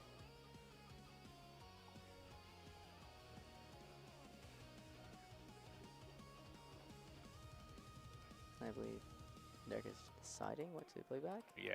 He's probably, he is going to rest it, and he is going to challenge it? I think this is fine. If you're worried about something, unfortunately, we are punished by the Silver Israeli. But I understand about this challenge for it. I think the idea is like, well, I just didn't want as many 6K attacks, and you know, last game Nami was able to just keep attacking for it, but this Silvers was a really good punish for it, and the 5-drop Secret Rare Luffy. Very good. This has switched hands very quickly over the course of just simply 2 attacks. Yeah. And 7 to lead, and we don't have a Dawn for Ground Death even if we have it in hand, so this is going to demand 2 cards. Yeah, and then also knowing that the Baby 5's on the top, it will offer plus 4K to Luffy if an event or block happens. Yeah. But yeah, we're going to go 7. Yeah. 2 and 1. And then 1 more 7. Kind of have to get out of this one too. Nope, Another 2 1. Yep, so Derek staying healthy still, so being able to stay in it, not wanting to drop to 0, knowing that I know you have 4 of those unblockable Sanjis, and the moment I drop to 0, it's going to get really awkward. Yeah. But if we have like another Miss All Sunday here, we could do the combo with the Miss Valentine and the Daz Bones once again. Offer a lot of pressure for the cards that are currently on the board, so that could be very helpful. But yeah, that Silver Israeli off the Nami, huge here. Yep. Just one of the reasons why you never want to clear, just like, it's just anything that comes out could just like, it's almost like swinging into it is like purposely activating a trigger. You're like purposely swinging into the trigger. Yeah, and we do have another Miss All Sunday, fortunately though, so this will allow us again, Bon Clay and what looks like to be, yeah, the Miss. Oh no, we are going to play out the Valentines here. So 1, 2, 3, 4. Checking your hand to see what we're going to grab. We're going to grab. Getting a 1K Bon Clay. Got 2 open. I am surprised we didn't play out the Miss Wednesday. Mm-hmm. Yeah, making it harder to kind of clear into these. So we're seeing 6 go into the Rayleigh. Just a quick poke into it, saying, "Hey, please show me more cards." I think Cozy is, has been getting hit with these cards, hit by these attacks, and does have to give a card to play the Rayleigh in the first place. But it looks like he's fine. He's sitting on some healthy counters, so I don't think any of these units will be lost unless there's some power reduction. Seems like this is going to be a tough clear line. And 6 again, but I think Lozi's still fine.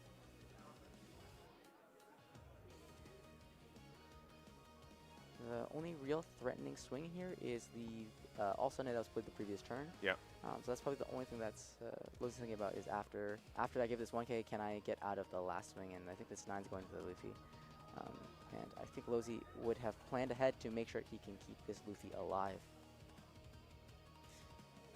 Yeah, and so this is going to be a 9K, so double twos is a little expensive. If we want, we can attack 5 with Croc, and this can offer them a chance to draw 2 off the baby 5, which looks like to be the case, so draw 2 off the trigger there. We could have the patchwork here for 1. No, disappointed, Oh. yeah. So this Luffy will get a chance to swing next turn. So Yeah. it is going to swing, and there are no blockers, so the blocker Sanji does not even need to be used for it to cause some pressure. And even though our hand size is pretty healthy on Derek's side, it is not going to feel good to take swings. Now, of course, without blockers and without Dawn for events, this Luffy doesn't get stronger, but it's still 5-7 that's going to swing across the board. Yeah. I mean, even with no Dawn attached, right? Like, that's tough, but saying, all right, you know, again, a good variety. We could have gone a 2K for now, a Croc for next turn, or a Ground Death for defense next turn, but we are tapped out. We've got no Dawn open. Going to 9 Dawn, I believe, here for Lozi. Or, sorry, 10 Dawn. Yeah. But, oh, man, if we got the Useless Kid, that is a tempting card to play right now. Yeah, I think Lozi has it in hand. He's thinking probably about how much pressure comes back across at me, how much pressure can I put down, how safe do I need to be, because I think you do have a good position here, right? Like, the fact that you've dropped Derek down so low and you have swings available is a good thing. It's just about, you know, figuring out how long you have to work with and how long you'll need to win the game. I did take a look in Lozi's hand just now. It's a little bricky, though. It's a little bit tough, right? I think we have all 3 copies of Useless Kid. We haven't seen one hit the board all match. And I think there were some situations in one of the previous games where it would have been, you know, obviously very good to hit on curve, but this is tough. So we could go 9 with Luffy, and then we could go like big 13 with Nami. We could go, you know, Useless Kid, and then we can go double 7s, right? But that would only ask for 5K counter to get out of it, which is the same as like the first Luffy attack. So a lot of decisions to be made. I think, like your point that you made where Lozi's hand is kind of bricky, he's probably thinking like, well, if I go for it here and I create a situation where, you know, Derek's only choice is to go for it, you know, on the crackback, then am I actually just invoking me being lethal back because I actually don't have the counter? Yeah. Well, we're going to start with a 9 here. Yeah. And it's going to be 2K, 2K, 1K. Pretty expensive. Yeah, I think I see about 6 cards left in hand. Maybe 5. We've got a Dawn for Nami. This could technically maybe push a Daz Bones as well. Yeah, C9. We know Lozi does like playing aggressively and doesn't like to create a backseat position. Yep. So he's just going to swing the 9. Yeah, we got the 7, so that will offer a draw 1. Yep. And then we could play, okay, Zoro is the choice. Yep. Which is fine when our hand is, again, very bricky, as we're seeing. Yeah, we can get a Useless Captain Kid out of hand, go to 3 life. We could be a 7K leader. Our Luffy's also a 7K as well. The Boiso Cry gets another turn. Yeah, Lozi's saying, as long as I have attackers, you have to keep respecting my unblockable Sanji. So I just keep making it awkward every turn and keep draining these cards from hand. Yeah, getting the Useless Captain Kid out of hand for the Nami effect. Pretty easy when, you know, there's no life on the other side. Yep. The effect's a little pointless at this point. Yep. You could still do it, but just it's not damage. It's it's a trashing of life, so it's not quite like Robin in terms of how it interacts. So 9. It's going to Luffy, clearing it off the board. There goes to Luffy there. Yep. Kind of like your point earlier. Derek doesn't have a blocker, so even if he occupies this Zoro, it won't be enough because leader can still swing across. So Derek does need to address the Zoro and kind of put up some defenses here. So we're seeing a 7 come across to life here. Maybe Derek's saying, you know what, like maybe your hand is bricky. Maybe you don't have, oh, okay, well, we take the 7, and I can't quite tell. I know there's a Robin in there, and I think I see a few other cards, but I can't quite make out exactly how much counter Lozy has. Yeah. I know there was a Marco in hand. There's a Marco as well, yeah. So I think there's at least 3 bricks in there. Yeah, but it might be all bricks, like unironically, like. Yeah. Oh, there's one 1K, and it's the Sanji blocker, I think. Yes. So 8K. Again, you always have to give like a thought for a second, and be like, okay, sure. Yeah, and that's a 2K in hand now. So I think that immediately puts the lethal out of question here. All right, for I believe 7, could be playing another Missile Sunday here. Yeah, you could technically get a Daz Bones out with it and address the Zoro or develop a blocker. I like the idea, yeah. Be able to pressure the Zoro. Ooh, there's a ground death off the top, but going to instead get a Miss Wednesday 2K. So in my mind, saying we've got a ground death already in the hand. Yep. And then, yeah, using the leader effect, play out the Daz Bones if we want to. Yeah, because it could be the Daz Bone or the Gem here, right? And it is going to be the Gem. He's going to opt to say, I don't think I can clear the Zoro successfully because he didn't play the Miss Wednesday with it. So, you know, he doesn't get to, he won't be able to he thinks he won't successfully clear it. And as a result, it's better just to like deal with the blocker and functionally clear it by tanking one of the attacks. Yep.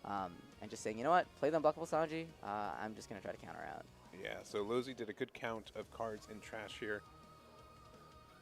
This will be time. I don't know exactly how close our timer and their timer is, but I would expect this to be turn 0 here. And yeah, I mean, we could go unblockable. Yeah, we're on turn 0 here. The judge's timer.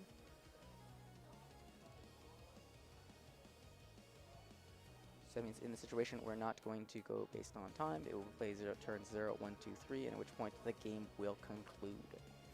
So I think we just top deck the Zeus, and so if that's the case, I mean, we got what, like the bias from the game 1, right? We played the Zeus to go for game, and it didn't work out, but I think this time it might be a little bit different. So Zeus for 2, get rid of the gem here. Yeah, there it goes. And we see a 5, a 1K gets given, and then that's going to be an 8-14 to lead. We're going to see +4, +1, +1, +1, +1, +2. And I think that's enough. So 9, 10, 11, 12, 13, 14, 15. To 14, right? Yeah, that's I think 14? It's 8 + 4. Yeah, 14. Yeah. Oh, wow. I think that's it. I think Boys Don't Cry got it. Very close. Very close. We'll get a confirmation that Boys Don't Cry won, but I think our math is correct. And again, off by like 1K, but able to get it there. Wow. Insanely masterful play from Boys Don't Cry. Just like perfectly figure out how much counter he needs to win. Like, I've never seen Croc play like this. I didn't realize that Croc had all this, like, one of my outs is actually just making you go for it in situations where you can't quite. And especially when Lozy has a deck that almost, like, had the perfect match to that playstyle to give us this exciting gameplay where Lozy's deck is so aggressive and has so much output that I didn't think it was possible to counter out. So I wasn't expecting this level of aggression or this level of defense. Neither thing. Honestly, I think the closest game was game 1. I think Lozy also had a choice there where there could have been, you know, just taking one more turn saying, I'm going to win by deck out since you're down to 2 cards. So that spot, I think with time and with everything, you kind of had to go for it. I understand why it was so pressed for it. But yeah, and also Croc having no dead cards in hand. I play a different Crocodile where that's just like the dream hand for it. So really good game. Congratulations to Boy Don't Cry for getting to the finals and our Nami player for that top 4 finish. Yeah, I know. So I guess we're going to our finals. We're going to see an Enel versus a Croc. Then, Crocodile, yeah. So we had a Nel mirror match in the other side. So that was going to be what our finals is. We'll get that all set up. I'm not sure exactly. I'm going to guess this game took probably a little bit longer maybe, but we'll see. But we'll get our finals. Crocodile versus Enel. Repeat from Barcelona, and we'll see you guys in the finals.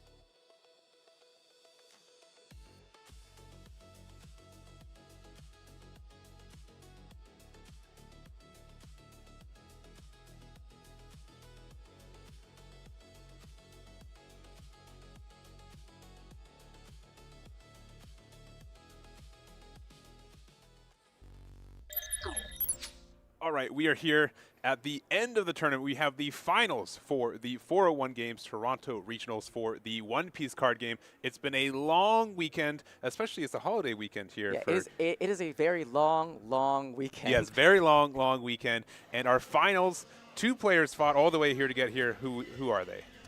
We have, I'm going to talk about I say the underdog first. Sure, our Crocodile. Yeah. Our Crocodile player who we've been rooting for, who we had multiple times on stream. Yes. For Derek, I just spoke to him briefly. He says that this is his first time playing a championship final, and it's actually his first time placing above top 8. So for him, this is a tremendous moment. Not only playing a deck that, goes under the radar a lot, but also his first time playing with such immense stakes, and I can see in his face, he is so proud to be here right now. For sure. But his opponent is definitely going to make it very tough for him. Yeah, we've got Luca on purple and now, and we've got a little bit of a European invasion for this event too. We had a lot of European players out here playing in the regionals, in the Treasure Cup. We did see Fabi get top 16 with Nami, who I believe they lost to another Nami, I think in top 16, Yost, who then ended up losing to our previous Nami from top 4 as well. So, but yeah, a lot of history here,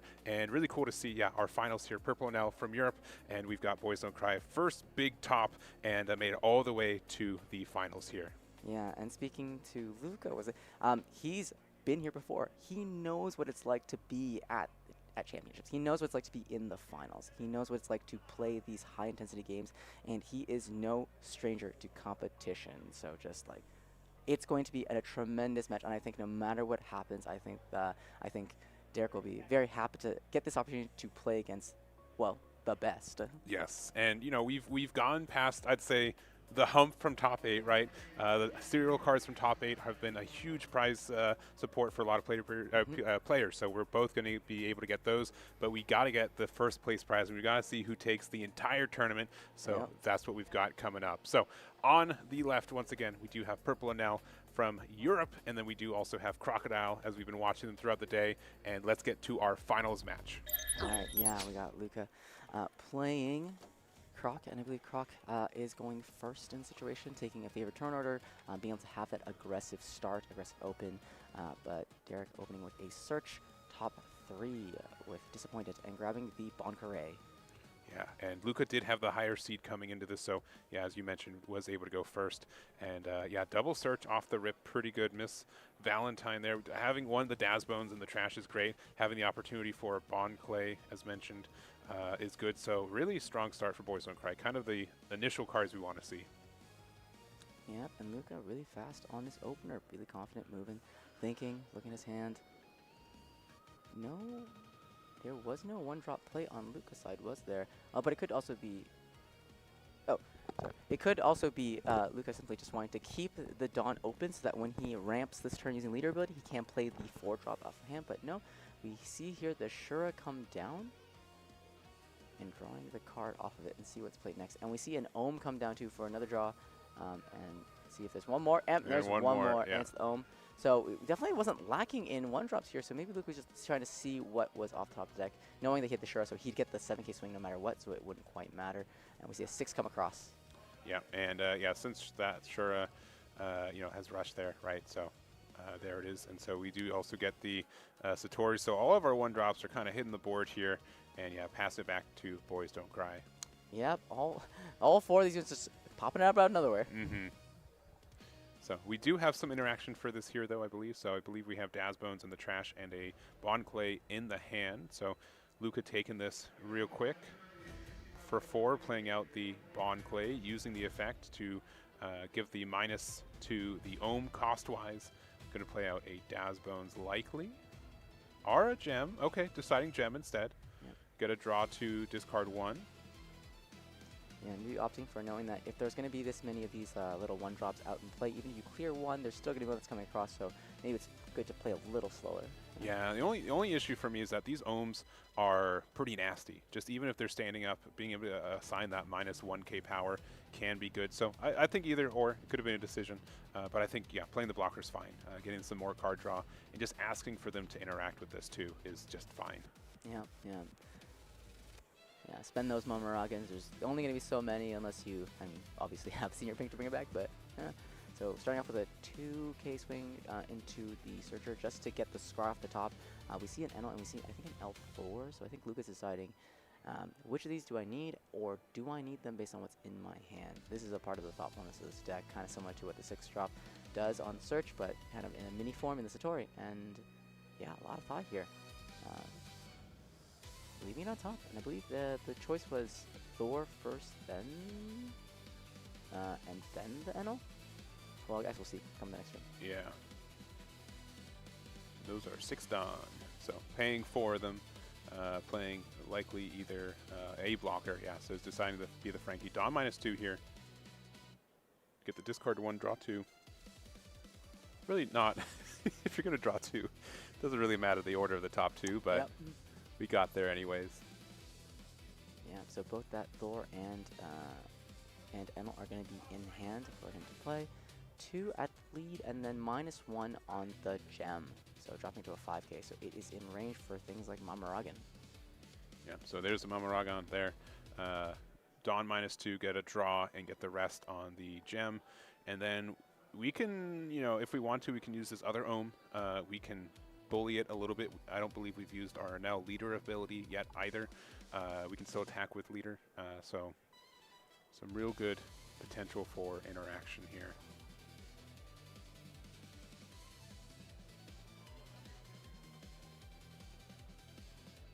Oh, wow. And the Shura there. So Dawn -1 to get 1 more draw. No leader ability used yet, so Luca's still going to assign a pretty beefy swing. That's a double 6s or a 5 and a 7. And see what happens here. Yeah, so... Leader ability? Yeah, leader ability on the Shura here, so just giving it all there. You know, we could attack with Ohm as well to give it another minus. We can make it down to a 4K. Yeah. You see Luca looking at that 5 life and like trying to map out how do I get that from 5 to 0 and just really making that long-term game plan. No, so, okay, we're going to attack 4 into 4 here, give the minus, and just say, you know what, we're good. 5 into leader, and then we'll have a 6K with this Shura as well. So much pressure, but first the disappointed. Wow. He's been, that disappointed's been in life, these games. Yeah, he's definitely definitely not disappointed No, with having definitely not this life disappointed trigger. with it, yeah. Very pleased, I would find. Yeah, changing the card name to very pleased about this trigger. All right, 2K to get out of it. And that is a wide board. Again, I think we've played like 5 1-drops here. Yeah. The double Shuras, being able to get value has been good too. Mhm. The Ohms, fantastic. But looking at the top 4 with the Miss Valentine here, going to get a secret rare Croc to hand, but also putting another one into trash. Using the ability to get the minus on the Frankie. 1 and 2, and then you've got the Dazbones getting the rest on the Frankie. We go 6 into 5 here. There it goes. And then probably, I feel like I need to get rid of one of these Ohms. These Ohms are really scary, but instead the Satori. Okay. Interesting. Yeah, I guess maybe Derek's having the feeling of if you reduce my Crocs later when I play out the bigger bodies, the reduction won't matter too much. Either way, you'll have to deal with them, and when you're dealing with my board, you're not dealing with my life, and I'm going to get to an eventual game state that's just very difficult to deal with. Clearing the story to just say, you know what, I'm going to stop you from finding the right pieces, though. Yeah, Luca looking through trash here. We haven't mentioned it, but these this is untimed finals, so we will find a you know, a winner without a time procedure. So you know, you can be a little bit more lax on that side. But looking at the top 5 off the 6-drop Enel. Yeah, I wonder if this is just like good heads-up play from Derek too. Like realizing that Luca didn't play an Enel on the first turn he could, and even playing one now, it's like, oh, if you didn't see it then, maybe you just don't have chain Enels. Yeah. And if you don't have chain Enels, I actually have some time. Yeah. So thinking of the top 5, which card we need the most here. Yeah, I think I saw also, again, with these double Ohms out, we can just, you know, double swing with them, make the Dazbone go down to a 4K. Sure, I can, you know, bully it with the leader ability too. So all strong effects here.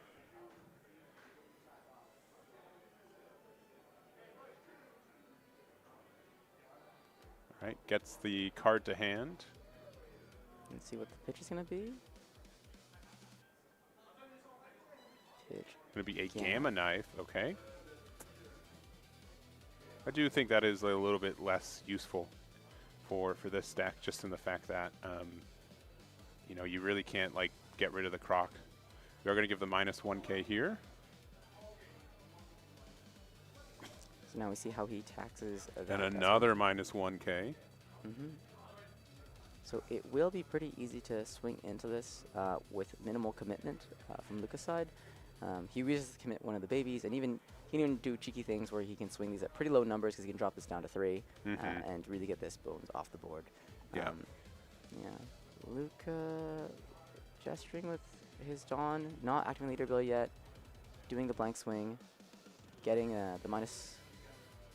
Yeah, did he send the minus? I think he did. Yeah. Just the judge is a little bit behind, which is fair. So Yep. this is -4K, so this is going to be a 2-2. Yep. Just let it go. Yep. And now we get to bully with a 5 and maybe even a 7 to life. Yeah. Yep. 6, and then does he have another one drop to develop? He looks like he does, and that's a pudding. I was thinking, yeah, the pudding's the only thing we really haven't seen. So getting at the Varier, not really another choice there, but yeah, some really good sequencing from Luca. And yeah, these double ohms have been offering so much removal pressure, and wondering if for a Crocodile player was maybe, you know, maybe should have pressured at least one of them instead of the Satori here. Yeah. Also nice playing the pudding after playing up these little searchers because, you know, you can't control draws, they're uncontrolled, but so you know, it's better to make a search after you kind of know what you're kind of forced to pick up first before making these choices. But we're seeing finally one of these ohms get cleared off the board with a swing, followed by a all Sunday drop on the board.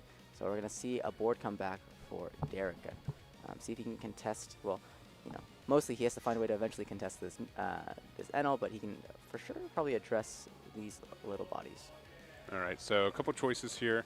Yeah, looking like getting the 8-drop Croc. Now we can get Daz Bones out once again, which can, you know, bully the Ohm, which would be nice. Yeah, using the ability to give the reduction to Ohm and play out the Daz Bones, which can attack into the Ohm now. There it goes. Yep. And the turn will pass. Luca stands, and there is a Enel that it can swing.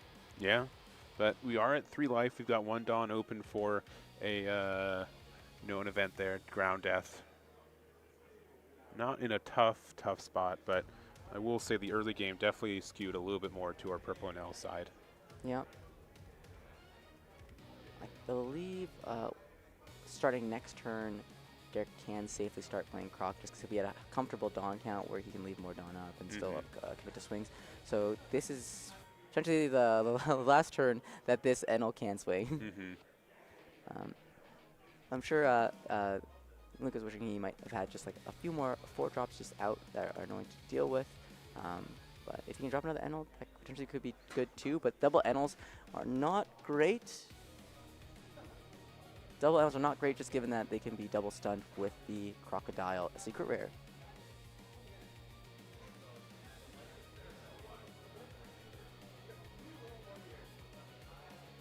All right, thinking on the 6 Dawn.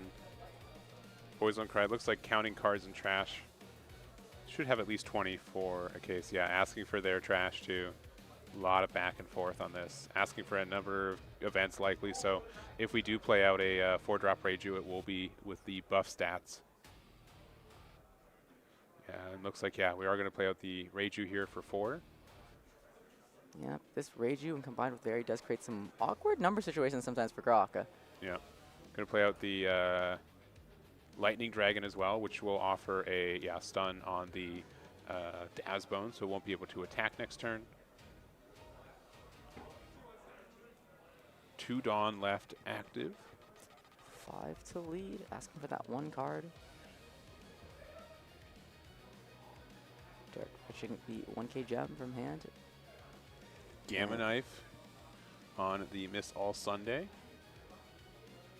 And then Althor to get the removal.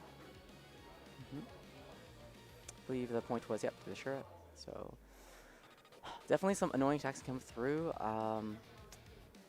A Varys coming through. Yep, minusing one more Dawn. What's the plus going to? Yep, to the Reiju, I believe he's pointing. Yeah, so it's going to be at 11 cost, which, yeah, is a little bit kind of weird for Croc to deal with, but not outrageous.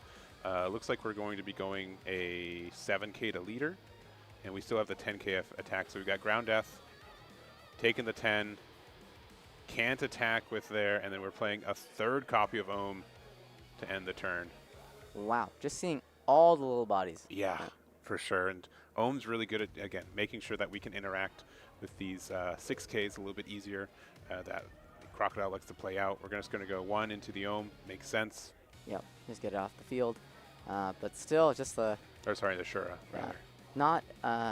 what now, I guess the question. Like, yes, you can occupy this add-on. I think you have to. You have to be doing this play. Yep. So he's going to make it can't attack, and then... He hasn't used leader ability yet, so he hasn't assigned the minus 10 cost to anything. Yeah. Yeah, he's going to do it on... And also, so the Reiju is currently at 9 cost as well. Yeah, so 9 plus 2, so it's a total of, yeah. And then it's now it's a 1 cost. Yeah. Kind of funny enough, I might have given the effect on the Ohm for the next turn instead. I might want that one not to attack, because they're likely going to want to try to keep the Reiju up for as a blocker, but it's hard to say. So, 26. Yeah. So he takes the block. Yeah, there's the block, yeah. Yep, so it looks like there wasn't really any follow-up for the cost reduction effect. Yeah, so there's just so much. There's so many tokens. But yeah, this NL will not be able to attack this turn given the Croc's on-play effect. So, still looking at a decent board though. Still got those little swings that can come across with those searchers. And this Reiju is no slouch either with that 7k power. Attaching that 4 makes it an 11, and it does make it very painful. On Lucas' side, we are healthy at 4 life total too, so we're feeling pretty good, and I see a pretty healthy hand size. Yeah, again, we were able to keep 1 open. We're going to have Miss Valentina, 1 drop violence there. Yeah, searcher. This Daz Bones got to live last turn because it was frozen, but I'm not sure if Luca's really in a rush to clear it. So I think the 5 is going to lead just to poke and ask for, hey, give me another card. Cool. And there goes a, I believe 2k actually committed to countering out of that attack. And 4 cards left in hand, and Senior Pink comes down. But this could be really good. This can find us the Lightning Dragon that we'd want to use to just continue to stun the baby, stun the Daz Bones. Yeah, we're saying that Daz Bone's going to be napping for a while. Yeah, not going to be very present for this game. I mean, like, both decks do the same thing in the sense we are really able to prevent cards from attacking once they hit the board. But it now also does have that removal edge that just inherently Crocodile can't obtain. Yeah. Now, it's funny. I opened 2 of those Sunir Pinks, and when I did, like, this is forever ago, right? This was like what? From OP, it wasn't even OP, like the most recent stuff, right? This is like the sugar, right? OP 10, I believe. And so I'm like, oh man, these are, no one wants these. And now it's just been, oh, cool, I have, I can bling out my NL deck now. This is the best purple card. Yeah, hey, look, all right, look at that. Lucky me. A little gems find here and there, and we're seeing a 8 come across. Yeah. So we're using the 2 that were active from the Senior Pink effect, followed by the 4 assigned by leader ability. Yeah. And thinking about taking something, could have been like a patchwork there, deciding if you maybe wanted like a discard 2 or draw 2, discard 1. But yeah, instead just taking it, going down to 1. Yeah, this is a very scary board state. We got multiple attacks. I think even if you Crocodile, I don't think you can occupy all 3 of these large to mid-sized attackers. Like, you've got the Anno for 10, you've got like the Reiju for 7, and you've got the Senior Pink for 6. Like, I think there's too many threats here to occupy all of them successfully. But Croc is, we've seen Derek counter and defend out of more. Yeah, currently at 0 cost though for this Reiju, playing out Crocodile. Stunning the Enel, drawing 1. And then we can play out 8-drop Croc again. Stunning 1. Drawing a card. I think that there could have been a better... I think we want to hit the baby 5 a little bit more. I know that they can attack 7k with Reiju, but there is a chance that they won't attack with it anyways. Senior Pink, sorry. not baby 5. But yeah, Senior Pink instead, since you know, there's a chance they might not have wanted to attack with the Reiju otherwise. But again, neither of those can attack. Going back to Luca here. Yeah, kind of. I think if you're a competitor, Luca, you maybe are reading that well. You're kind of worried about the 7K swing that I wasn't going to assign. But is that a sign that you just are worried about not having enough counter? A little bit, yeah. I mean, if they do attack with Reiju, it's 2K, 1K, right? But I don't. Yeah, I'm not sure. I won't claim to be a master of this matchup, but it would at least cross my mind. All right, 6 Dawn once again for Anel here. Got some pretty big attack potential. Only 1 life for Boys Don't Cry. No blockers up either, but we do have the double croc. But I do worry that Luca was maybe a little bit too aggressive in the early game to, you know, let you survive his croc easily here. Yeah.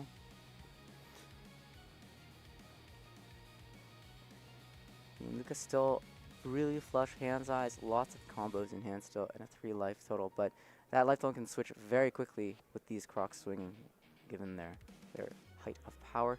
We're seeing Gamma Knife go into the Desbones, followed by a 2K swing. I believe the minus was also assigned to it to guarantee it 2 into 0. I could have also seen like attacking with the pudding first. You might have wanted to keep the Ohm a little bit healthier, harder to remove, but I think that's fine. Because again, if they get out of the attack there, that's fine. But it could be something where we're going to attach all the Dawn for pudding afterwards, so I think both are fine. Yeah. All right, we're going to play over the Ohm though. Going to play out the Reiju, okay? Instead saying we'd rather have another one of these Reijus out, which 7K blockers are nice. Does make it hard for us to interact with, and then yeah, a big 6K here with the Charlotte Pudding, 2K out, and then a 6K, another 2K. Yeah, looking at just like, I think 3 or 4 cards in hand on Derek's side. Just, oof. I mean, not many cards in hand, but you do have these crocs, and you do have the ability to just occupy with stuns. You're stunning at least one of these using the leader ability this turn, but whether there's a croc to follow up is the question, and other ways to keep yourself alive in this matchup, because I don't think, unlike the other games where you are very close to lethal, where you have to survive just 1 more turn for it, I think Derek needs like 2, maybe 3 turns to get there. Looks like we're attacking into the Senior Pink, getting the 1K out of hand. We're going to go 10 into 6. We do get rid of it. We're going to go 10 to lead, taking that as well. And then do we have another Crocodile? We're going to use the... Oh, yeah, the can't attacks. Yeah. They're going to... You remove them, they're going to come back real soon. But that is correct. They technically can attack in this spot, but going to use it. Can't attack for the now. Do get the draw. And then, yeah, a third one. Same ability. Neither can attack and passing from here. Yeah. Luca's still going to keep this Charlotte Pudding, which is definitely going to keep doing what it's been doing, which is poking these annoying swings. And this Reiju is online as a +5 cost and +2000. And will be able to threaten a 7K swing still. So despite all this can't attack, there are still 3 very valid attacks from Luca coming across. Yeah, so a couple of things for our Crocodile player that have and or haven't happened. One, we haven't established 7-drop Luffy. That can be very helpful for making it so we're a little bit healthier. The other thing is that we have been milling a lot of cards from our deck. I believe we just checked, we only have 4. We don't have to use our leader mill anymore, but we do have to be aware that if we do want to bring the Croc back, there are kind of mandatory card draws associated with it, so we have to be careful about that. And yeah, only 4, not a lot of cards left to stay around. Yeah, Luca doing truly what a champion who's a seasoned veteran would do is, I know your entire trash is here, so I'm going to just quickly read through and just see everything you have. And you even see a little smirk come through. Maybe I think Luca noticed something like, oh, you are out of this or that. I believe 1 croc is actually in trash. Yeah, I believe this will have to be the last one. Yeah. I think we've seen a couple copies of Ground Death. I think we have 1 left in hand. But we do have to, it has, again, offensive and defensive properties. Being able to get the ability, we're going to draw 2. And you don't have to show it. Draw 2, trash 1. I think this is oh, no, it's not. Yeah. I was wondering if it was a sign of scooping, but I don't think it is. No. Yeah, just almost every other card you reveal off the top of your deck. So. Pseudo disappointed, yeah. We know we added a 2K. See, that card's trigger has Derek disappointed. Yeah. But now we've got 2 cards left in deck, so kind of automatically this will be the last turn for our Crocodile players. So really just kind of saying, yeah, let's just establish a lot of blockers, make it difficult for them to go to game for game. We've got 3 blockers right now, 2 life, and a good amount of cards in hand for our Nell players. So that could be it. I mean, still using leader effect, 5 on pudding, so 7 to 5. That's for 2K, 1K. Yeah. And yeah, that's going to be One a 1 card card left. So Derek has to win this turn, otherwise Luca can win by simply passing. And Luca is very aware of that, even poking that last card, being like, oh, just putting it back in, making sure it's there. Moderately confident as well, but we are going to use the ground death. Frankie no longer has blocker. Going to go 8. Going to go, or sorry, the 8 driver going to go 10. I'm going to block it. Yeah, Luca has to not lose. So. Going to go 11, block with the other one. And then auto lead. Auto Go to lead. 0. We got him to 0. You got him 0. Crash. And we're going to. Yep. Yeah, we're going to go out on our own. I didn't. Yeah. I didn't lose. I lost to myself. Yep. But that's game 1. Luca able to overcome. Most people say is a bit of an uphill matchup, but it did help going first, and I think it also had a really good starting hand, and a lot of ways to interact with what Crocodile was doing. So going to game 2 here, Luca needs 1 more to be able to win today's event for Europe, all the way out here in Canada. So it's come a long way. Just 1 more game needs to be his, and he's our champion. Yep. Luca very excited about playing this last game. Seeing, I think I almost actually shuffled his leader into his deck. Like, let's go. I want to play game 2 already. Yeah, I mean, the other thing to note is that, this is the 5th game in TOPCUT today. As we can tell, Nell matches, even though you're aggressive, are quite grindy since there's a lot of interactions and decisions. So, I would say between games, he was been kind of told that he's had to go faster, right? Or there's been more of a time crunch for him. So probably just used to that today. And even though, we do have no time for this finals. All right, so I believe Derek can choose turn order this time, so he can take that first curve. And I believe he will do so. And it's a keep. That's a keep. That's the 5 life coming down. Luca going to the tank thinking about, is this the hand I want to go with? We see, I think 2 Momeragans, a Reiju, and 2 of the Ohms. So going second, I think the deck has to think a lot more about different lines it's going to take. So I think the mulls on your even curve, definitely a lot harder to think about. And it will be a keep as well. You have the option of playing an Ohm on the first turn and trying to ramp into that Reiju into play.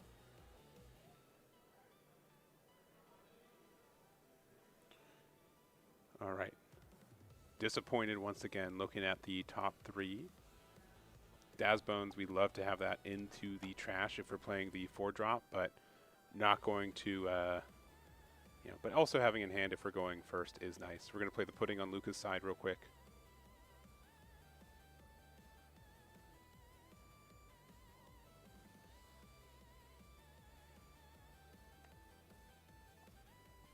All right, so putting search for this key 10, passing it back to Derek, going to his 3-Dawn turn. So here, I believe, not much to do other than just swing and do a little bit of searching. So 6 to lead, it's going to be a take. He paused for a second, thinking about trigger.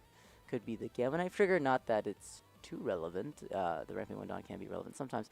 But we're seeing a 1-drop come down on Derek's side to search, grabbing the All Sunday. With this first curve meaning that you can drop it on 7, makes it a very good tempo swing in your favor in a situation where you already have tempo established as the going first player.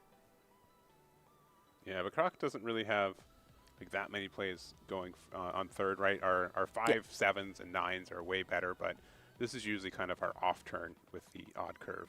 Yep. Luca stands 4-Dawn open. We know he has that Reiju in hand, so he has that option, but always just starting off with that 5-swing poke, giving up that Luffy from hand. And that Reiju is now developed.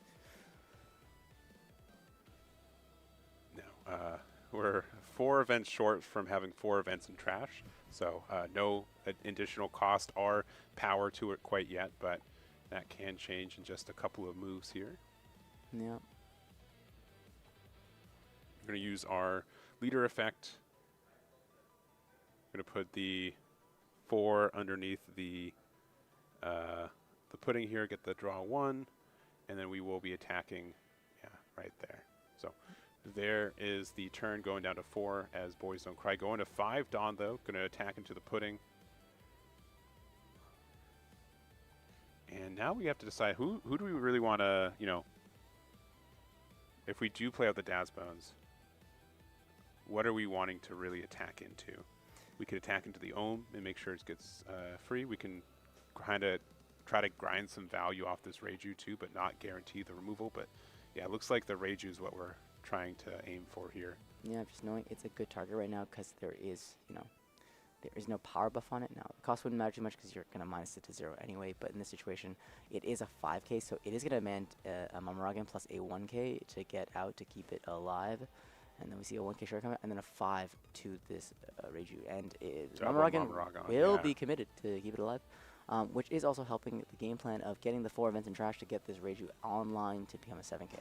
Yeah, now there is a bit of a quirk for the Enel deck, right? We do have a lot of 2Ks, but they're only really good for cards named Enel, right? So without that, you know, most decks don't really play much 2Ks, so having to use Mabaragon or you know, additional 1Ks is a bit of a cost, which is, you know, attacking 6s here are impactful. But yeah, I do think, yeah, Luca's definitely persuaded to keep this Reiju around because, look, we just put 2 more events into the trash here using the Mamaragons, 2 more, and then it does upconvert into a 7k. So definitely, and this is the consideration. We definitely could have made it so, you know, we were punishing maybe the Ohm instead of like the Reiju outright.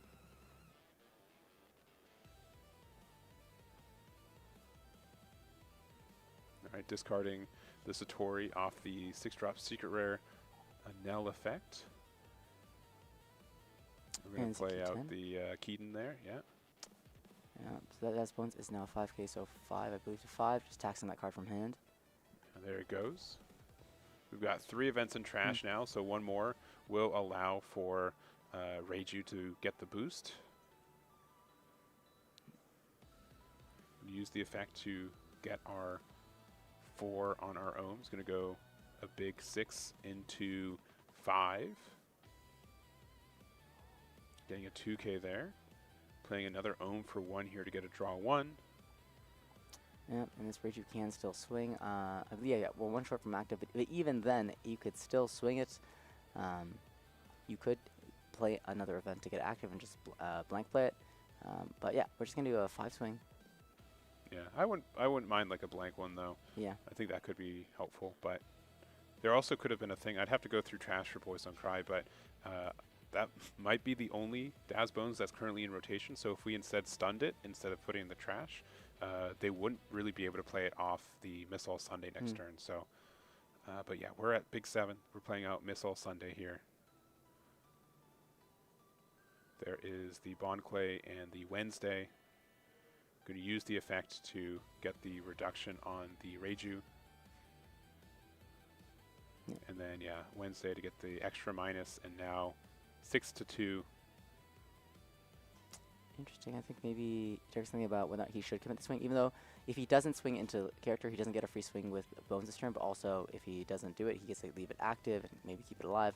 But no, just opting just clear the 2 bodies of the board and just say, you know what, let me just equalize the board state a bit more, seeing this Enel on board. And if I can keep the board states equal, then I'll have a pretty good time. Yeah, but we've seen it before. This Missile Sunday is very susceptible to a Gamma Knife Althor combo, so we do have to be aware of that. Daz Bones is very removable as well. We're going to start with a Frankie for 4 Dawn here, getting a discard 1 and draw 2. Getting a secret rare Enel into the trash there. We've used 2 Mamaragons too, so the chance of a 3rd one's a little bit low for a rest on the Missile Sunday if we do end up giving like the Gamma Knife or something, so which we do have the Gamma Knife. We'll see if we have the Althor to go with it. It looks like we do. Yeah, there it is. Brutal combo for this deck. giving the plus 1k to the Enel itself.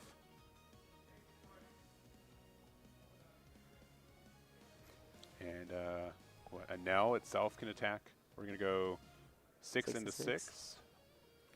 Wow, and it looks like Lucas is going to get the pretty clean board clear here because even without a removal spell for this Desmond, this Enel is no slouch. It's going to be able to put in a lot of points. And so 6 into 5, yeah, at that point, just let it go, knowing it's going to be cleared for sure. Just saying, you know what, send that 10k into my life, give me the card, maybe.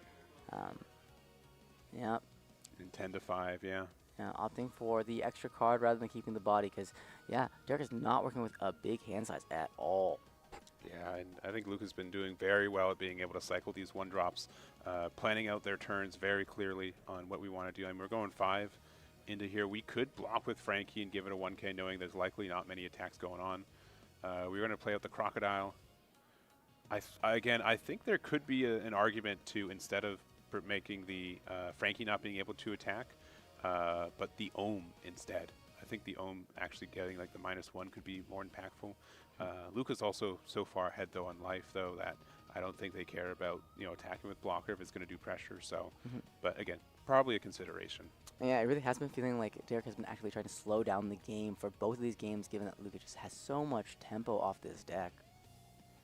Yeah, we see another secret rare Enel. We had one hit the trash, but this is our 3rd copy I think that we've shown. Looking at the top 5 for what we want to add to hand. Yeah. Just the moment these Enels start taking the board, we can see the game get out of control. And we have seen there's kind of a terminal point where even with all these Crocs, you still actually can't keep up with keeping the board as occupied as you need it to be, just because of all these like little pokes and swings that are happening that are keeping your hand size very low. Yeah, and discarding the Gamma Knife, again, with the way that the on-KO effect for Crocodile works, you really are dissuaded from removing it by battle. So, because you can just bring it back for 1 and then its effect goes off again. So big 5 into 5 using the 1k to get out. Yeah. Spending, or using the leader effect to put 4 here. So there's going to be a 6 to 5, taking it based off the 2k and another Ohm. Oof. Man, so good at just playing these continual 1-drops. Yeah, not even assigning the -1, knowing that I'm not touching that Croc. Yeah, it's you can stay. It can be a still that power. Yeah. 5. Where's it going? I believe it's to Ohm. Oh no, it's to lead. Yep, I think that's our 3rd Mamaragon, so we got to be careful about that. We're going to use leader effect, get the reduction on the Enel, discarding the Luffy to play it out again, offering a card draw. And then if we've got another one, yeah, we can then use the 8 Dawn here. Yeah. On the other one, draw because of the 0 costs up for the other one. Playing 1 for Miss Valentine, which is going to be good for helping us remove some of these bodies. Yeah, grabbing a 2k. Digging for just another Croc, trying to see if he can spend 1 more turn occupying these Enels. Yeah, passing back to Luca, and it really does feel like both these games have been in Luca's hands to just be able to establish priority, even playing second, still being able to be the one to be in the driver's seat, to be hitting that gas pedal and developing the threats. So here we have still a ton of valid attackers. Both these Ohms are still able to attack, Leader's able to attack, the Frankie's able to attack. We know Derek's not on a great hand size, so he's at probably about 5 right now, and this 5k swing's going to demand actually going to grab a 2k from hand, actually. I believe the one's is 2k. So next, let's see. Luca thinking carefully, knowing that these are exactly the turns that you think about that make you a top contender. Knowing that you never phone it in. You're always going to be thinking about the contingencies and what's going to happen. It's never going to be like, I think I've got it, so I can play less sharp. You're always going to be trying to play your best every turn. Yeah, I mean, yeah, this is game 2. We won game 1. Some people like to think that, I've got like a buffer game, but no, I think you want to try to win it here as well. So I think Luca's doing the right call. It's just making sure confident on their lines and their plays, attacking with Frankie, saying, I'm not too worried about that attack there. Playing 4 for, again, probably another blocker, I would imagine. Yeah, and both 5k swings took a 2k from hand, so that's a huge telegraph of kind of what's in hand. Just playing out another Frankie. Just playing it on top of it, too. Just saying, you know what, I think the ohm reduction is actually kind of important, so I'm going to leave both of these here. And obviously 1 because you want to swing one of them, but cycle come through, and yeah, we still haven't popped leader ability yet, so -1 more, draw the card, to stun nothing, just blank play. We have 2 Dawn. We have leader ability, we can commit an 8 into life, or we can simply just ramp 1, and do double 5s with these ohms. Yep, so opting to play the Frankie over the Frankie just to get more 5 swings to us, knowing that we got a 2k off the 5k swing, so there was likely nothing. So maybe that Miss Golden Week was actually off the life that got picked up. But that hand is very transparent to Luca right now, and there's a lot in trash, so Luca has a ton of information to work with. We're seeing a 2 come into the ohm, and it's going to get cleared. Yeah, probably thinking about blocking with Frankie, which is understood. Going 10 in the lead, taking it, going down to 1, taking another 10 to the noggin, going down to 1 for Luca here, using the effect on getting the reduction on Frankie, it looks like. But then, yeah, playing out, getting the removal, or sorry, the stun there. Do we have our 3rd copy of Crocodile? Yeah, I see it disappointed in hand, but I do not think I see the Croc yet. Now, there could be a choice of thinking on this block here. Yeah, knowing this Frankie's been dropped in cost, not that it won't matter too much, but thinking, hey, if I can just keep 1 attacker alive, it makes your life kind of awkward. Yeah. So there could be also the decision, all right, maybe they're going to block and save the Frankie. That could then get hit by, the patchwork. Yeah, look at the card right there. Understood. And it just means that you can't set it to active during refresh. So it really only affects things that are already rested. So if you don't block with the Frankie, then you don't have to play around patchwork. Yeah. But this could also be a situation where, if we have like a Missile Sunday into Daz Bones here, that could get that interaction there too. But I like this from our Croc player, just really, kind of giving it a little bit of a bait. So yeah, blocking with Frankie, and then deciding if we want to spend a card to save it. Yeah, see if the pudding gets pitched here. So now we see another Croc. We had it. So going to use it on the Anel, draw 1 there. And if they blocked and didn't save it, they could have been a little scared there. We pass up on the ground death, just saying that we have it in hand. And all right, 1 life, 1 Dawn open, 5k. Luca's got 3 attacks on board, likely the only attacks that we're going to get if we want to go for it. And these 3 Crocs just being so menacing. Yeah, I think I see it's either 3 or about 4 cards in Croc's hand. So it looks like there is probably a decent amount of counter. We can't tell if those earlier takes were like purely because, you truly had no counter, or if you've cycled into it now or searched into it now. We know there's at least the 2k that was searched, and we know the 1 Dawn is open. So this commit is also a little risky because there's only one direction for Luca now. So this game has equalized to a point where Luca, I don't think there's a line that, I don't know how many cards in hand, but I'm not sure. Well, actually, hard to tell with the sleeves, but maybe a healthy enough hand size that you could drop a blocker and still survive and pressure at the same time. But I do wonder when that's what's going through Luca's mind right now in terms of, can I go for that extra turn longer? Yeah, and we did get like a bit of a, we were, I would say, a bit aggressively greedy with Luca by deciding to overplay the Frankie with another Frankie. We could potentially have another blocker up right now. Otherwise, that could mean that there's 1 more card in hand for our for Crocodile, since it wouldn't have been like double 5k swings for the ohms. But this is a tough spot because you kind of feel a little bit forced to go for it. Maybe if you have like a Gamma Knife and a Lightning Dragon, you can prevent one of these Crocodiles for attacking. You do know that there's probably ground death in hand, so Frankie 4-drop blocker's not doing as much defensively next turn either.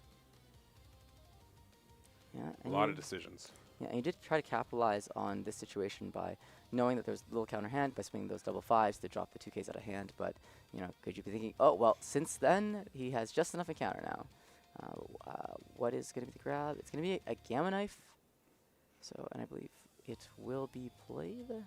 Yeah, so likely, we can use Gamma Knife for 2, recycling the 1 on the rested Croc. So it does have a -5, so currently at 5. And we are going to use a Lightning Dragon, so can't attack. So solid turn so far. Just we did get out of 1 attack at the cost of being a little bit less aggressive ourselves. We have kind of tapped out though. And yeah, if Ground Death is in sequence here, that could be something that we're a little afraid of. So 5 across has to be countered because Derek does have to respect that there could be full leer ability onto that Frankie swinging about how much about 10k into lead, so it has to be respected. Yep. So we see a 1k Babe come through and 3 cards left in hand. We know one is a 2k, and we don't know what the other 2 are. Using the leader effect, get the Dawn back. Going to put it on the Ohm here. Yeah, get the minus. Yeah, just okay. Attacking into the Valentine instead, and then the 1 left. We're going to use it to overplay, and I'm going to guess Pudding. Pudding's my guess for 1 drop. Let's see. Yep. Just looking for that extra counter. Yeah. With here we bet, but no, we see an L4 and we see a Keyten, so both 2k counters, so both ways to stay alive. So I gotta think if you're Luca, you've done the math, you know that you can't lose this turn, or you're just very confident. Now, I mean, all it takes is a Ground Death to make this Frankie not a blocker, but maybe Luca has done the math here. So it's a 3 Dawn for Ground Death, or 3 for the extended effect. Yeah. So which will offer 7 Dawn aggressively for some of these plays, but. We're going 6 here. Wow. Interesting open for this 2k. Very. Yeah, I think we see the Ground Death. Yeah. Return the blocker. So probably just saying, you know, maybe trying to bait out some of this. We're going to go 12 to lead. 12 to lead, and then we've got 4, so it'll be 12 and 14. All right, Luca thinking here. Yeah. If we got the 2Ks to get out of this, I think we win the game. Yeah, Luca's hand size looking enormous, and I think, yep, that's Divine Departure. Yeah, +3. Gets us up to 8. 9, 10. 11, 12. 12. Just 1K more. 1K more? Yeah. Yep. There it is. That's going to be really tough to come back from. Yeah, and I think that is basically the game. I think, yep, Jarek's just thinking, oh, is there anything left I can do? Yeah. Yeah, that's going to be that's it. good. Yeah, and that's the fist bump. Yeah. Yep. And he said there's a choice. Yeah, no, I think he got it. Yeah. Oh. Oh, we had 2 more 1Ks too. Mama Ragon being one of them, very strong. And then, yeah, trying to think. Yeah, this is a sign of a competitor. He's like, he's still thinking like, okay, could you have had it if you had done this? Like, no. Yeah, 3 and 3. Yeah, maybe if you'd done this. It's like, no. And that's a sign of an amazing competitor. Yeah, for sure. You always want to be grinding. Always want to, see how the game could have ended with slightly different decisions, and just help cement that this is the play, this is your tournament, and Luca's going to end the day 2-0 in the finals, our champion for Toronto. Yeah, no. So that's where we're at. I think we're going to go to us for a second. I think we're going to take a little break. We're going to try to do an interview for a little bit, maybe show off some of the participation pricing for this weekend too, in case you guys didn't check out, since this is not the only regional for this season. No. So we're going to do some cool stuff where I believe yourself and Coyle will maybe open some packs. Hopefully see some cool cards. You don't have to persuade me. I'll do it. So. And I'm going to go take some time to interview our newly crowned Toronto champion, Luca, and we'll be back shortly. So stick around. We'll be back very soon. And we'll be back fairly soon. So we'll get that started and see you guys in just a minute. Yeah.